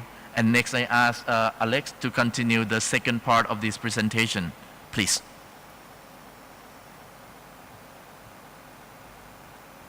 Can I now invite Alex to continue the presentation? Thank you, Alex.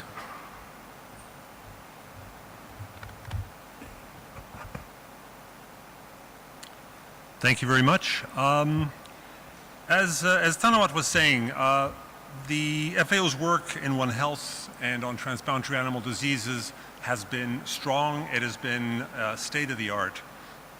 However, last year we were challenged to come up with an entirely new program for very practical reasons. The most impelling one being the change in the funding environment that we've talked about.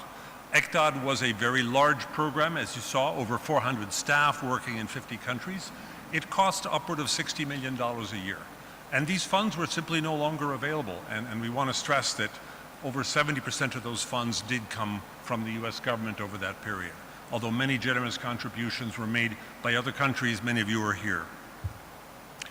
We also recognized another important feature was that in 20 years, many of the countries involved had evolved far beyond the need of such a direct intervention program, such a hands-on program, and it especially developed national capacities for veterinary service that really didn't need that kind of very large program.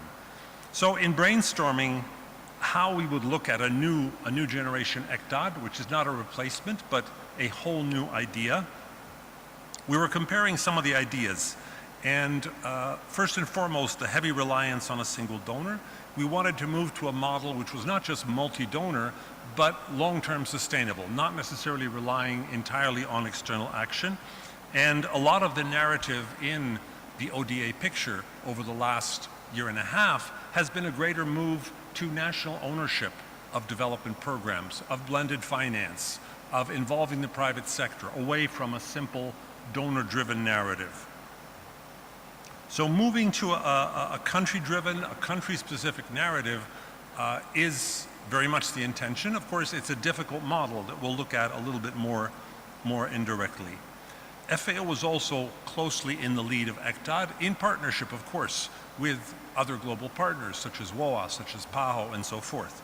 But at this stage, what we're looking at is a model which is very much country-owned and implemented, with FAO providing primarily technical support and a limited capacity as a provider of last resort in countries in crisis, to which my colleague Rain Paulson will be maybe addressing a bit more directly. Most importantly, we recognize the need to fully engage the private sector, who stands both to lose enormously from disease outbreaks, but also to benefit from their prevention. And of course, by private sector, I mean everything from smallholder farmers, livestock owners, and so forth, all the way up to commercial entities, trade associations, who stand to make huge gains. We all know the financial losses that are entailed every time there is a major outbreak of avian influenza, for example, with huge culling and shutdown. The key areas that we're looking at in this global partnership program are not so different from a technical aspect. Obviously, prevention and progressive disease control remains the cornerstone of all of it, implemented through digital surveillance, early warning, and animal health innovation. Preparedness, risk-informed early action. This is the main element for reducing transaction costs, operational costs, and implementation costs. And the coordinated and rapid emergency response. And here we refer back to the issue of countries in crisis, protracted crisis, and so forth. And above all, of course, setting the stage, the legislation, the partnerships, and above all, the financing models, which intend to make this sustainable and not relying on ad hoc funding. Next, please. Oh, sorry, we jumped on there. Next one again. So we've looked at an architecture here, which I'm the first to admit still needs further development. And we've discussed this in all the other regional conferences, and it's clear that we need to articulate this further. But the basic architecture we feel is sound. And the main element of this are the national partnerships programming. Platforms, excuse me, the NPPs. We're looking at each country participating in this, and hopefully everyone will, having a national partnership platform anchored in their existing veterinary services led by their CVO or by whoever is designated. And in some countries, this will be fully sufficient. There will be no need for additional structures. Many countries, as I said, have developed outstanding capacity, also through facing difficult challenges in the last decades. In other countries, it may be necessary to support the development of this national capacity. And here I'm looking, of course, at fragile states. I'm talking about small island developing states and certain countries that have very specific national capacities. Now, of course, for transboundary elements to be dominant here, the connection between countries is vital. So one step up, we're looking at regional transboundary animal disease hubs. And I want to stress that by regional, we are not necessarily referring to regions in the FAO governance sense. Regions will be in the epidemiological sense. What makes sense for epibasins, disease basins, and so forth? There will probably be more. These hubs will be composed of, managed by, and led by the assembly of the national participants in them. These will not be mandated from above by FAO. Obviously, we want commonality, and FAO's key role here will be to provide common standards, communication frameworks, facilitation, if necessary, in some cases, acting as a neutral broker, because of course discussions can always occur. But we very much want these regional hubs to be owned and led by the countries that take part in them. In all of this, we do see the need for a global coordination mechanism, obviously to bring together technical expertise, disease intelligence, global tools, frameworks, and so forth. but especially to disseminate the disease information rapidly and accurately so that action can be taken. This global coordination mechanism, of course, is ideally housed inside FAO, led by FAO, but managed by a steering committee composed of the members through the regional hubs elected by them. And of course, this will be an interesting topic of discussion. The steering committee looks at primarily operational issues. There will be a need for a parallel group looking specifically at the technical aspects, the technical advisory committee, which we also want to be hosted and led with our partners, with WOA, with PAHO, and with many others, including the private sector, and including also key actors that are very big stakeholders in this sectors. And I want to mention the international financial institutions who have very strong interests in this sectors. Next slide, please. This is perhaps the most complex element of the discussion. The financing model will be different for different types of actors. And we recognize that there are high-income countries that already have sufficient capacity to manage their own resources accurately with literally no outside intervention and are able to support somewhat the regional hubs. At the other end of the spectrum, we have fragile and conflict-affected countries that will need to be supported more substantively, both in their day-to-day operations, but also in the response when they do have emergencies. And in between, middle-income countries and low-income countries, which have both different capacities to participate financially in the program, but also different levels of support needs. Next slide, please. Because of this, we've looked at 6 different modalities for funding participation. And in the current development funding climate, I must say, we cannot be picky. We need to be open to every opportunity and possibility of funding activities. It is a quite difficult one. Obviously, there will still be a need for global response funding, and this would probably be most in the traditional modality of certain donors supporting other countries, fragile states for rapid response and emergencies. Hopefully not at such a huge scale. We also look at the possibility of specific geographical funding, recognizing that many resource partners do have strategic goals, directions, and priorities that have been set up within their countries, so directed either to regions or country groups. We've also looked at the possibility of thematic funding windows. A number of partners have expressed strong interest in specific disease themes. Of course, as you know, our colleagues and friends in WHO already have some very well-functioning models that work in this way. Regional level funding, support to the regional hubs, including the possibility of some members to host regional hubs within their territory and provide additional support, national level support, and of course there will be a need for global goods and disease intelligence funding above all of it. But what we are trying to offer is a wide and flexible mechanism which can welcome all types of support. Next, please. Just to wrap up where we stand now, we have been doing consultations for the last 8 months. As Tanawat indicated, this has been one of the most consultative processes that I've experienced inside FAO in many years. We presented at all the regional groups, all the regional conferences, special briefings from many groups, including the G77, groups of friends, and so forth. We've received a huge amount of very useful feedback, most of which has been built into the current model. Some is still under consideration. And of course, there is still space for additional consideration. A lot remains to be worked out in terms of the governance models for the structure itself. However, what we are looking for at this stage is an expression of interest from your countries, from our members, to say that they are interested in participating. This does not involve financial commitments. It does not involve adhering to a single model. But we are looking at this. And so far we have about 30 countries who have expressed interest, some formally in writing, some more informally. But before moving forward, we are definitely looking to see, are we on the right track for the majority of our members? Are we pointed in the right direction? And can we move to the next step, which is to begin defining greater priorities? Thank you. Thank you, Alex. I want to hand over to Rain for just to conclude on this item.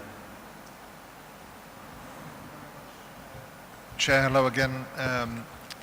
delegates. So just a couple of words quickly on provider of last resort to complement what Tanawat and Alex have shared in detail. So in summary, colleagues, here we need to think about situations where we have outbreaks that exceed national capacities, or when there may be access constraints, insecurity, the type of conflict, fragile affected context that Alex was referring to, or other reasons in extremis that are preventing a timely response. In those types of settings, FAO is uniquely placed to act as a provider of last resort, stepping in to ensure essential functions and services are delivered, with a focus all the while, always, as you would expect, on actions to strengthen national leadership and coordination with partners, so that whatever is done is timely, coherent, and accountable. Again, the language here, colleagues, is provider of last resort, not provider of first resort. We need to keep the logic in mind around the GPP TADs that Tanawat and Alex presented. It is not a substitute for national responsibilities. It's not intended to be that. Rather, it is a safeguard to provide structured surge and support in certain circumstances. Again, when we see or have urgent life or livelihood risks that are rising, when we have national systems that are overwhelmed or perhaps under-resourced, and or thirdly, if there are other actors who are absent or unable to operate. The logic aligns with the broader emergency architecture that's on place, recalling the graphic that Tanawat was on one of the slides presenting, with all of the experience that's been built up through MPRESS, through the Emergency Management Center, and of course everything that's now situated in the global program on TADS. Again, at a global level, perhaps just to underscore that this provider of last resort function is delivered as standing capability to ensure that countries can access in extremis authoritative risk intelligence and standards, surge expertise, and emergency inputs and operational support when crises outpace national capacity. But I really think it's important to underscore the flip in logic that and the shift in logic that's described in this overall Transboundary Animal Disease Global Partnership program. But I think everyone can appreciate why ensuring a last resort function is really indispensable given the context in which we find ourselves in locations around the world. Thank you very much, Chair. Thank you, colleagues. I now open the floor for interventions. I call upon Poland to make a statement on behalf of the European Union and its 27 member states. Poland, the floor is yours. Thank you, Chair. I'm honored to speak on behalf of the European Union and its 27 member states. Albania, Bosnia and Herzegovina, Moldova, Montenegro, Norway, Serbia and Ukraine align themselves with this statement. We thank FAO for the detailed background document. TADs are among the most serious and pressing threats to global food security and trade. The One Health approach is essential to prevent, detect and respond to them at their source. Recall the relevant decisions adopted by the FAO Council at its 179th session and commend FAO for its continued and comprehensive efforts to strengthen its work on TADs. Following the financial collapse of ECTAT in 2025, the Global Partnership Programme on Transboundary Animal Diseases, JPP-TAD, was conceived as a new, forward-looking and country-oriented mechanism to protect against TADs.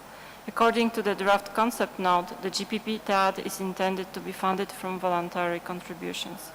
Prior to the 44th session of the FAO conference in 2025, FAO management has estimated $15 million per year as the minimum financial requirement for any program in this area of work. Unfortunately, the draft concept note for the GPP-TAD does not include any indication of the expected costs of the program. We therefore request that FAO management complement the draft concept note with a detailed cost table for the different elements of the JPP-TAD. Although we generally favor increased national financial responsibility, we are concerned that the GPP-TAT will rely on voluntary contributions. We therefore request that a substantial part of the JPP-TAT be funded by assessed contributions through the allocation of existing resources. This is the only way to ensure continuous and reliable financing of this important work, which is part of FAO's core mandate. It is important to ensure that the GPP-TAT can serve as coherent, member-driven framework linking national, regional, and global action to strengthen prevention, preparedness, response, and long-term resilience against transboundary animal diseases, including zoonotic diseases. To that end, the JPP-TAT, once implemented, must be firmly embedded within and strengthen existing global, regional, and national governance mechanisms, particularly the Global Framework for the Progressive Control of Transboundary Animal Diseases, JFTATS. We therefore call on FAO to ensure an inclusive and transparent governance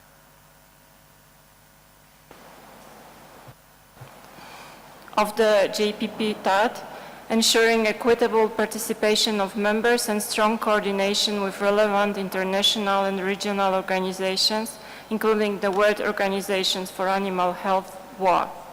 We also ask for a clear description of the articulation of JPP-TAT within the existing joint FAO-WA-JF-TATS mechanism. Furthermore, we ask for continued and reliable funding from the core budget and full transparency regarding the source and allocation of funding.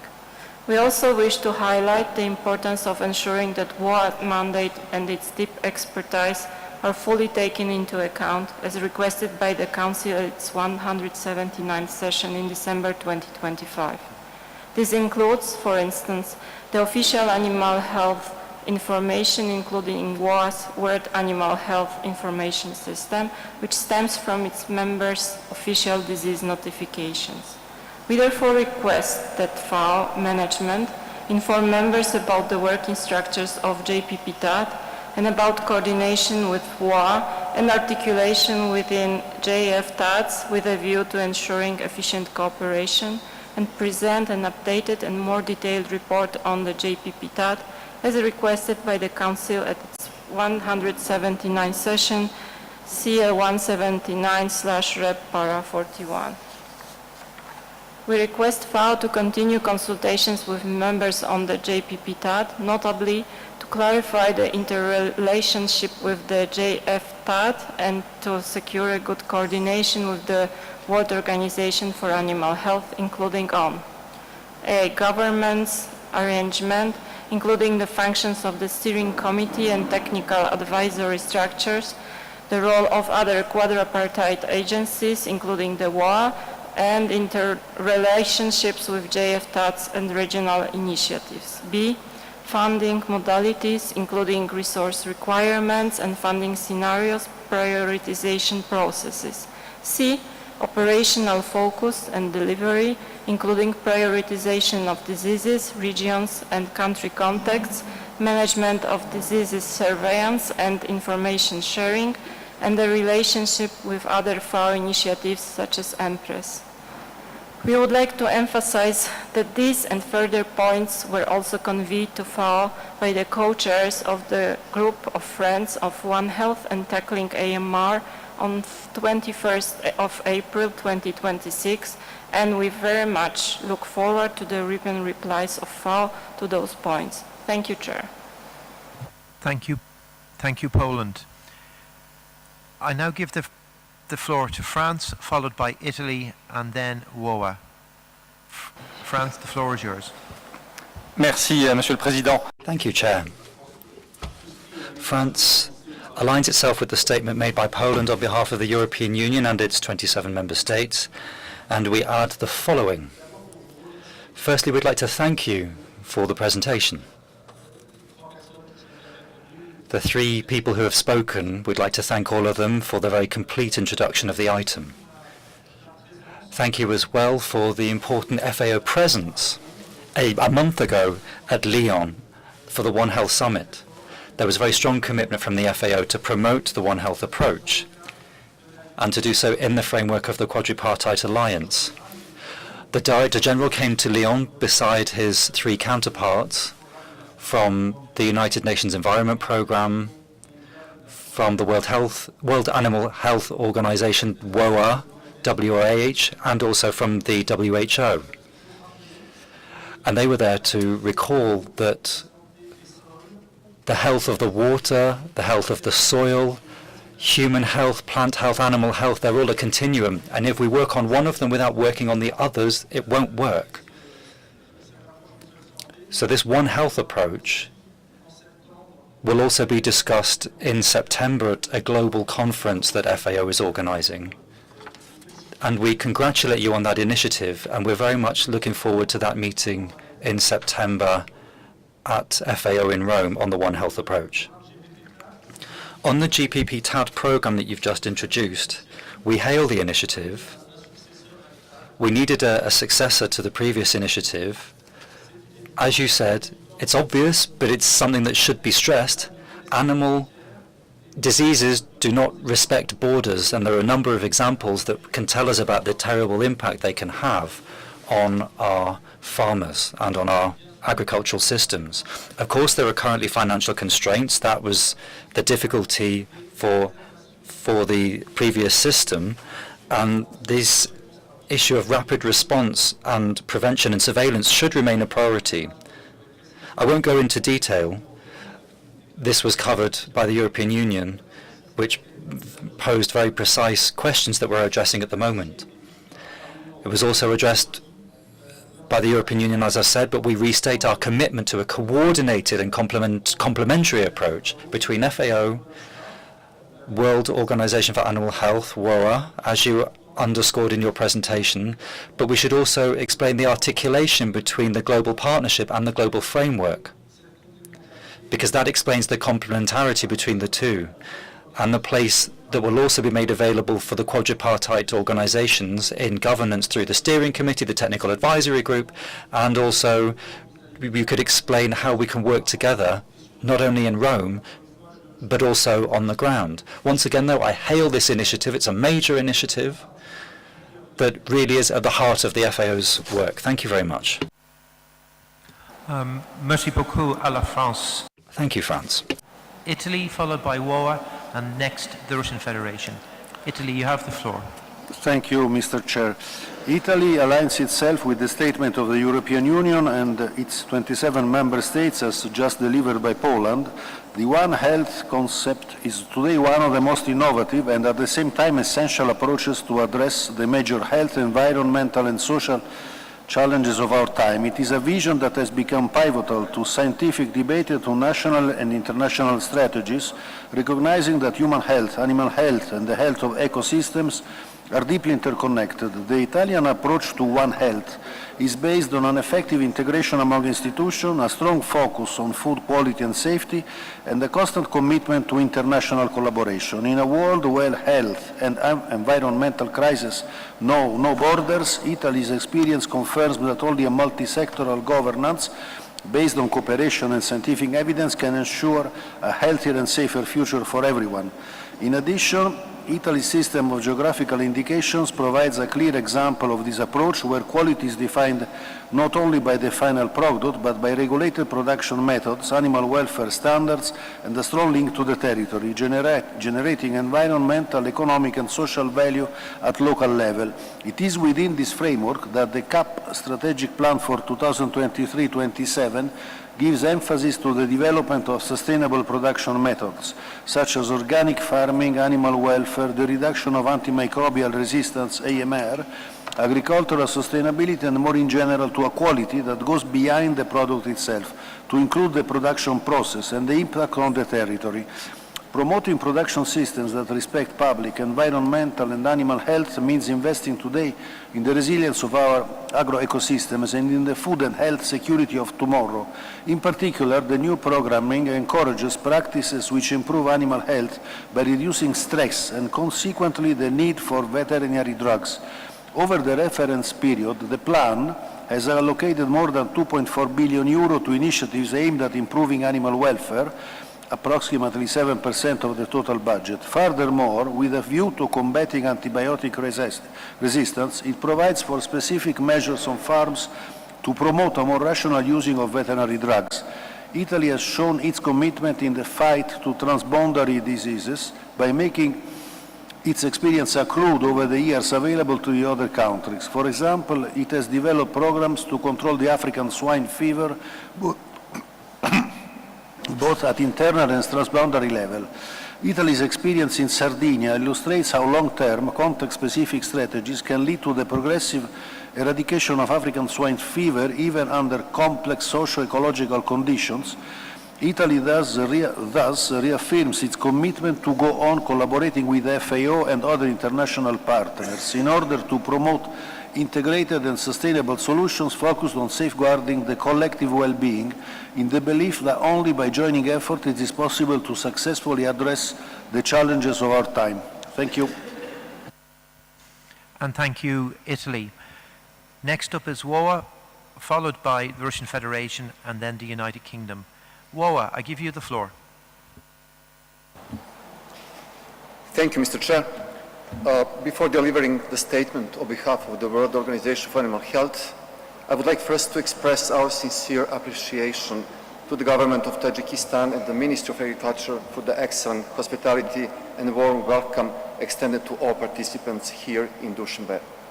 I would also like to thank our colleagues from the FAO Regional Office for Europe and Central Asia, in particular Mr. Abir Gutu, for long-standing, sincere and highly effective partnership and leadership in our joint regional work, namely in One Health and transboundary animal disease control. Our appreciation also goes to Mr. Nabil Gangi and the ERC Secretariat for the excellent organization of this 35th Regional Conference and for the opportunity given to the World Organization for Animal Health to contribute to these important discussions. I would also like to congratulate Dr. Tanawat Tiansin and colleagues from FAO for the excellent presentation and introduction of this important topic. Mr. Chair, distinguished delegates, I'm speaking on behalf of the World Organization for Animal Health, WOAH. WOAH would like to thank the FAO for giving us the opportunity to speak today about the importance of investing in animal health and strengthening the prevention of transboundary animal diseases. As you know, WOAH is the global authority on animal health and animal welfare with the mandate given by its 183 member countries to set international standards on animal health and animal welfare recognized by the World Trade Organization and partners, to ensure the transparent sharing of animal disease information through official compulsory notification via WAHIS by member countries, to strengthen the capacity of veterinary services and facilitate safe trade in animals and animal products, to grant official recognition of disease-free status to its members. FAO and WOAH have a long-standing collaboration. We have established agreements, protocols, and projects for greater synergy across global, regional, and country levels, through joint initiatives and capacity building activities in animal health, in particular in the domain of transboundary animal diseases.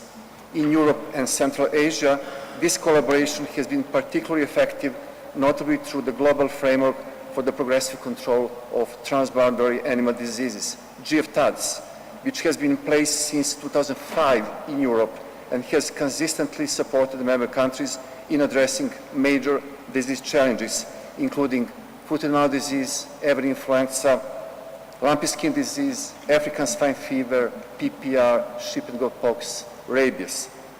This structured cooperation based on clear roles, regular joint planning and coordinated implementation has demonstrated its value over time. Recent regional engagement, including the regional GFTADS conference held in Belgrade in September 2025, further illustrated the strong commitment of members, FAO, WOAH, and partners to coordinated action. Today, sustained investment in animal health is more important than ever, as veterinary services remain under-resourced globally, limiting their capacity to prevent, detect, and respond effectively to transboundary animal diseases. In this regard, FAO welcomes to the Global Partnership Program for Transboundary Animal Disease, GPP-TADS, as a timely and relevant initiative and stands ready to contribute its technical expertise and collaborate closely with FAO members and partners. While recognizing the importance of the proposed coordination mechanism under GPP-TADS, we would like to highlight some considerations and concerns regarding the articulation with existing coordination frameworks, in particular the joint FAO-VAR GFTADS framework, which is widely recognized as an effective coordination mechanism in the region of Europe, including Central Asia. From the perspective of member countries, the priority is to ensure coherence, complementarity, and efficiency of our collective efforts, avoiding duplication and fragmentation of initiatives. In this context, particular attention should be given to inclusive, transparent, and equitable governance and arrangement, ensuring full participation of members and relevant partners, by placing national veterinary services in the center of design and implementation. Our joint efforts have consistently delivered the results when we have worked in a coordinated manner. While the global eradication of rinderpest, mentioned by Tanawat, remains a landmark achievement on the global level, in Europe and Central Asia over the past 2 decades, collaboration between FAO and FAO has supported members in addressing priority transboundary animal diseases identified jointly at the regional level. This year will be particularly significant for the global animal health agenda, and FAO remains committed to continuing the constructive cooperation we have established. We stand ready to work together with FAO, members and partners to further strengthen a coordinated, country-driven and impact-oriented approach. Thank you very much for your kind attention. And thank you, WOA. Russian Federation, United Kingdom and Norway. Yadoslova Rossiyskiej Federacji. Give the floor to the Russian Federation. Thank you, Mr. Chairperson. The Russian delegation agrees that transboundary and zoonotic diseases, above all foot and mouth disease, African swine fever, and highly pathogenic avian influenza, and also foodborne diseases and antimicrobial resistance are common problems for the Europe and Central Asia region. We see the One Health approach as useful, but it's not the only mechanism for addressing these challenges. Russia, working closely with its neighbors, is taking comprehensive measures to combat transboundary animal diseases. In particular, we are taking a region-based approach, which involves dividing the regions by safety status and prevention and veterinary control measures for veterinary health of animals, and also setting up mobile veterinary units to suppress outbreaks and, if need be, tightening border control. These measures also include joint monitoring, data sharing on diseases, and coordinating action on the borders. We would like to thank FAO for elaborating the Global Partnership Program on Transboundary Animal Diseases, the GPP-TAD, and we think it's a timely initiative. Russia's Agriculture Ministry and other relevant agencies are studying the initiative with a view to possibly joining this program. At the same time, we would like to see agreed, mutually complementary and country need-oriented work on various initiatives. We would like to avoid a situation when the organization is drawing the blanket its way, including the financial blanket. In a situation when there are financial constraints, this won't end with anything good. In concrete terms, we would like to support organizing cooperation between GPP-TAD and the Global Framework on Transboundary animal diseases, GFTADs.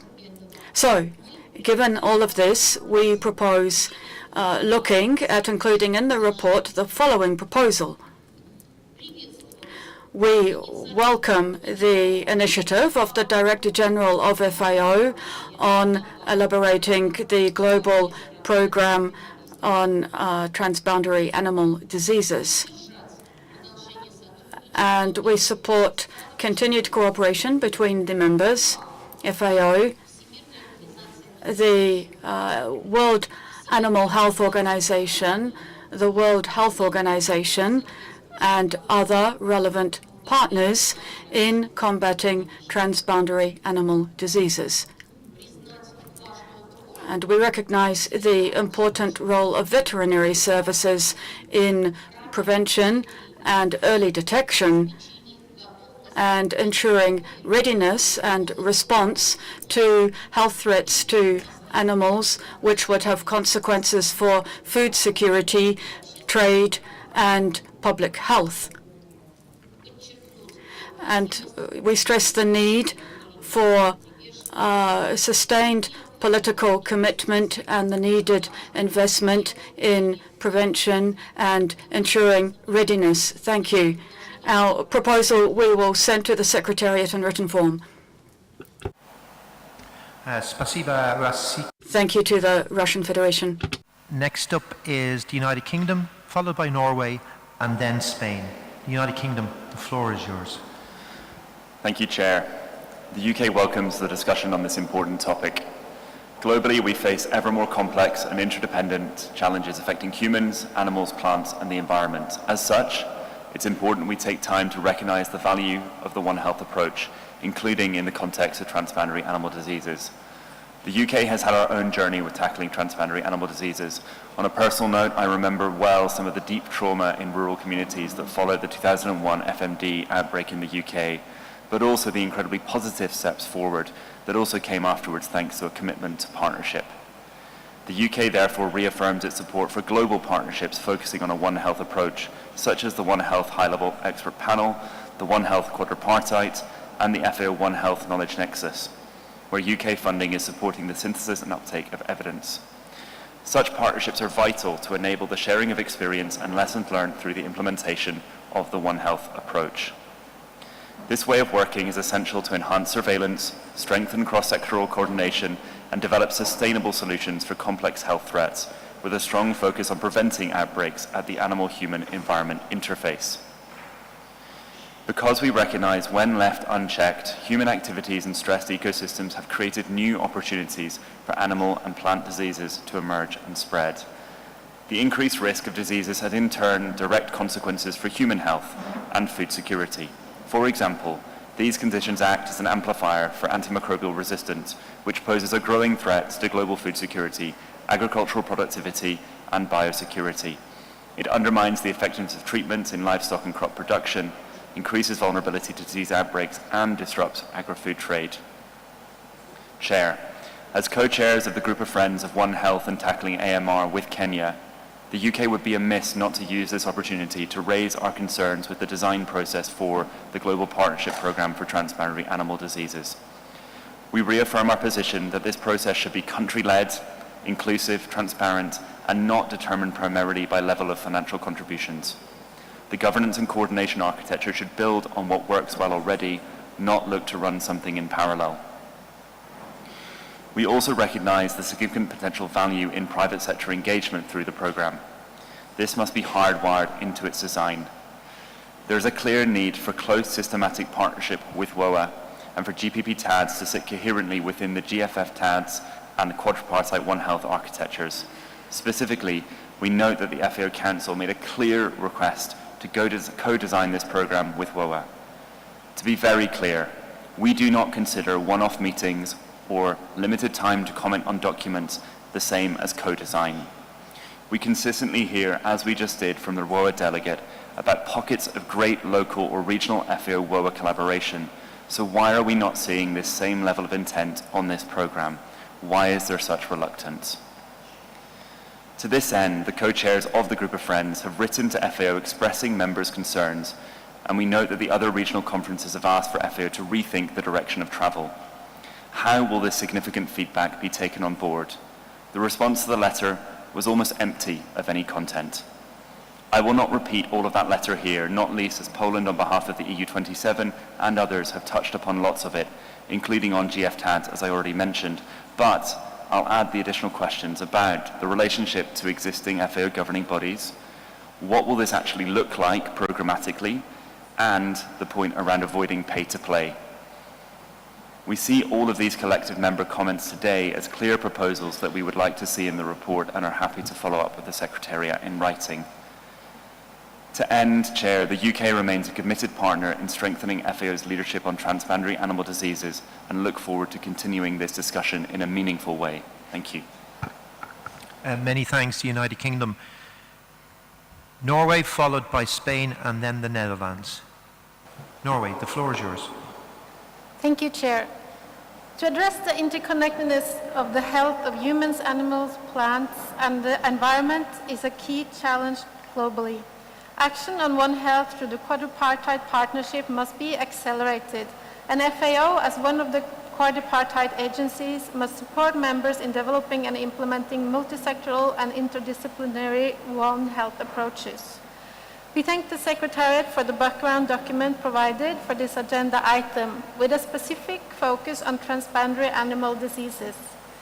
Multiple outbreaks of TADs are of great concern. They cause economic loss, threatens food security, and can also pose a public health risk. In order to address TADs, Norway wishes to underscore the need for close cooperation with the World Organization for Animal Health, WOHA. As already pointed to here today, the global framework of the Progressive Control of Transboundary Animal Diseases, GFTADs, is a joint initiative of FAO and WOHA to achieve the prevention and control of transboundary animal diseases. Activities of GFTADs include capacity building for members aiming at improving their capacities to prevent, respond to, and control TADs. Furthermore, in response to the TADs burden, FAO has presented an outline of the FAO Global Partnership Program, GPP TAD. We thank FAO for the presentations from the podium. In order to understand this mechanism, Norway would welcome information on how the GPP TAD complements existing work and in what way it can strengthen existing cooperation within the quadripartite agencies and avoid duplication. We emphasize the need for sustainable funding in light of the recent budget cuts. And we echo the concerns raised by the European Union and UK and other countries regarding this financing mechanism. And we look forward to continued dialogue with FAO on this. Thank you, Chair. Thank you, Norway. So we're going to call Spain, then Portugal, then the Netherlands. So Spain, the floor is yours.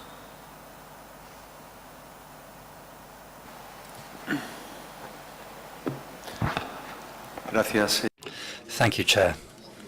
Spain aligns itself with the statement made by Poland on behalf of the European Union and its 27 member states.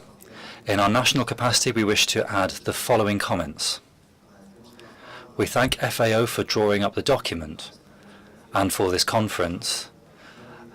It underlines a reality that it's important that we recognize there are different contexts in each of the different countries within this region, Central Europe and Central Asia, but nonetheless all the countries share the same difficulties given transboundary animal diseases, antimicrobial resistance, climate change, and other related issues.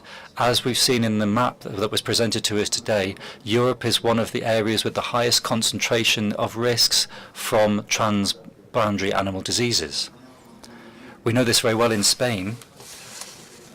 After decades free of African swine fever, in 2025, we saw the first case.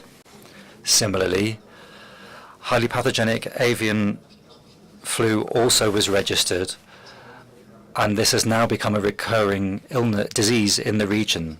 We're also witnesses of how the effects of climate change are helping these diseases to propagate.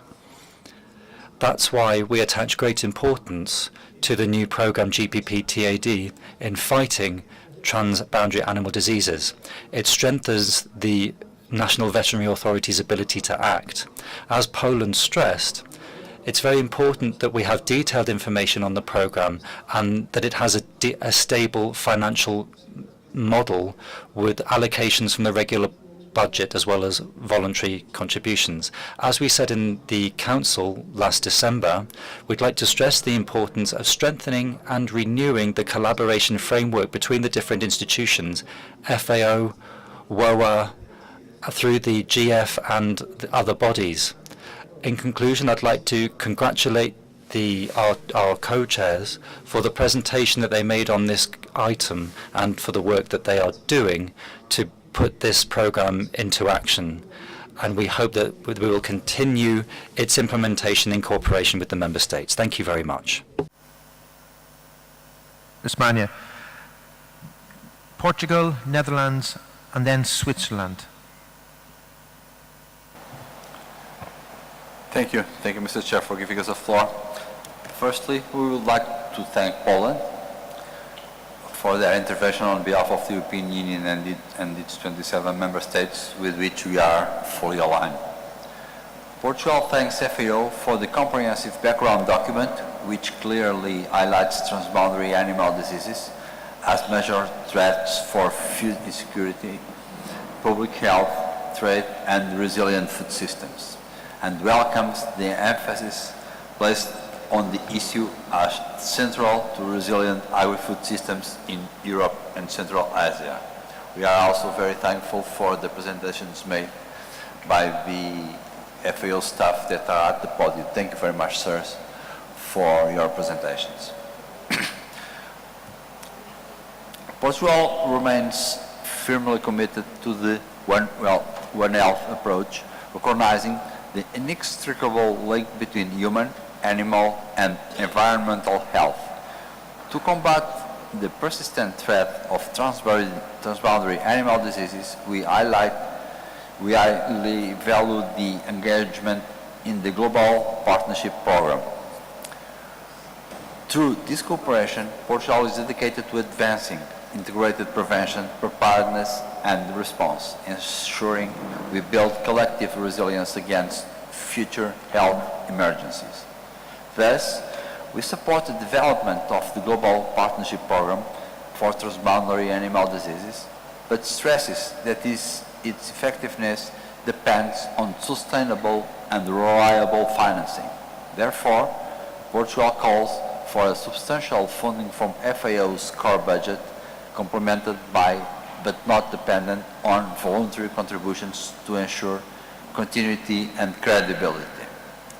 Finally, Portugal stresses that Global Partnership Program must build firstly on lessons learned from the Emergency Center for Transboundary Animal Diseases, ECTAD, and secondly, on existing cooperation mechanisms between FAO and the World Organization of Animal Health, fully integrating that organization expertise, avoid duplication and ensure clear governance, funding and coordination so it is transparent, coherent and effective. Thank you, Mr. Chair. And thank you, Portugal. Next up is the Netherlands, followed by Switzerland, and then the CSO representative. The Netherlands, the floor is yours. Thank you, Mr. Chair. The Netherlands aligns itself with the statement delivered by Poland on behalf of the EU and its 27 member states. The Netherlands strongly supports the One Health approach. Today's global challenges make it clear that animal, plant, human and environmental health can no longer be treated in isolation. Their interconnected nature requires a systems-based response. In this context, transboundary animal diseases are not merely a veterinary concern. They have direct implications for food security, trade, economic stability, and public health. We therefore see a clear need to further shift the focus from reactive crisis management towards a systems-based approach of prevention and preparedness. Investing in early detection, surveillance, biosecurity, and strong veterinary systems is not only more effective, but also more cost efficient. We welcome the proposal for the Global Partnership Programme for Transboundary Animal Diseases, but also wish to underscore the questions asked by the European Union and others to further clarify its design, governance and financing.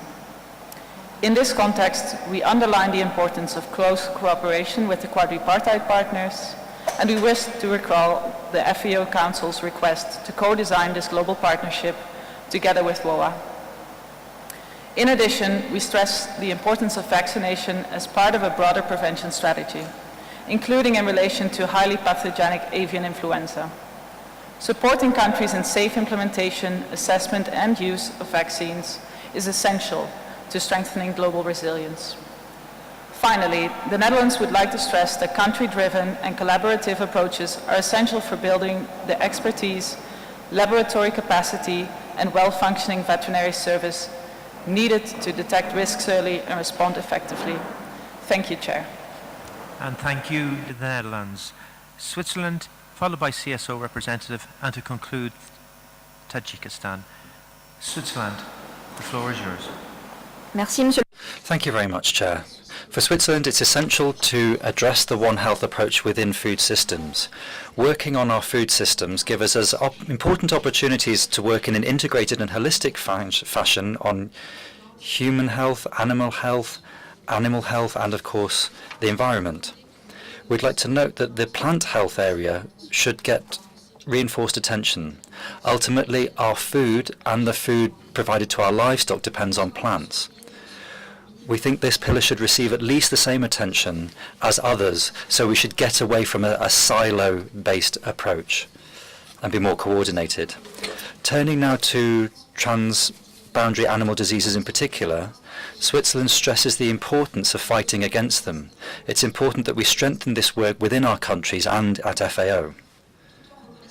We recognise the interest of the GPP-TAD initiative, but I'd also like to recall the recommendations made by the Programme Committee and the Council last autumn. In addition, all of the comments and questions were also put in this room today, and I'm not going to repeat them. I just have the same comments and questions, as well as those that were put by the One Health group of friends. We hope that FAO will be able to address these questions and comments when it continues to work towards working out this partnership. In particular, we'd also note that the means of coordination, role distribution and complementarity with other One Health stakeholders, including quadripartite signatories, are not clearly defined. We're in a context of increasing competition for financing, and this is therefore a very important issue. Finally, Switzerland says that synergies and the added value coming from the GF-TAD report from WOA hasn't sufficiently been demonstrated. Thank you. Merci beaucoup à la Suisse. Thank you very much, Switzerland. CSO representative, and to conclude, Tajikistan. CSO. Monsieur le Mr. Chairperson, distinguished delegates, Nilini, Europe and Central Asia thank the Secretariat and FAO for putting this item on the agenda of this regional conference. We're taking the floor on behalf of civil society organizations, indigenous peoples, shepherds and livestock farmers who practice transhumance, fishers and consumers throughout Europe and Central Asia, all those whose lives, whose livelihoods and whose food depend on animal health and ecosystem health, and whose voices are absent from the document that was presented today. We welcome the One Health concept as a valuable coordination tool, but this is coordination without structural change, and this won't be enough. This agenda item recognizes that smallholders and shepherds are among those most affected by transboundary animal diseases. And we take note of this recognition, but let us be clear. Being recognized as a victim is not the same thing as being recognized as an actor. There was no mention in this document of shepherds and those who practice transhumance as co-authors of sanitation strategies, knowledge holders and partners in prevention. They are viewed solely as beneficiaries of capacity building activity, and this is a structural oversight, and this is all the more striking when 2026 is the International Year of Shepherds at FAO. So if this year is to have a sense, it should mean that shepherds are recognized not just as vulnerable communities, but also as essential custodians of animal health and biodiversity. And this recognition should be reflected in the One Health strategies. And this is not currently the case. What's more, this goes directly against the regional results, the priorities, and the 4 betters and the SDGs, which clearly identify that a sustainable management of rangelands and pastoralists' livelihoods is a regional priority for FAO. Now, we call on the conference to ensure coherency between the different commitments at the organization. The document recognizes that transboundary animal diseases compound existing pressures such as climate change and ecosystem degradation. Civil society welcomes this recognition, but what's missing must also be said, and what's missing is that structural factors behind the spread of diseases within the livestock systems themselves, concentration of livestock and industrial systems, long transport distances for live animals, all of these aren't mentioned as risk factors, although they are precisely conditions that worsen vulnerability to the emergence and the spread of diseases. And so a truly preventive approach should support a territorial distribution of livestock farming adapted to local ecosystems and reduce dependency on live animal transport over long distances, and recognize adapted local breeds that are genetically diverse as strategic advantages for resilience to disease. Regarding public veterinary systems, the document clearly identifies gaps in veterinary systems and lack of personnel as major bottlenecks and calls for financing and modernization in these areas. Civil society fully supports this, but we go further. Robust public veterinary networks, properly financed and present throughout the territory, aren't an option. They are the backbone of any resilience strategy. And this means guaranteeing access to veterinary care in all rural areas and focusing on preventive approaches rather than emergency responses. ERC36 warns that the rural exodus is a structural vulnerability which is weakening farming communities.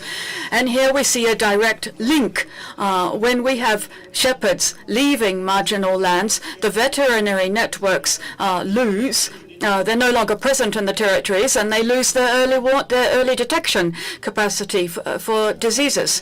Now, on trade and disease-related slaughter and health protocols, the document makes several mention of transboundary animal diseases as a threat to stable trade. Civil society doesn't challenge the economic importance of trade, but let us put very clearly the question: when trade interests and animal health interests diverge, which takes precedence? Current response protocols too often lead to systematic slaughter of entire flocks and herds, as a direct consequence of commercial demands which seek to rapidly obtain disease-free status. But this kind of forced slaughter of entire herds is not a technically neutral measure. This is a devastating event and potentially irreversible for farming families. And it also means a loss of locally adapted breeds, and there's no compensation mechanism that can fully offset these costs. Vaccination strategies are not mentioned at all in the document, which doesn't look at all the contradictions between the tensions between vaccination-based approaches and the demands of international trade. Now, vaccination should have equal attention, and health protocols should be drawn up together with the livestock farmers and not imposed from above. Regarding the shepherds, the fishers, and the consumers, and the gaps in the One Health approach, the document calls for integrated governance based on the One Health concept, linking the veterinary sector, public health, the environment, and wildlife. Civil society fully supports this approach, but we do stress that there are critical gaps here.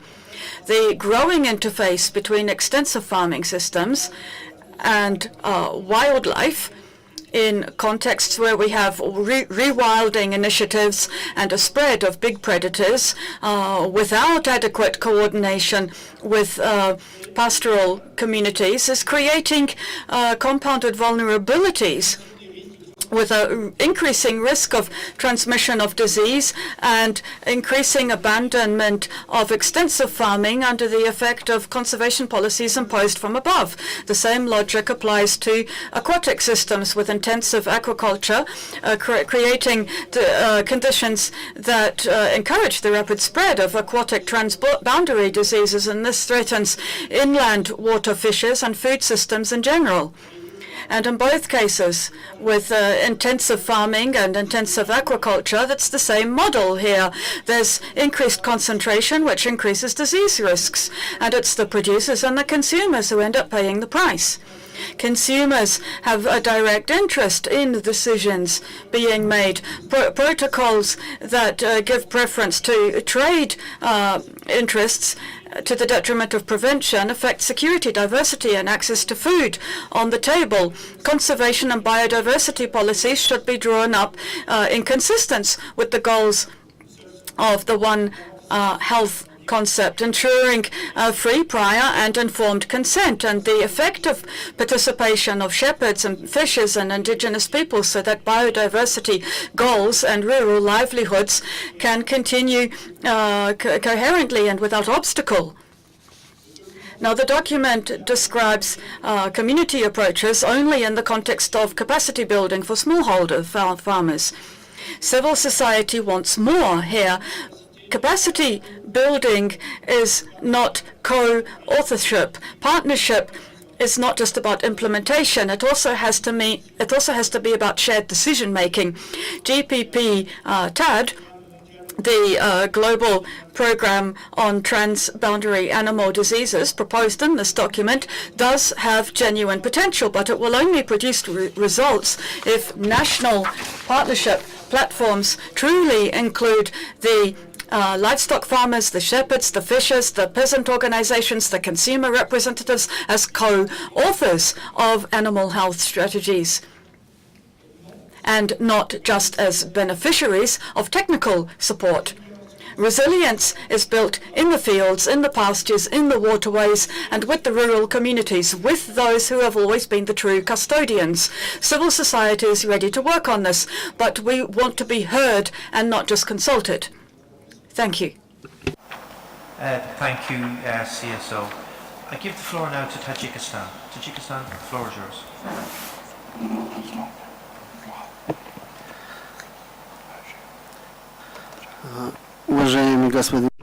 Chairman, colleagues,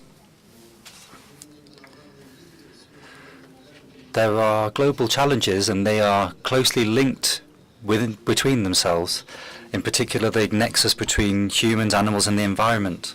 Transboundary animal diseases, zoonoses, antimicrobial resistance, climate change and the growth in the mobility of the population are interconnected risks that require a coordinated, comprehensive response. The One Health approach is being taken in our country, and we're aiming to increase our potential to prevent and to respond to these diseases, to deal with antimicrobial resistance, and also to ensure food safety and to deal with transboundary animal diseases.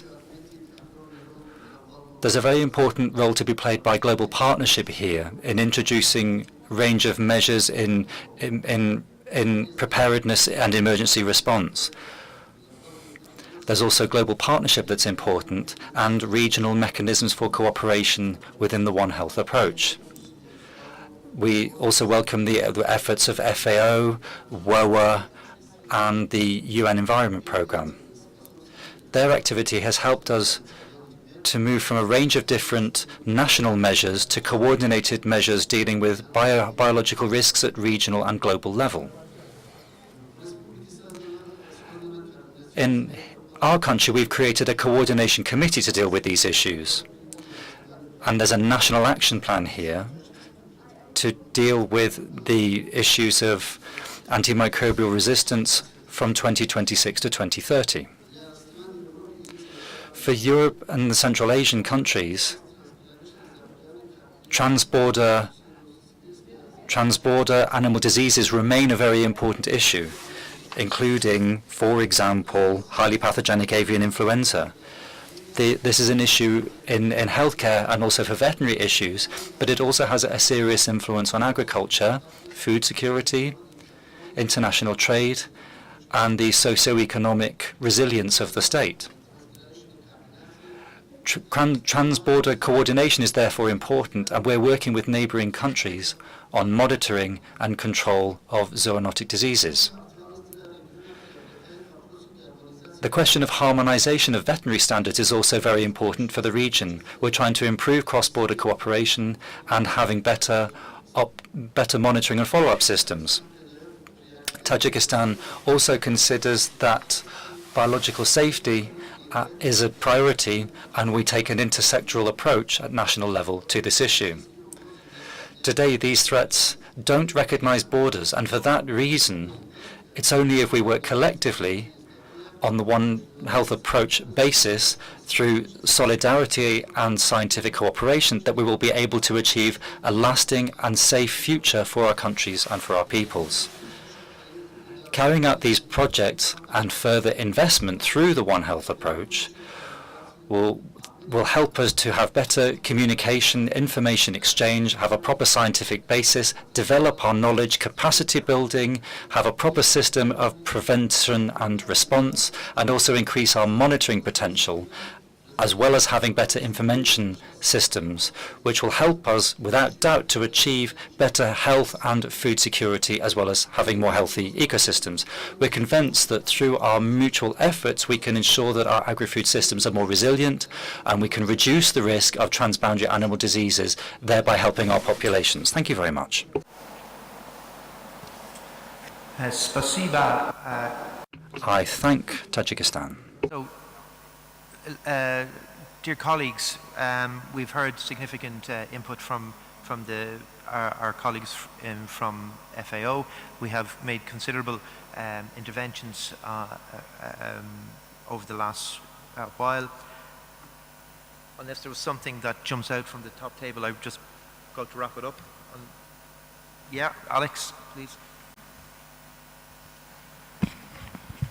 Thank you all, and thank you very much for these interventions. Having now gone through all the other regional conferences, we have heard many, many very constructive points and feedback, and as I said, many of these have been built in. I make no claim, together with Tanawat and Rain, that what we are presenting is a finished product. There is a huge amount of work that still needs to be done, especially in the details, and many of the points that you're highlighting, especially regarding the ownership and governance mechanisms, are exactly what needs to be worked out. And of course, in the context of a United Nations organization, these are often some of the most complex points, as we know very, very specifically. I just want to make one strong comment on the resource side, which of course is my area of responsibility in FAO. I've heard various references to pay-to-play, to stability of resources, and I am the first to want to have a stable resource base for a program like this. My dream would be to have exactly the resource base that we had for 20 years. It was not by choice that we changed this. That resource base is not available, nor will it be available at that scale in the foreseeable future. Development assistance has declined by 27% last year. Will probably decline by another 10 to 12% this year. So it's a very different world. What we are presenting is, we feel, a realistic formula whereby countries that are able to bear some of the burden shall do so, and those that do not may be supported. I've heard many discussions about core budget. For those of you who were involved in last summer's very lengthy debate around the FAO budget, we know that these all involve painful trade-offs with a core budget that has been flat for 15 years and has lost 30% of its value in real terms. There is no low-hanging fruit to be cut and reallocated. There is no spare money in the box to be reallocated. So I would caution that any discussion about allocating significant amounts of core budget will mean cuts to other vital core budget functions. So we need to be pragmatic about this and focus on what is achievable rather than what is perfect. Thank you. Thank you, Alex. Tanawat? Thank you very much for your intervention and also your guidance, comments, suggestion that members made during this meeting. And that's why we deeply appreciate for your comments and also your strong engagement during the process. As you know that I have served in Rome for 8 years and 3 months. The first 4 years as a permanent representative of my country, Thailand, to FAO. And another 3 years, 8 months as FAO employee. I have to say that the GPP-TAT is the first program that FAO have such a kind of inclusive process. Discuss with the members, have a discussions, co-creations that I haven't seen in any other program and project that FAO consulted with members closely. We have a meeting with members through the regional groups. We presented, updated you all the regional conferences, and this one is the last one. Or even though the ICC chair as well coordinate with all the chairs and vice chair of the regional group in Rome, that we have dialogue with you, consult with you, and discuss with you. And that's why we will continue the process. But as we know that the animal disease is come closer to our borders, if we don't take any actions, as some of the members already mentioned, you have experience in 2001 in many incidents of foot and mouth disease in Europe 20 years ago, avian influenza, or even though today those diseases that never occur in Europe is occur. And that's why the actions have to be taken immediately, and we will continue to consult with you and discuss with you to make sure that the whole process is based on our discussions. As the members also mentioned about the partnership with VOA, I myself, when I work in my home countries, I was the delegate of my country to VOA since 2001. I have seen both organization, FAO and VOA from inside and outside. And I understood how it worked, or even though I myself is a good friend of the VOA Director Generals for more than 20 years, from Dr. Bernard Walla, Dr. Monique Allure, and today, Dr.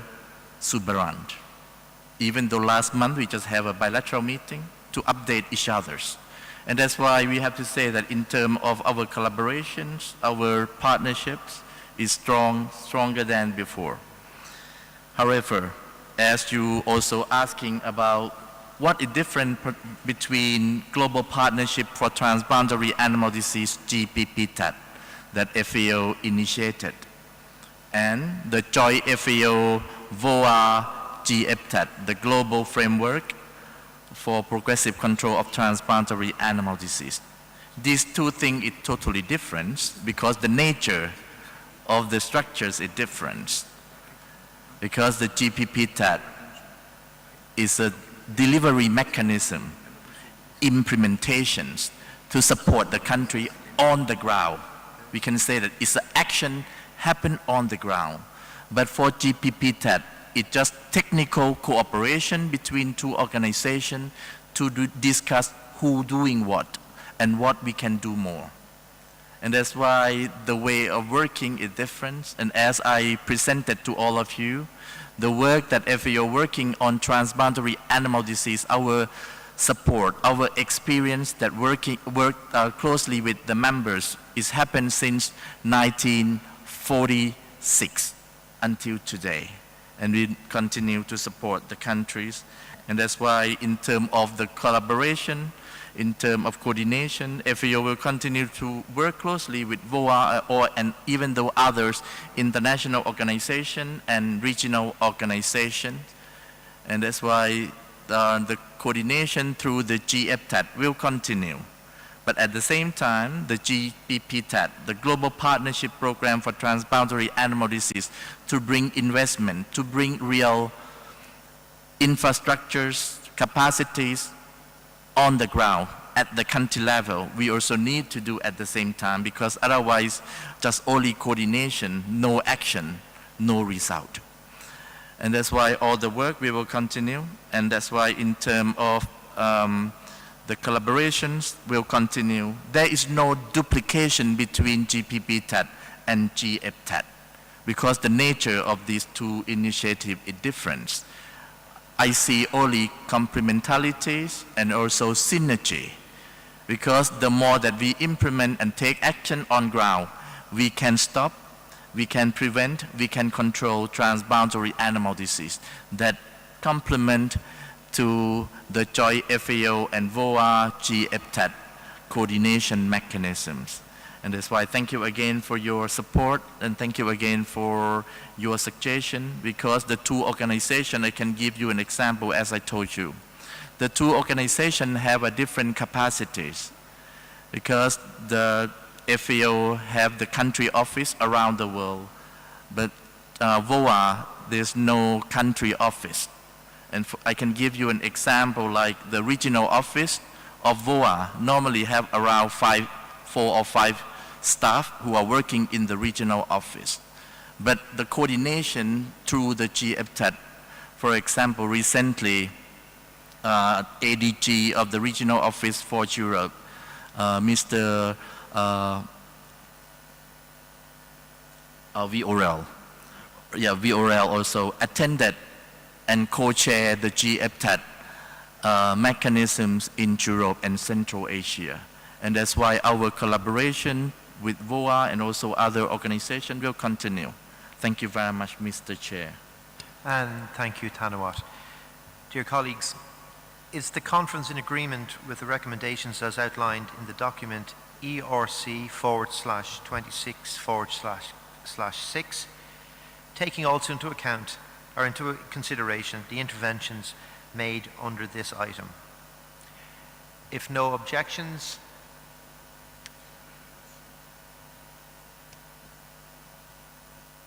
the United Kingdom, I give the floor to the United Kingdom.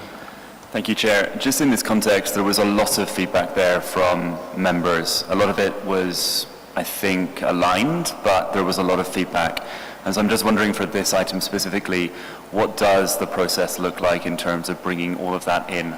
If you could just explain that, then I'm sure we will be content with moving forward with then conclusions that match the discussion in the room today with the significant level of feedback that's not currently reflected in the suggested actions by the Regional Conference. Thank you.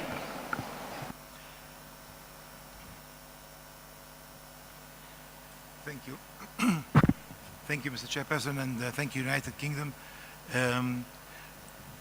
All the verbatim will be presented to the report, to the rapporteurs, and the rapporteurs will capture from the verbatim suggestions that were made during the discussions of this item, and will put them in the report together with any suggested agreed recommendations or actions that were made. Thank you. If that satisfies the clarification from the United Kingdom, I see no objections. I would like to thank you all for your inputs, and I close this item. Thank you all.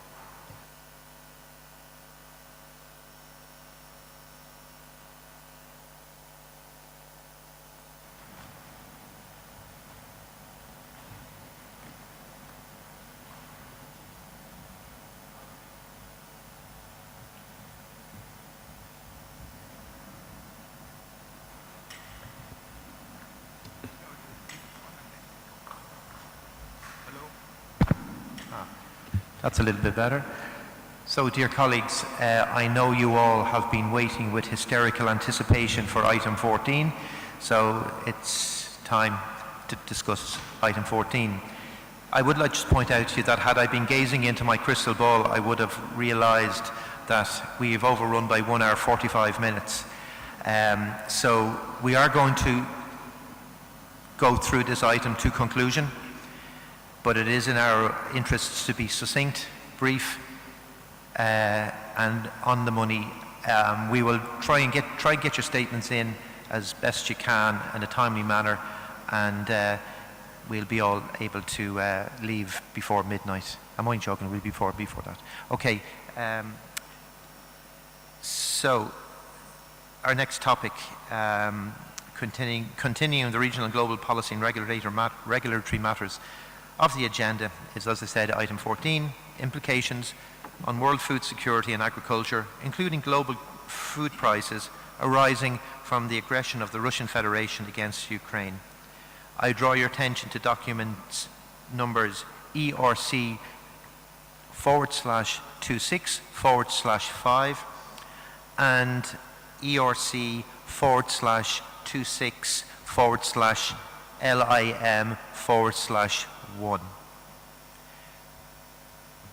Without further delay, I'm now going to invite members to deliver their statements under this item, and I invite invite Poland as and representing the European Union and its 27 member states to take the floor.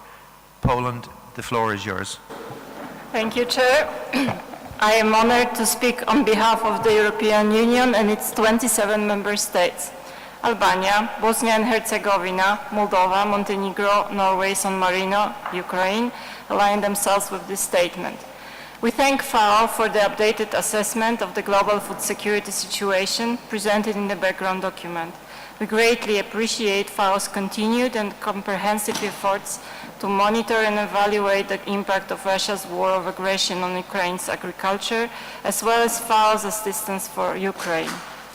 As the background document clearly demonstrates, Russia's war of aggression has, quote, had severe and lasting effects on crop production in Ukraine and beyond, end quote, caused by, quote, widespread damage to farmlands, storage facilities, and transport infrastructure, end quote, and, quote, damage to critical infrastructure and landmine contamination of farmlands, end quote. The document also emphasizes that, quote, ongoing insecurity, labor shortages, and land contamination continue to limit wheat cultivation, end quote, in Ukraine, and that Russia's war of aggression has had significant impact on Ukraine's livestock systems, including, quote, the heightened risks of transboundary animal diseases, end quote.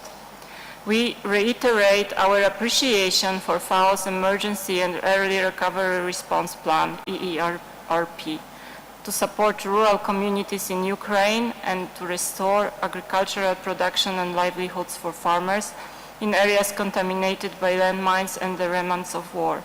For their part, the EU and its member states will continue their efforts to provide Ukraine with critical support in terms of agriculture inputs and technical expertise for land rehabilitation and rebuilding sustainable and resilient agriculture production capacity. In the background document, FAO also provides ample data to demonstrate the repercussions of which Russia's war of aggression has had on global food security, in particular in terms of soaring agriculture, commodity and fertilizer prices, and exacerbated pressure on vulnerable households and communities worldwide.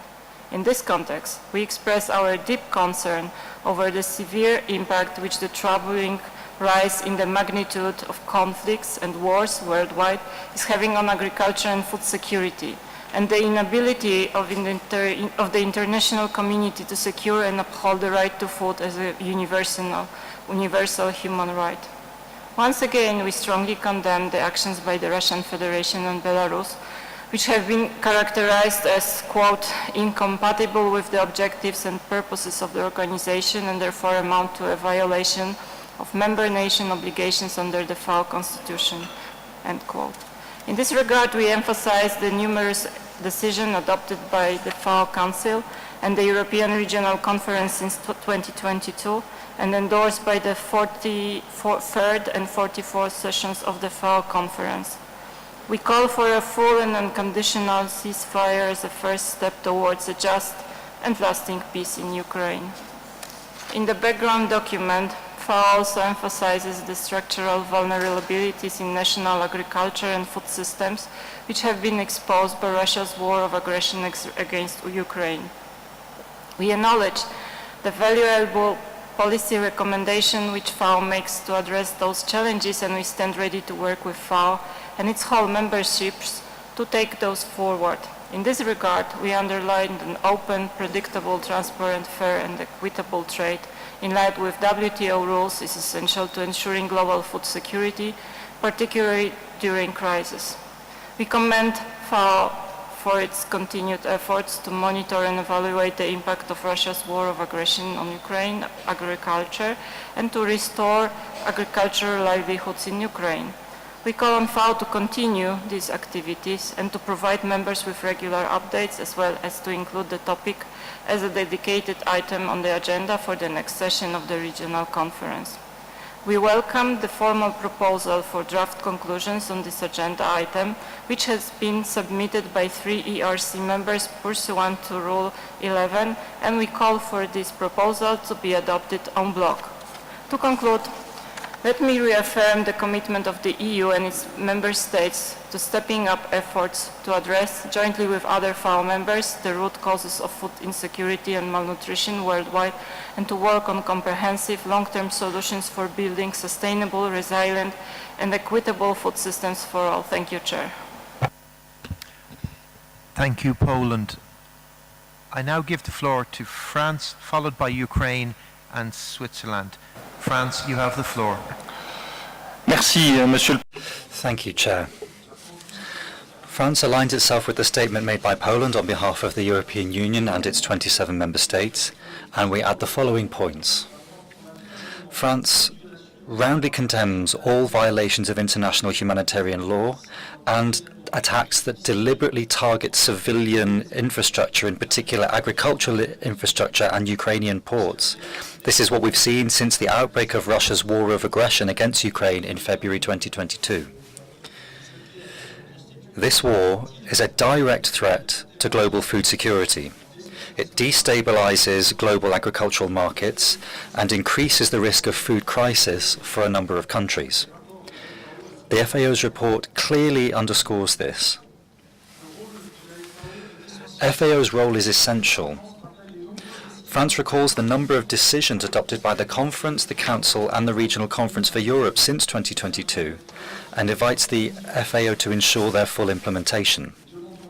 We request that FAO continue these analyses of the impact of Russian aggression against Ukraine on food systems, as well as the implementation of its emergency intervention plan in favor of farmers and Ukrainian rural communities.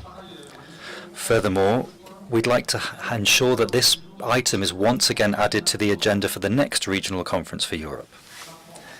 France remains committed, shoulder to shoulder with Ukraine and its partners, for a fair and lasting peace based on respect for international law, and calls for the implementation of Resolution ES11/7 adopted by the United Nations General Assembly in February 2025. Finally, and as has just been said in the statement from the European Union and its 27 member states, we encourage the regional conference to adopt en bloc the proposed conclusions made by 3 member states in the letter that was addressed to the Director General, and which is the document to which you referred, ERC/bar26/LEM/1. Thank you very much. Merci beaucoup, France. Thank you very much, France. Ukraine, followed by Switzerland and then the United Kingdom. Ukraine, you have the floor. Thank you. Mr. Chair, distinguished participants, colleagues and friends, we are grateful to the FAO for the document prepared for this agenda item. Ukraine aligns itself with the statement delivered by the EU and also in its national capacity would like to add the following. Ukraine experience shows the food security rests on 3 pillars. The freedom and safety of supply chains, strong mutually beneficial partnership, and firm stance against those who weaponize food. Russian Federation continues its attack on the ports, trade vessels, and grain storage facilities. Mine sea roads to reduce Ukraine's export potential. The destruction of agriculture infrastructure, mined farmland, and targeted energy facilities has had devastating impact on Ukraine's agri-food system and beyond. The Ukrainian government continues to work with the World Bank Group, the European Commission, and the United Nations on the damage and the needs assessment. According to the fifth rapid damage and needs assessment, Ukraine agriculture sector reached $90 billion. Of this, 12 billion was damage and 78 billion losses. Despite 4 years of war, our farmers work hard, including this spring sowing campaign, because they understand that Ukrainian food is important not only our people, but also for people in countries far beyond our borders. By the beginning of May 2026, Ukrainian farmers had sown around 2.6 million hectares of spring grain and leguminous crops, accounting for approximately 43% of the plant's area. Compared with the previous reporting period, this figure has increased. Progress was also made with technical crops. More than 2 million hectares had already been planted, accounting for nearly a third of project area. After the challenging winter this year and the ongoing Russian full-scale invasion, we have learned a lot and only grow stronger. We are ready to do more, share technologies, exchange experience and our skills in land cultivation to build sustainable logistic and agri-food system. As we demonstrated during the opening of the first agri-hub in Ghana 1 month ago. The new food processing and distribution center in Ghana is intended not only to deliver Ukrainian products, but also to provide local food processing, packaging and distribution directly within West Africa. Returning to the fourth International Summit on Food Security in Kyiv in November 2025, the new concept of the Food from Ukraine program was launched, combining humanitarian assistance, economic interaction and technological partnerships among Ukraine, its partners and recipient states. This development is a strategic contribution to global stability and regional cooperation. Ukraine is grateful to the FAO and all partners for your support for our agriculture sector, rural communities, as well as contributing to global food security. Continued cooperation is needed to rebuild resilient value chains. Ukraine reaffirms the decisions of the 33rd and 34th FAO Regional Conference for Europe, as well as the relevant decision of the FAO Council and Conference regarding the impact of Russian aggression against Ukraine on global food security. Those decisions make it clear that the war against Ukraine not only a national tragedy, but also a serious threat to food security, agricultural production and trade throughout the region and beyond. Thank you for your attention. Thank you very much, Ukraine. I give the floor now to Switzerland, followed by the UK, followed by Norway. Switzerland, the floor is yours. Thank you, Mr. Chairperson. Switzerland reiterates its firmest condemnation of Russia's war against Ukraine and calls on Russia to immediately de-escalate the situation and end all combat operations and withdraw its troops from Ukrainian territory.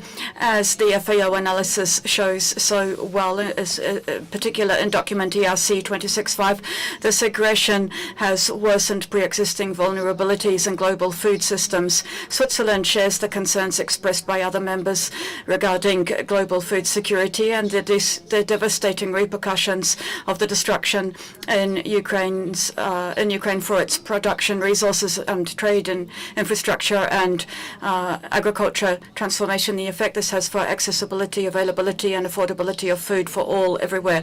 In this context, Switzerland welcomes FAO's efforts to respond to the crisis in the region and globally with immediate measures and also with medium and long-term measures. We believe that the recommendations presented in the document are relevant and we encourage their effective implementation.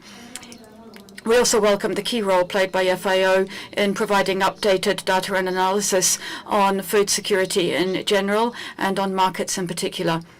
To ease uncertainty on international markets, we call for members to refrain, as far as possible, from imposing restrictions and export prohibitions. Today, more than ever, transparency and predictability in agriculture trade are essential for food security and the right to food for all.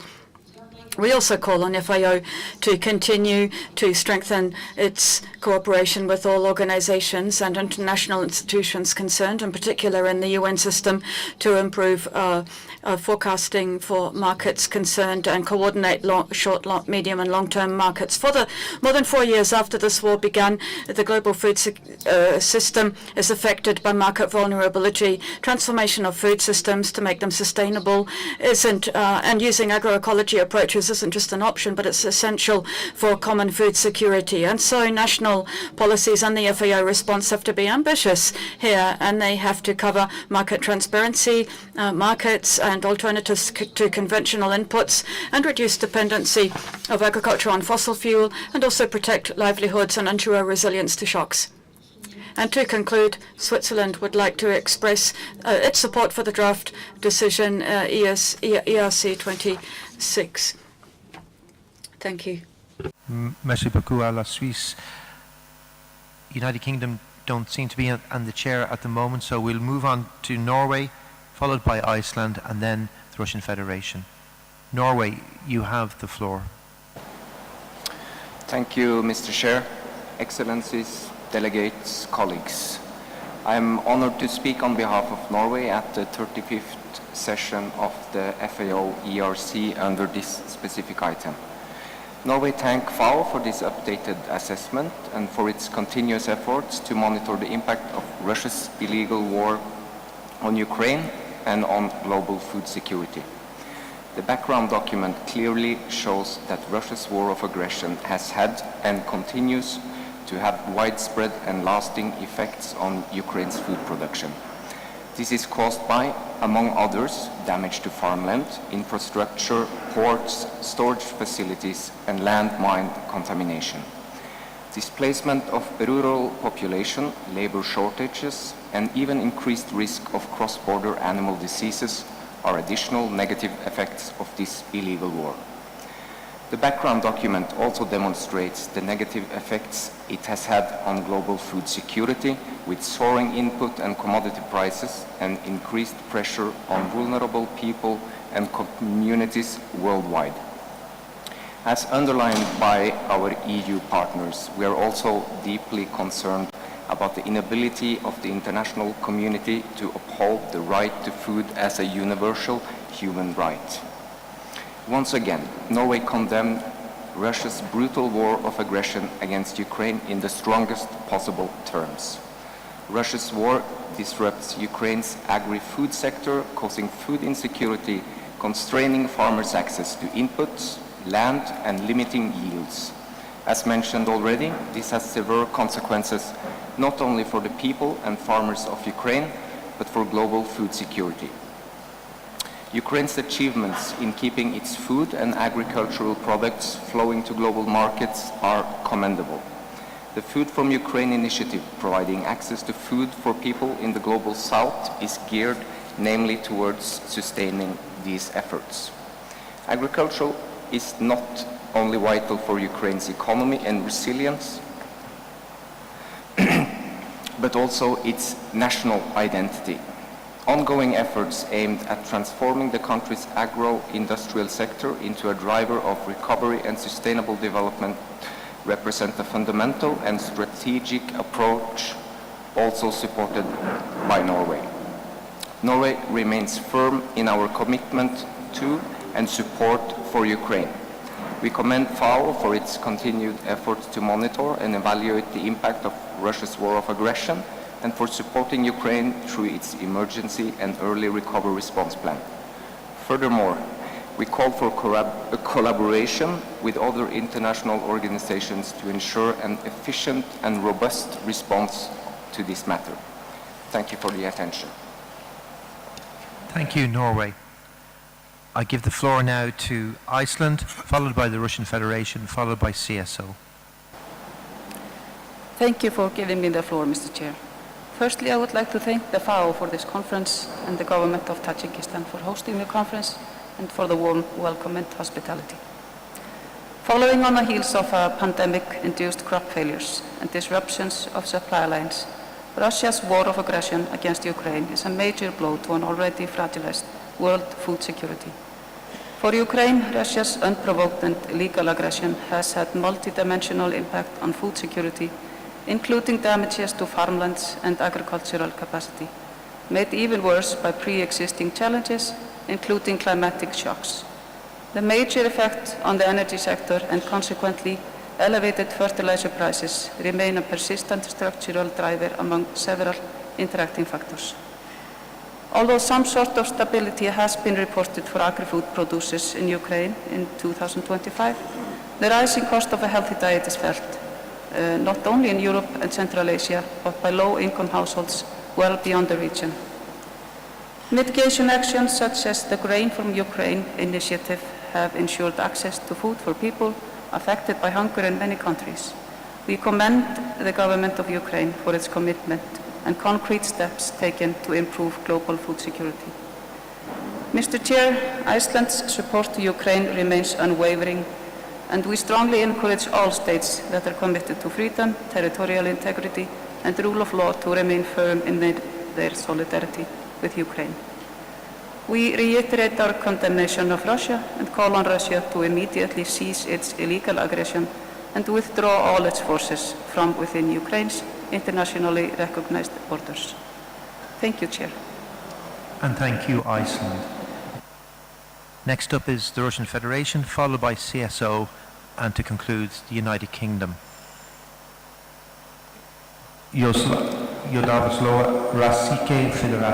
I give the floor to the Russian Federation.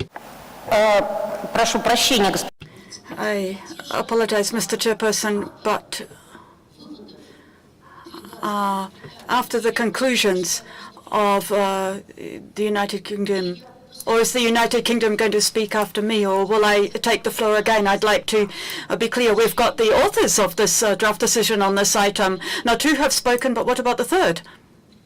Approach. So we'll maybe bring in CSO, then followed by the United Kingdom, and followed by the Russian Federation, and then we can have a to and fro then if necessary. CSO, the floor is yours. Thank you, Chair. Today, as civil society, we speak from the experience of our members and communities who are living through war, displacement, repression, and deepening food insecurity. The war between Russia and Ukraine, together with the ongoing conflicts across the Middle East and the Gulf states, are not only geopolitical crises, they're also crises affecting land, water, seeds, energy, and food systems, where rural people and indigenous peoples are paying the highest price. Across these conflicts, we witness the destruction of agricultural land and infrastructure, the contamination from landmines and unexploded ordnance, and the displacement and criminalization of rural communities. In Ukraine, many farmers continue cultivating land under shelling and on mined territory, while facing rising costs of fuel, fertilizers, machinery, energy, and transport.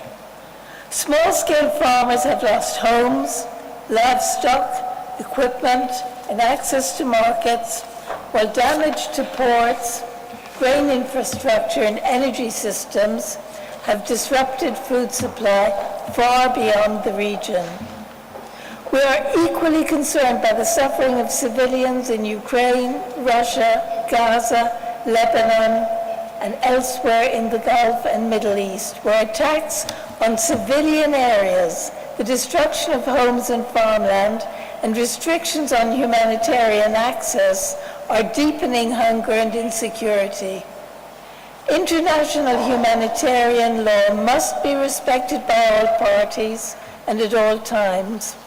Food, water, and humanitarian assistance must never be weaponized and withheld from civilian populations under any circumstances. Participants in our consultations also highlighted growing pressure on civil society organizations, indigenous peoples organizations, and human rights defenders in Russia and other countries of this region since the beginning of the war in Ukraine.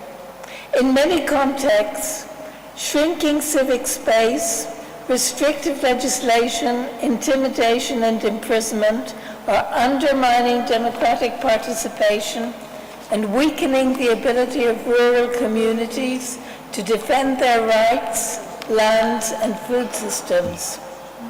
Across Europe and the neighboring regions, rising military spending is reducing support for small-scale farmers and rural communities, while the costs of fuel, fertilizers, animal feed, and transport continue to rise sharply. We welcome the background document's recommendations on keeping agri-food trade open and strengthening transport corridors and logistics infrastructure. However, in many countries, including Turkey and Eastern Europe, trade corridors and grain flows have often benefited large corporations, while local farmers suffered from unfair competition and collapsing farm gate prices. Resilience, therefore, cannot rely only on maintaining trade flows. It also requires fair markets, democratic regulation, and the protection of local producers. Likewise, strengthening market intelligence, early warning systems, and food security monitoring is important, but responses must also respect the realities faced by small-scale food producers in all their forms. The current crises also demonstrate the risks created by excessive dependence on imported fossil fuel-based fertilizers, industrial agriculture, and concentrated supply chains. Rising energy prices linked to war and geopolitical instability are making food increasingly unaffordable for millions of people across our region. We strongly support scaling up shock-responsive social protection and nutrition safety nets, especially for vulnerable rural populations that are affected by conflict, displacement, inflation, and climate shocks. Access to healthy diets must remain central in all policy responses. We also believe that investments in agri-food systems, transformation, and scientific cooperation should be inclusive, rights-based, and accessible to small-scale food producers and indigenous peoples. Agroecology has proven to be less dependent on external inputs and an important foundation for food security and resilience during crises. We therefore call on FAO and member states to accelerate the transition towards agroecological food systems, building on the 10 elements of agroecology already recognized by the FAO. Finally, we remind this conference that the path towards peace, towards food security and dignity, cannot be built on militarization, extractivism, or speculation. It must be built on solidarity and on placing the rights holders, rural communities, indigenous peoples and consumers at the center of agricultural policies. Meaningful participation requires that our voices influence decisions, policies, and resources. We call on the FAO to strengthen cooperation with civil society in Europe and Central Asia in the spirit of UNDROP and UNDRIP. In different wars in Ukraine, but also in Iran, throughout the Middle East, the Gulf states, and in Lebanon and in Palestine, the wars are grabbing agricultural resources, especially land and water, from local indigenous peoples. In those wars, food has been used as a weapon of war, and we cannot accept this. Financial actors are using these contexts to speculate on food and agricultural input prices. In this respect, it is particularly important to reduce the dependence on food and agricultural inputs that are imported by a stronger support for local food production and to enforce policies of price control so as to limit the unfair margins of certain actors that profit from these wars. Food and water must always be prioritized as a human right.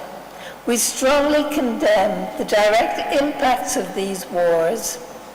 They are and continue to lead to genocide, to severe malnutrition, to considerable loss of health, and to disease, torture, and the lack of respect for human life, as well as the loss of agricultural land to destruction and unexploded ordnance. Healthcare workers and facilities have been and continue to be targeted, and they also contribute to the increased loss of life, as does the targeting of the free press.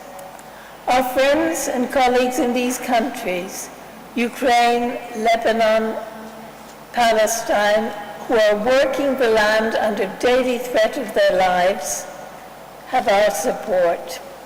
The increased militarization of budgets in all NATO countries and neighboring states is diverting funding away from agricultural support from small-scale food producers and consumers.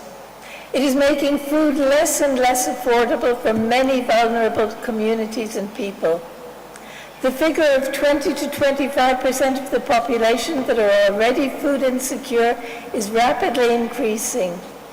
The increase in cost of fossil fuel products and the cost of tractor hours and the cost to small-scale fishers through increased diesel are making it very hard, if not impossible, for many producers to go about their business and to feed us.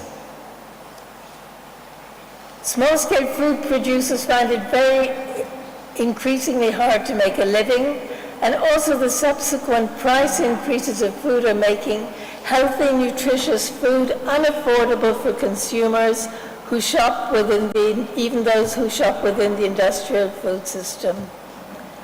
The stress of those buying direct from producers Could I such as... ask you to conclude quickly, please? I am on the last two words here. The stress of those who are buying direct from producers such as community-supported agriculture feel this slightly less, but they are also increasingly feeling the increased costs. And while agroecology can certainly reduce or dispense with reliance on fossil fuel-based chemical inputs, the cost of natural fertilizers has more than doubled. Only farms operating on a circular economy of producing their own fertilizers are not affected right now. But all of these elements will lead to food shortages, increased lack of affordable food, worse health, and we support peace for all. Thank you. Thank you, CSO. The United Kingdom, the floor is yours, followed by the Russian Federation.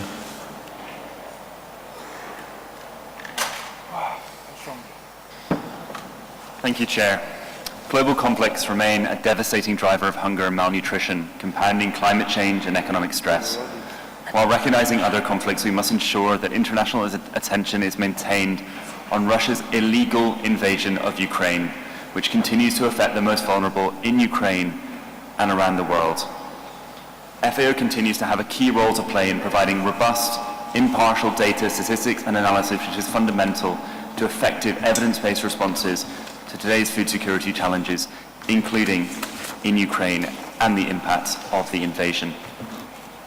Russia's continued aggression, including deliberate attacks on critical infrastructure, is disrupting production, trade and logistics in Ukraine, one of the world's most important food exporting countries. These pressures are being further exacerbated by the crisis in the Middle East, which is adding to global energy and fertilizer market disruption, driving food price volatility and undermining food availability far beyond the region. Chair, the UK recalls how crucial Ukraine's agricultural exports are for global food security, the resilience of global grain markets, and the cost of food for us all. Russia's ongoing attempts to restrict Ukraine's access to global markets, including its deplorable attacks on critical infrastructure, as I've said, continue to disrupt supply chains and place disproportionate pressure on import-dependent and food-insecure countries. Ukraine's urgent recovery and long-term reconstruction needs, particularly in the energy sector, are now higher than at any point during the full-scale conflict. After a winter of devastating Russian attacks, early action is needed to ensure Ukraine is prepared for future winters. Sustained support is required to maintain and restore critical infrastructure, including water and sanitation, heating, healthcare, transport, and emergency response systems. These are essential to agricultural production, food processing, storage, and distribution. We welcome Ukraine's remarkable resilience in the face of continued intentional targeting of its agricultural and trade infrastructure and efforts to keep food flowing to those who need it the most. A just and lasting peace will enable Ukraine to freely export its goods and return to its pivotal role in global agricultural markets, global food security, and nutrition outcomes. In response, Chair, multilateral cooperation matters more than ever. Recent experience shows clearly that export restrictions and uncoordinated policy responses exacerbate volatility and hurt import-dependent countries the most. Maintaining open trade, improving market transparency, and diversifying transport corridors are essential to mitigating global supply shocks and supporting global food security, particularly for the most vulnerable. The draft conclusions submitted by Ukraine, Lithuania, and the UK place great emphasis on open, transparent, and predictable energy and fertilizer markets. This remains one of the most effective tools to support global food systems. And Chair, let me be very, very clear, particularly in response to Russia's comments on Monday. This is entirely different to the legal measures taken by countries, including the UK, which are in accordance with international law and designed to impede Russian individuals' ability to continue funding their illegal actions.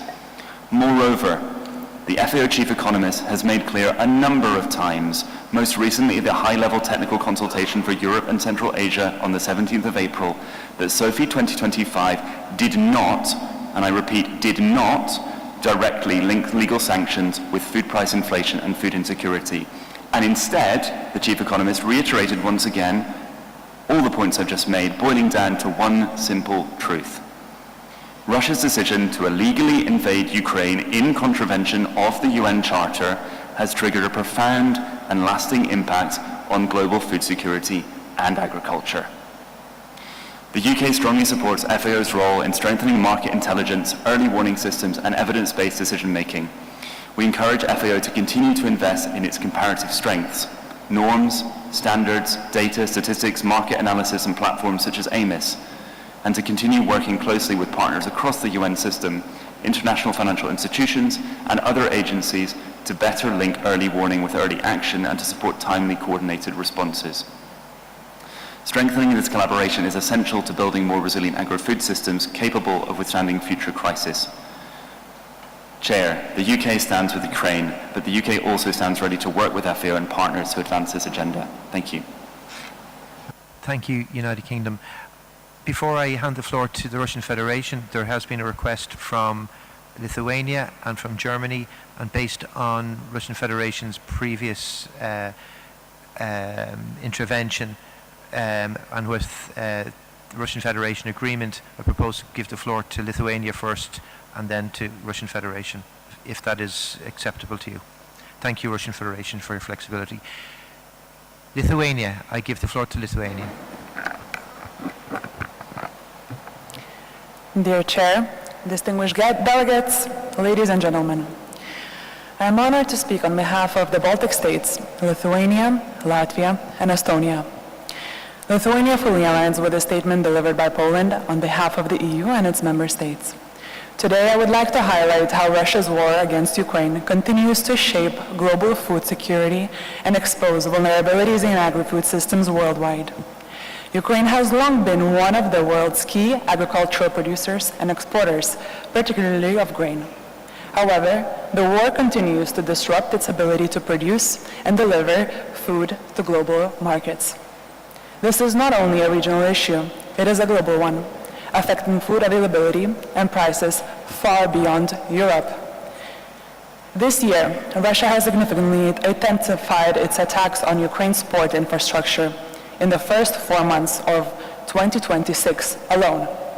More than 800 drones have been used in such attacks, over 10 times the number recorded during the same period last year. These ports are critical gateways for grain exports. Their targeting inevitably threatens the flow of agricultural commodities to international markets, increasing volatility and uncertainty in global food supply chains. At the same time, the war continues to devastate Ukraine's agricultural land. As of February 2026, approximately 132,000 kilometers, around 22 of the country's territory, are at risk of contamination from landmines and explosive remnants of war. This has rendered about 4 million hectares of agricultural land unusable. These are not just statistics. They represent lost harvests, disrupted livelihoods, and reduced food availability on a global scale. The destruction of critical infrastructure has further compounded the crisis. Following the collapse of the Kakhovka Dam in 2023, irrigation systems in key agricultural regions, Kherson, Zaporizhia, and Dnipro, remain severely damaged. Nearly 90% of irrigation canals in these areas have dried up, leading to a dramatic loss of production potential. This has long-term consequences, not only for Ukraine's agricultural output, but also for global markets that depend on it. Russia's war in Ukraine continues to amplify pre-existing vulnerabilities in global agri-food systems. It continues to disrupt supply chains, drive up prices, and deepen food insecurity worldwide. In this context, we commend the Food and Agriculture Organization for its continued efforts to monitor and assess the impact of the war on Ukraine's agriculture, as well as its work to support the restoration of agricultural livelihoods. These efforts are essential for both immediate recovery and long-term resilience. However, sustainable solutions cannot be achieved without peace. Therefore, once again, we call on Russia to end its war in Ukraine. Only by restoring stability can we ensure secure, resilient, and sustainable food systems for the future. We welcome the formal proposal for draft conclusions on this agenda item, which has been submitted by the UK, Ukraine, and Lithuania pursuant to Rule 11, and we call for this proposal to be adopted en bloc. Thank you. And thank you, Lithuania. Germany, the floor is yours. Thank you, Chair. Excellencies, colleagues, Germany fully aligns itself with the statement given by Poland on behalf of the EU and its 27 member states and adds the following within its national capacity. We are deeply concerned over the troubling rise in conflicts and war worldwide and underline the urgent need for a just and lasting peace and political solutions, the respect of international law, including the human right to food. We welcome the updated information provided by FAO on the impact of Russia's brutal war of aggression against Ukraine on global food security and related matters under the mandate of FAO, and commend FAO for its interventions in Ukraine to support farmers and rural communities and the rehabilitation of contaminated land by unexploded ordnance and explosives, remnants of war. As has been stated before, Russia's war of aggression against Ukraine has been one of the main drivers of hunger, global food price inflation, and increased market instability. Damage to critical infrastructure and landmine contamination of farmland have constrained agricultural activity and the transportation of crops to both local markets and export destinations. Ukraine's wheat and maize production is estimated to be 20, respectively 29% lower than in 2021. The data and facts provided by FAO are clear. Russia's war has since February 22 exacerbated the already severe situation of global food security and nutrition. And let me be very clear, because Russia continuously insinuates differently. European sanctions do not target the trade in agricultural products, including grain and fertilizers, to third countries. We deliberately excluded such measures because we are deeply concerned by rising global hunger and malnutrition. As previous speakers have pointed out, Russia's war of aggression against Ukraine continues to contribute to a dramatic global food and nutrition situation. Russia continuously attacks vital ports and offshore facilities of Ukraine, hinders Ukraine's maritime access, and steals Ukrainian grain. It has triggered disruptions in agricultural production, supply chains, and trade, drastically increased market uncertainty, and continues to do so. The unwavering support for Ukraine is a political priority for the German government. We continue to stand firmly at Ukraine's side and call for a full and unconditional ceasefire as a first step towards a just and lasting peace. We also welcome the Food from Ukraine program, which exemplifies Ukraine's commitment to global food security. The program contributes to meeting the demand in developing and least developed countries, particularly those in Africa and the Middle East. We are proud that we are cooperating with Ukraine in this endeavor. Since 2022, Germany has provided 41 billion euros of non-military assistance and has supported FAO's work in Ukraine with another 18.5 million via its trust fund. To conclude, Chair, Germany submits that the implication for international food security be clearly spelled out here, particularly at a conference in Central Asia. Thank you very much. Thank you, Germany. Give the floor to the Russian Federation.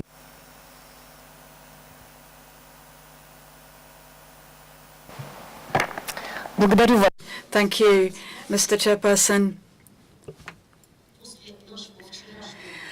After the very interesting beginning to the conference yesterday, to be honest, I'd like to say that I was very much looking forward to this item on the agenda.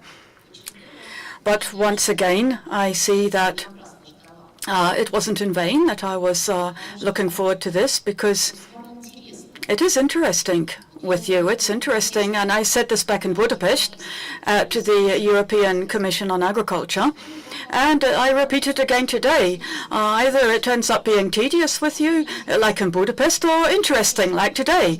And I hope that after what I say, I hope if you want to listen, I hope it will be interesting for you too. And I hope that, well, it's hard to say, will you draw conclusions? That's your right, of course, but think at least, think about what it is you're actually saying here, not just here, but the message that you're sending via the direct broadcast to the whole world. But at the outset, let me make the statement I was going to make. The Russian Federation has studied closely the document of the Secretariat, ERC35. And at the outset, let me note that the report does contain a number of serious distortions and oversights. We continue to note that the FAO is overstepping its mandate when it qualifies the conflict in Ukraine as a war. And this is all the more incorrect, given that neither the UN General Assembly documents nor the UN Security Council documents, and they have the relevant mandate, do not go so far. And then there's the way that the transportation of Ukrainian produce via solidarity corridors to the EU is presented solely in a positive light. But the document makes no mention at all of the consequences this is having for European producers and for food safety. Meanwhile, all of the main TV channels in 2024 and also in 2025 were showing footage with farmers' protests in Poland and Germany, in France, and the manure dumped before the Prime Minister's residence there in Belgium and Italy and Greece and Lithuania and Latvia and a number of other countries. They were unhappy with the decision of the European Commission to open the doors wide and to bring out everything they possibly could from Ukraine into the European Union without thinking about what's going to happen for the domestic producers. What will the impact be for them? This is dumping. This is direct dumping, price dumping. And the farmers' livelihoods drop. Incomes for farmers in Europe drop. But this was a decision of the European Commission, the EU. Well, if this is what you want, continue. It's strange that the FAO Secretariat isn't paying attention to this. The report also makes no mention of the impact of unilateral sanctions on Belarus and Russia and on logistics disruptions and food inflation. And this is all the more strange given that the 2025 State of the Food Security and Nutrition in the World report already recognized that sanctions did provoke a food price hike. The UK representative now said just now that the report said no such thing. Let me put the question then. We know for a fact that the EU delegation sent a letter to the FAO Secretariat. A letter stating directly that the topic on the impact of sanctions on food inflation in the report was unjustifiably included, and that if FAO continues, then the EU would rethink its cooperation with the organization. And what's more, this letter also said that it demands EU management to be held to account for this. Now, I have this letter. And we have kept it since 2025. We didn't circulate it, but after your statement, well, we probably will circulate it so that you can all read it. And so that you can all put the question to the representative of the United Kingdom. If there's if the report didn't say this, why were you making threats to the FAO management? How can you make threats about something that isn't in the report? But you were making these threats because it is in the report. You didn't say it's directly written in the report, but it is very clear in the report, and this is why these threats were made to the FAO Secretariat. And you can be 100% sure that I'm not just saying these words for nothing. I will circulate this letter. I will circulate to all members with the relevant commentary so that they can read it and so that they can see what we're talking about here. Now, let me continue. I believe, and this is a principled position here, that the FAO should continue to analyze the impact of sanctions. Not just the impact of sanctions on Russia and Belarus, who have ended up in all of this quite by chance, because this Belarus, the sanctions were imposed in 2022 and before 2022, and Minsk has recalled this constantly. Before Russia's special military operation began, there were sanctions imposed on Belarus before 2022. We'll let that be on your conscience. But FAO is not some EU commissioner's office. FAO is an organization, an intergovernmental, an interstate organization, which is guided by the principle of neutrality above all, and works in the interests of all countries. Now, if the EU or EU members don't like something about this, that's their issue, but all of the other countries need FAO's information, and they will receive it. Now I continue on the substance. We have listened carefully to all of the statements, and to be honest, I've heard nothing truly new. Meanwhile, the further we go, the clearer we can assess what really happened with food markets in 2022, including in comparison with other conflicts. Now, in Russia, we have a saying that's equivalent of every cloud has a silver lining, and the information note of FAO on the consequences of the conflict in the Middle East does contain an important, direct assertion about the fact that the consequences of the conflict in Ukraine for food security were short-term in nature.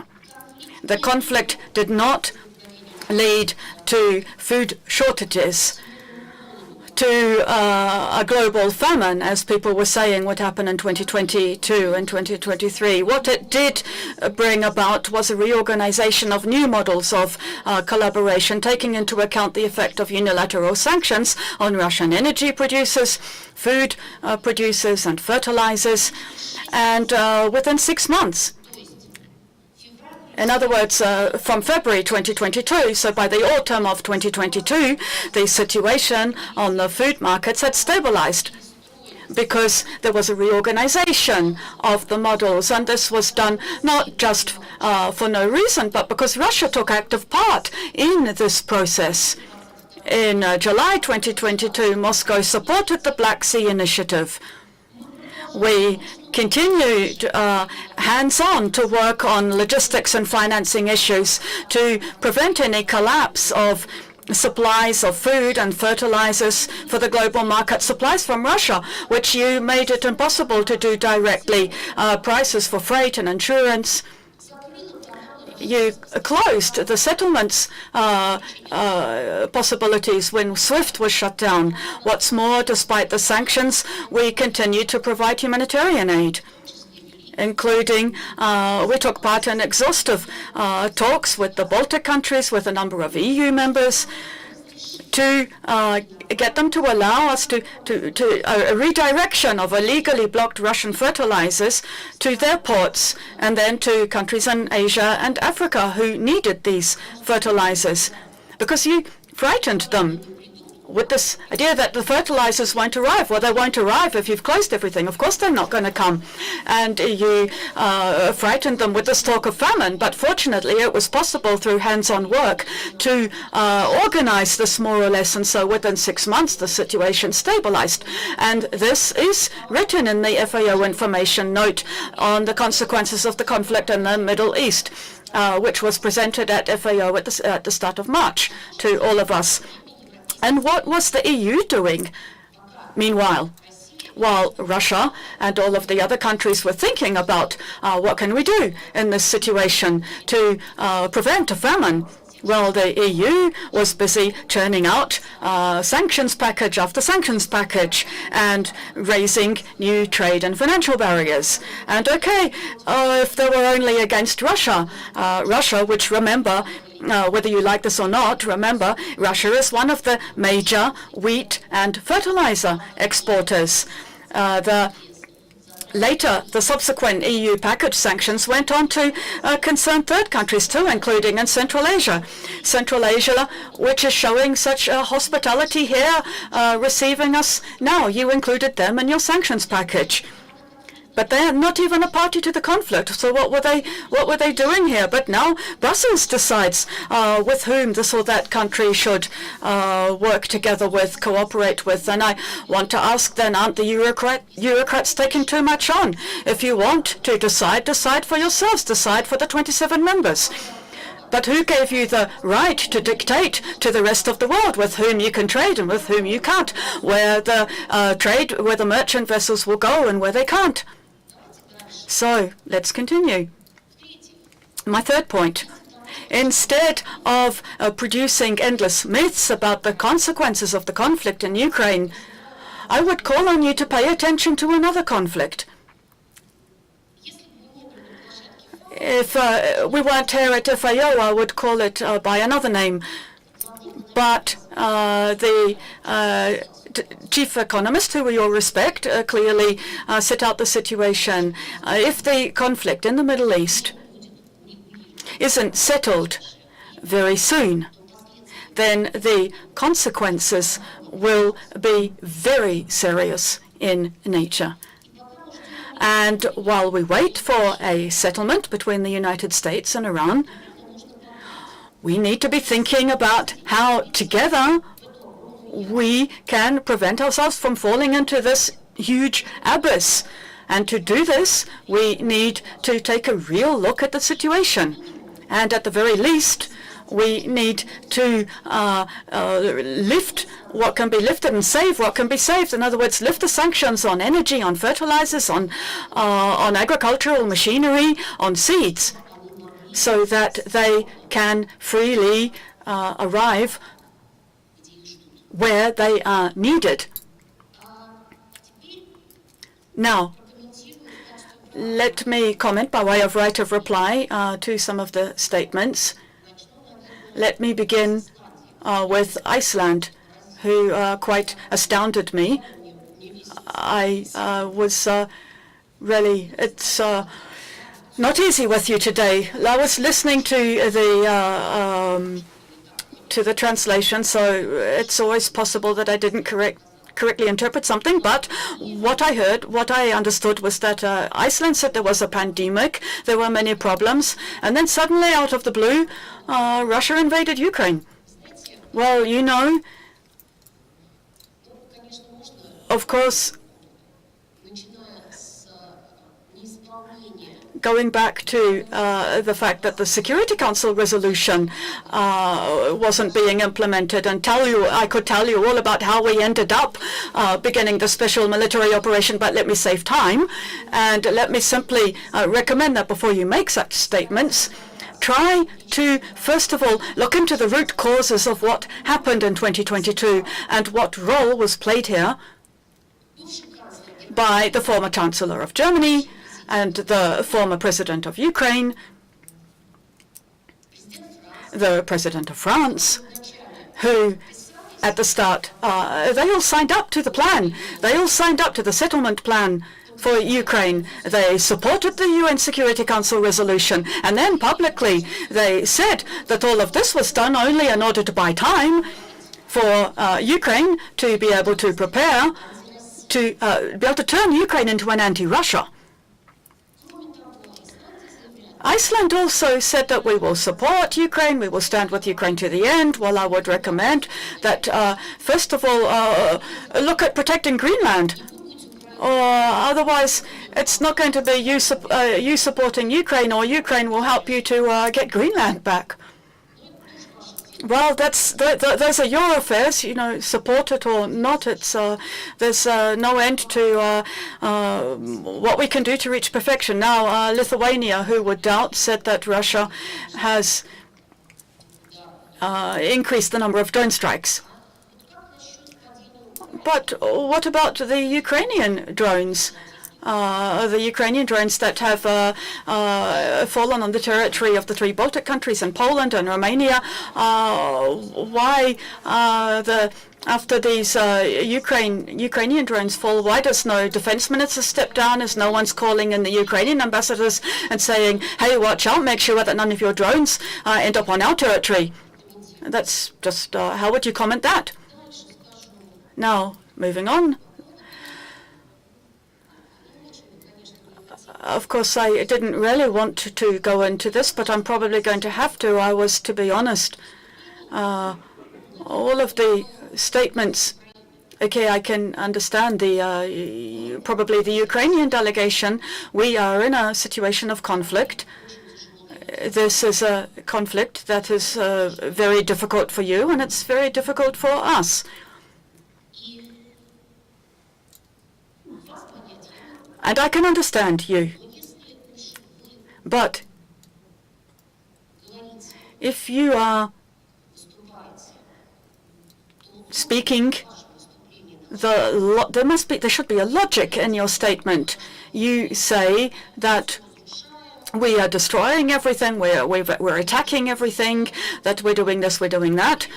But at the same time, you talk about how much of an increase you've had in your harvests and how you're sharing your experience, how you've opened an agriculture hub in Ghana, which we're fine. We've got nothing against that, but there was also a figure that you took a figure from open Ukrainian sources, which I would add last year Ukraine earned on agriculture exports 22.5 million euros. That's net profit, export profit, plus 15% compared to 2024. So, in the world, can you name any country, a country that's in a state of war, where exports just from one economic sector is producing such figures? Maybe Palestine, or maybe Lebanon, or some other country in a state of conflict could produce such growth figures and such export figures. I have nothing against, Russia has nothing against this by all means, but when you say that you're suffering in every way, and at the same time, in the same statement, you tell us what achievements you've had, how you are covering this, and but this does raise questions. Now, Germany is talking about 40 million euros in non-military aid. Well, it would be interesting to hear when the corruption scandals in Ukraine at the end, when they're fully revealed, how much of the stolen money will be German money. The money that German taxpayers have contributed to the budget to provide this aid, and you're never going to get this money back. And the loans which you're giving, you're never going to get them back. The only thing that you can do is to, using this money, bring out everything you possibly can or buy it. And it would seem that this is what is pushing you into continuing this whole business. Now on the strikes, various strikes. Everybody has been talking about Russia. Russia should end this. Russia should do this. Russia should do that. But why do you say nothing about what Ukraine should do, about Ukraine stopping its strikes against Russian enterprises producing fertilizers and against our livestock farms? Enterprises that are producing pasta, for example, pipelines that are not even on Russian territory. But the latest strike was on the Caspian pipeline consortium. What connection does it have? This is an international consortium. It's not a Russian consortium. Tankers, bulk carriers, including in the Mediterranean and the Black Seas, and international neutral waters. Ukrainians are striking civilian vessels, not even flying the Russian flag, vessels heading to other ports abroad, carrying produce, fuel, and bearing the flag of other countries. But that doesn't stop anyone, and it doesn't stop you. But you prefer to say nothing about this because you have a certain position and you will not go beyond that position, or you do not want to. And finally, there's much more I could say. I've made many more notes, but I won't tire you. I simply believe that listening to you, I have the impression that you're trying to convince each other about the strength of your support. You're trying to convince Ukraine that we're not going to abandon you. but you're winding up the programs for aid for Ukrainian refugees and sending Ukrainian men back by the lot, although you know what this will end up with. These people won't have money to pay the bribes they need to pay to end up not being mobilized into the ranks of the Ukrainian armed forces. They don't want to go back. You are returning them back, but you talk about human rights at the same time. Well, you say, well, let them stay there. No, they don't. You want to keep waging this war to the last Ukrainian, so you send them back. Rather than having a concern, send them back. So this draft decision that was prepared, it's not going to bring the end of the conflict any closer. And few believe that this conflict is really having such a terrible, terrible impact on food security. No, people don't believe this anymore. We see what's happening in the Middle East, which is showing us what consequences for food security really mean. But this draft decision, it is something that we could work on, in fact. And in my statement, I actually had a point about this. But if you all so much want to be constructive, if you want to work within the mandate, well, let's sit down, let's take a look at the text, let's try to find a consensus. After all, any positive initiative is about some kind of consensus, compromise. But this proposal makes no sense now, because a number of delegations have only said that either on block or not at all. And this EU package, you already knew about this decision, but you haven't invited other members of this conference, like you, members like you are. Okay, Russia and Belarus, but what about Armenia, Azerbaijan, our Central Asian the Central Asian countries? You haven't invited them. You haven't asked them. What do they want to see in this text? You don't need this. I'm coming back to what I said yesterday, that here you represent 90%, and you are talking, you're saying, and you hear only what you want to, or what you've been told to say and to hear from Brussels. But that's your internal business. So now all of this just once again shows that you've got your task, you've been given your task, you've spoken, and everything is all very nice and good. But if you don't want to sit down and work on it, work on the draft decision, if you want it only done on block, we know what's going to happen next. So I propose that we save time, and if you want it done this way, okay, let's try to do it this way and see what happens. You all adopt it. I heard many in the corridors yesterday talking about, the Russian Federation already knows how this is going to end. Why are we drawing out the time? I'm not. I knew before I came. I knew before I entered this room. I knew how it would all end. And on the item 17 and on item 14, if you think that yesterday when you put the vote on excluding item 17 that this would be some kind of surprise for me, that we hadn't even thought about that. Well, of course, no, we were well aware of what would happen. We were well aware. I did this with another purpose, because someone has to speak the truth.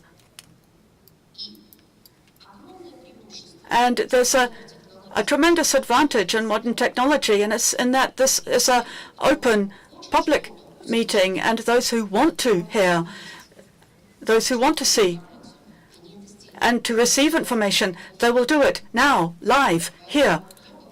And so I would recommend that you more carefully, thoroughly prepare your statements, and don't say things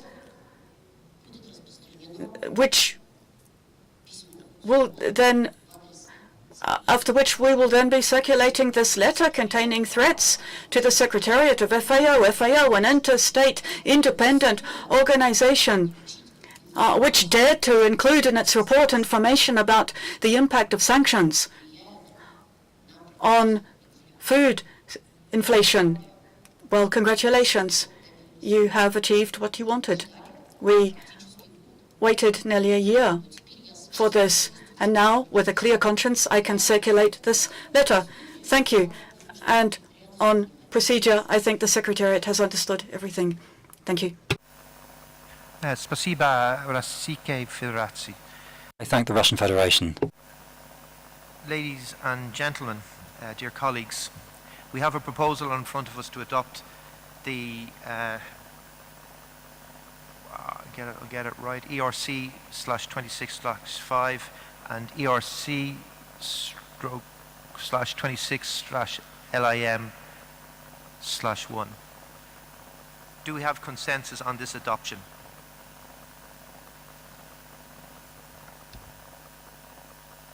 Russian Federation, please. Thank you very much, Chair. We can't agree on this text, therefore we ask it to be put to a vote. And I'd like to exercise my right to have a secret vote. Thank you.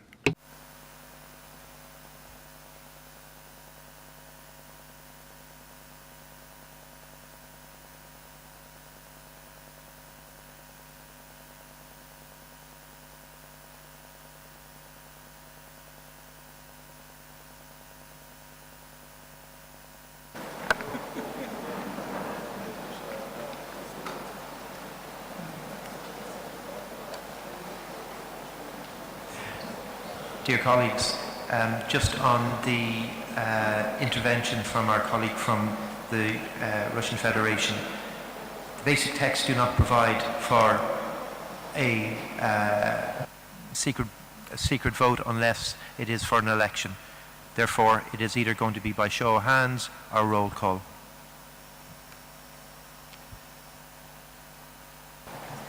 Russian Federation. Well, okay then. It doesn't have to be secret. Then everybody will see the result. Thank you. Thank you, Russian Federation.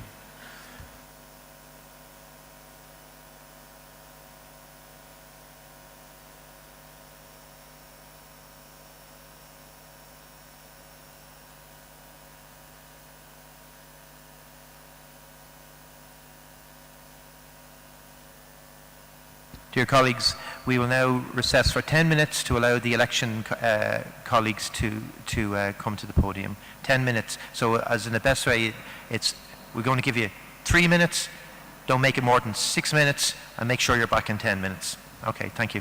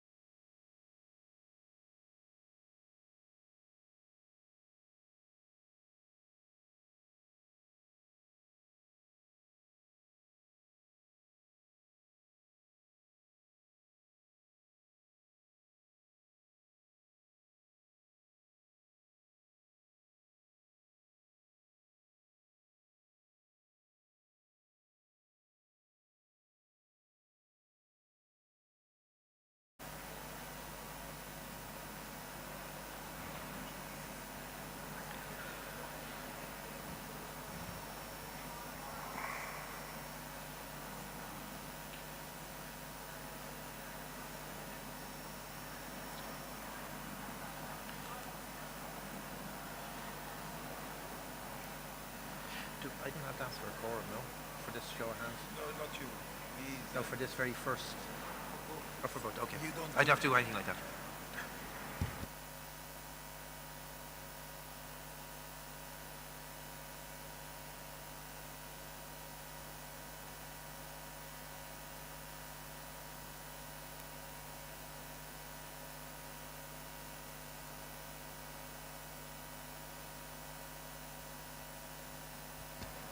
Dear colleagues, we have a... Please resume your seats. Ah, lads, you're having a laugh. Come on, we're here all day.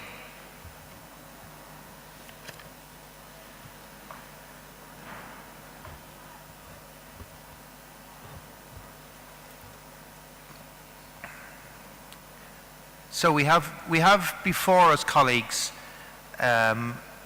a request from our colleague, our proposal from our colleague from the Russian Federation to have a secret vote.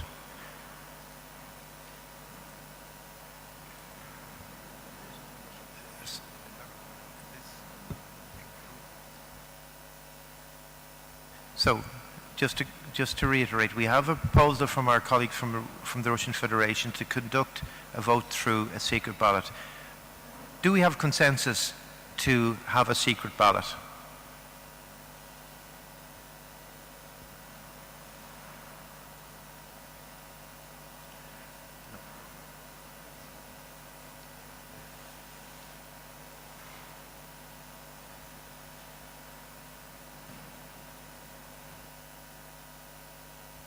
France. Thank you, Mr. Chair. If I understand clearly your question, it's do we have consensus for a secret ballot? That is your question? Because the answer is no, no secret ballot.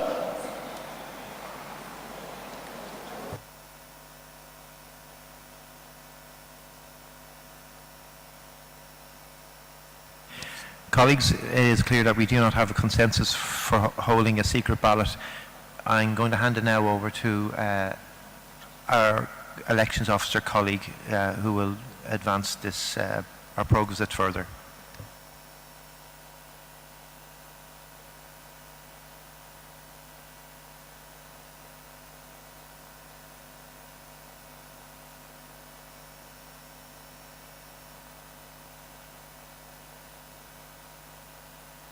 So colleagues, just to be clear and so that we know what we're voting on, the exact wording is as follows.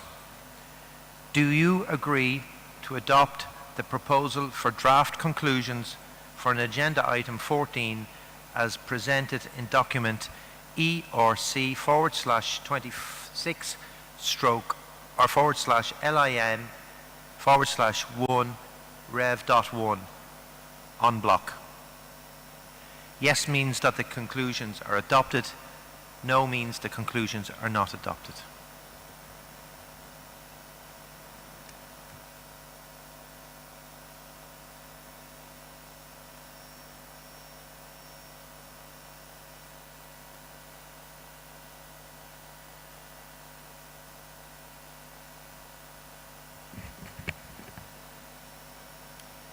Okay, thank you. Thank you, Chairperson. So we will now proceed with the voting. As also mentioned yesterday, we will proceed with the vote for the proposal as just read out by the Chairperson. By show of hands, which is the default manner of voting under paragraph 6 of General Rule 12, unless there is a request for a roll call voting. So, Russian Federation, procedural. Thank you very much, Chair. Yes, it's a procedural question. I would like to ask for a roll call vote. There's nothing, we have nothing to hide.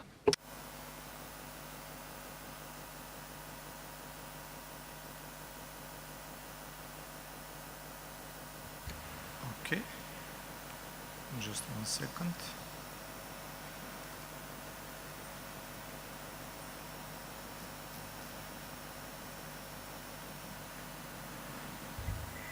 Okay, so as requested by the Russian Federation, we'll proceed with the roll call vote. Okay, this vote will include all delegations present here in the meeting room. The proposal will be adopted if it reaches a majority of the votes cast, with votes cast not including abstentions. This is set out in paragraphs 3 and 4 of the General Rule 12. So we are in presence of a request by a member to conduct the vote through a roll call in accordance with paragraph 7A of General Rule 12 of the General Rules of the organization, and we will proceed accordingly. The vote of each conference member participating in the vote by roll call will be included in the record of the session. In the roll call vote, the delegations of the conference members present in the room will be called out in alphabetical order to give a response yes if the delegation is in favor, no if the delegation is against, or abstain if the delegation wishes to abstain in the vote. When it is your turn, please turn on your microphone to answer the question. If no response is provided, the vote will progress to the next member, and at the conclusion of the first call, the names of conference members who did not answer shall be called again. I should remind the delegates that in accordance with paragraph 14 of Rule 12 of the General Rules of the organization, once voting has commenced, no delegate or representative may interrupt the voting except to raise a point of order in connection with the vote. Before we begin the voting procedure, we must establish that we have a quorum. In accordance with Rule 2, a majority of members shall constitute a quorum. This means that at least 27 conference members must be present at this time. So I will invite the delegates, same as yesterday, to please raise your flags, keep it shortly up so that my colleagues from the Secretariat can count the presence in the room.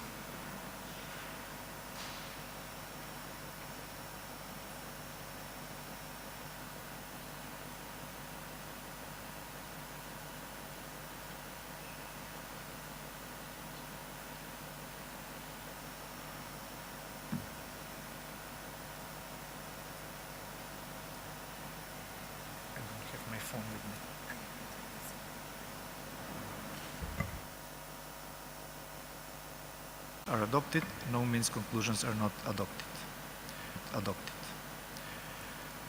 Finally, we must determine which member will be called first in the roll call by draw of a lot. So I will ask the chairperson to draw the lot now from the delegates that have registered for in-presence participation.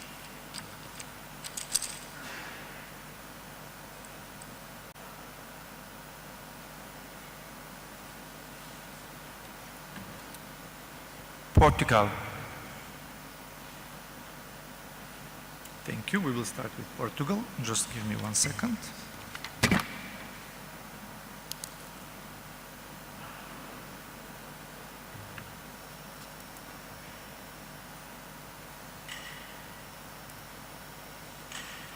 Okay, we will start now. Portugal. Portugal votes yes. Portugal, yes. Romania. Yes. Romania, yes. Russian Federation. Против. No. Russian Federation, no. Serbia. Serbia. Slovakia.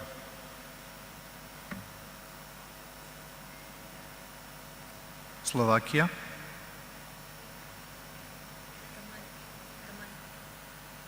Microphone, please. No. Okay. Slovenia. Yes. Slovenia, yes. Spain. Sí. Yes. Spain, yes. Sweden. Yes. Sweden, yes. Switzerland. Oui. Yes. Switzerland, yes. Tajikistan. Таджикистан против. Tajikistan votes against.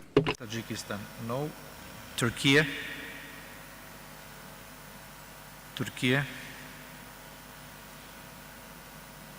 Turkmenistan. Turkmenistan. Ukraine. Yes. Ukraine, yes. United Kingdom. Yes. United Kingdom, yes. Uzbekistan. Uzbekistan. Albania. Please, the microphone. Sorry, you must hear in the microphone. Yes. Albania, yes. Armenia. Armenia. Austria. Yes. Austria, yes. Azerbaijan. Azerbaijan. Belarus. Против. No. Belarus, no. Belgium. Yes. Belgium, yes. Bulgaria. Yes. Bulgaria, yes. Croatia. Yes. Croatia, yes. Cyprus. Yes. Cyprus, yes. Czechia. Czechia. No. Denmark. Yes. Denmark, yes. Estonia. Yes. Estonia, yes. Finland. Yes. Finland, yes. France. Yes. France, yes. Georgia. Georgia. Germany. Yes. Germany, yes. Greece. Yes. Greece, yes. Iceland. Yes. Iceland, yes. Ireland. Tar, yes. Ireland, yes. Italy. Italy votes yes. Italy, yes. Kazakhstan. Kazakhstan. Kyrgyzstan. Kyrgyzstan. Latvia. Yes. Latvia, yes. Lithuania. Yes. Lithuania, yes. Luxembourg. Yes. Luxembourg, yes. Malta. Yes. Malta, yes. Montenegro. Montenegro. No. Netherlands. Yes. Netherlands, yes. North Macedonia. North Macedonia. Norway. Norway, yes. Norway, yes. And Poland. Yes. Poland, yes. Thank you. So we will now proceed with the second call for those that did not answer. Start with Serbia, Slovakia,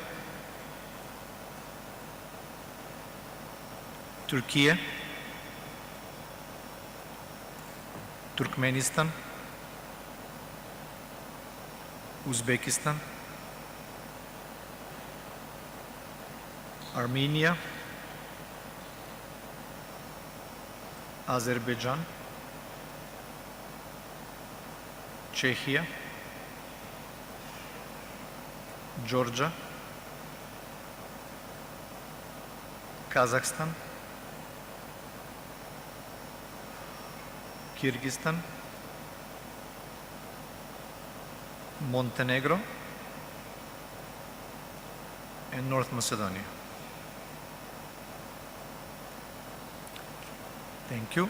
Voting is now completed, so I will process the results and provide to the chairperson the results for announcement shortly.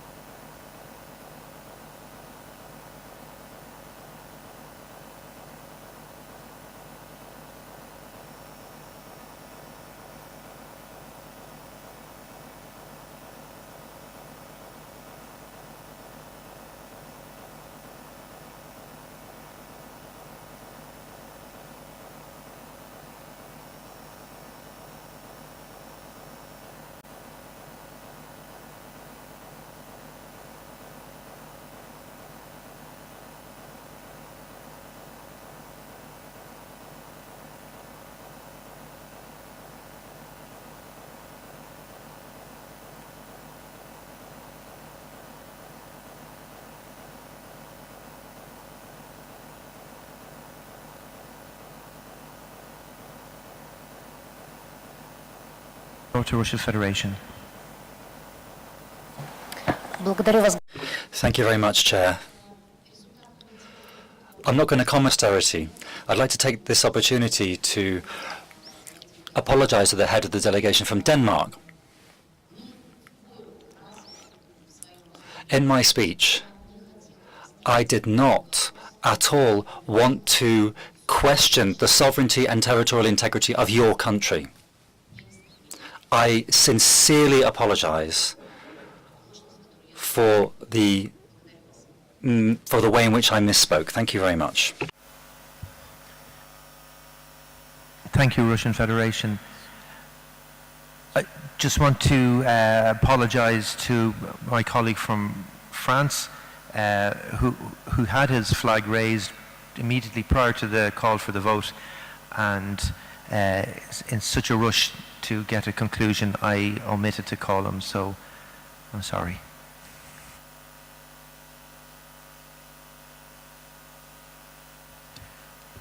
France, you may have the floor.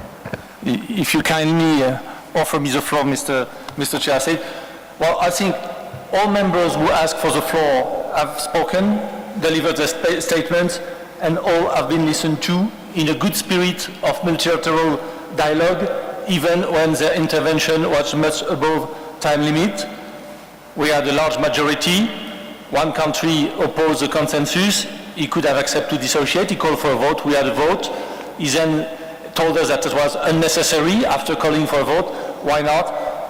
The vote took place and we know the result. Thank you. Thank you, France.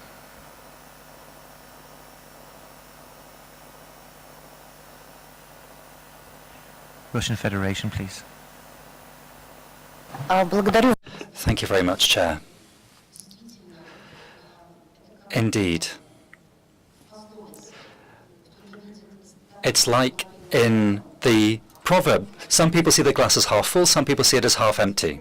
You see it half full, and some others see your decision as half empty.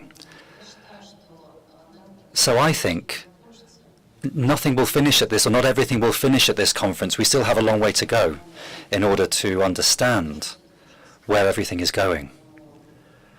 So, I can argue with you about consensus, but let's not continue this discussion. I have a number of questions about the plan for our further work, and Chair, if you could tell us how it would be possible to put those questions, then I would be happy to do so. Thank you very much.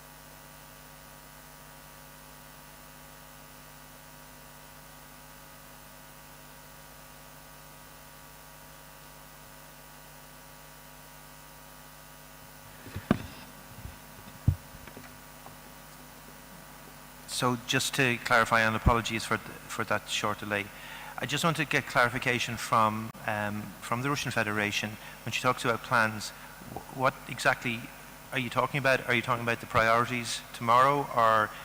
There's none of the documents for these sessions were published in Russian, or they were published with a delay. And given the fact that in order to outline our positions, a number of different ministries have to be involved.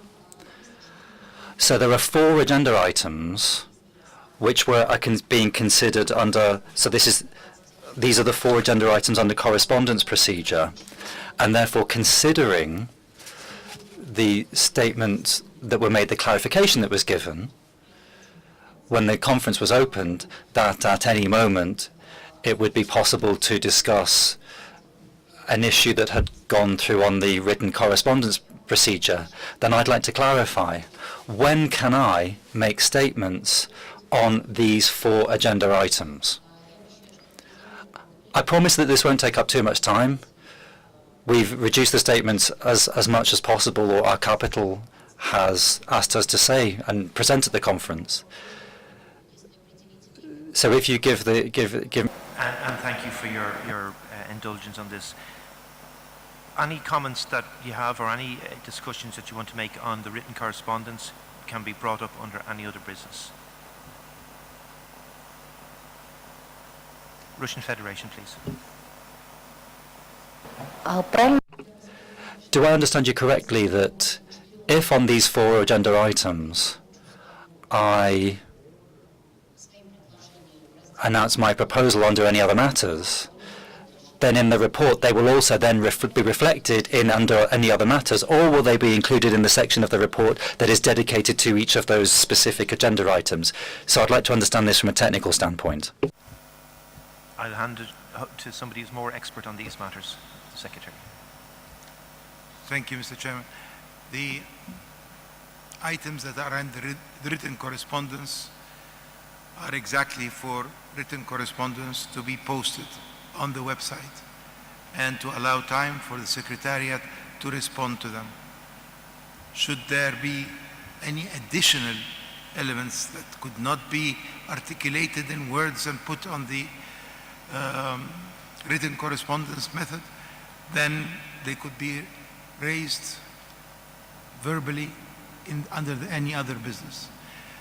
Should any member wish to make any comments about these and send them to the Secretariat, we'll be more than happy to receive them as of today and post them under the corresponding agenda item published on the written correspondence and distributed to all members. Thank you.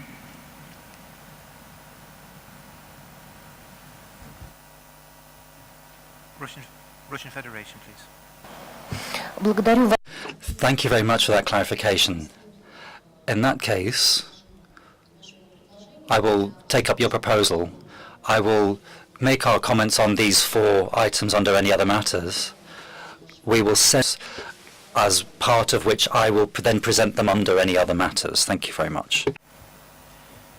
Thank you, Russian Federation, and of course we will endeavour to accommodate you on that. Ladies and gentlemen, delegates, dear colleagues, we are at the end of our business for today. It has been a long day, but no, Denmark, I apologize, my rush to get out the door. Well, just a very short comment, thank you. Thank you for the corrigendum from the side of Russia. I just want to add, for the interest it may have, that back in 1933, there was a dispute between one Scandinavian country and another, and that was Norway and Denmark, over the sovereignty over Greenland. And that dispute was settled in the predecessor to the International Court of Justice. No lives lost, no hard feelings afterwards. The court had ruled and we respected it. And, well, we have a feeling that we set a precedent which can still be followed roundabout. Thanks.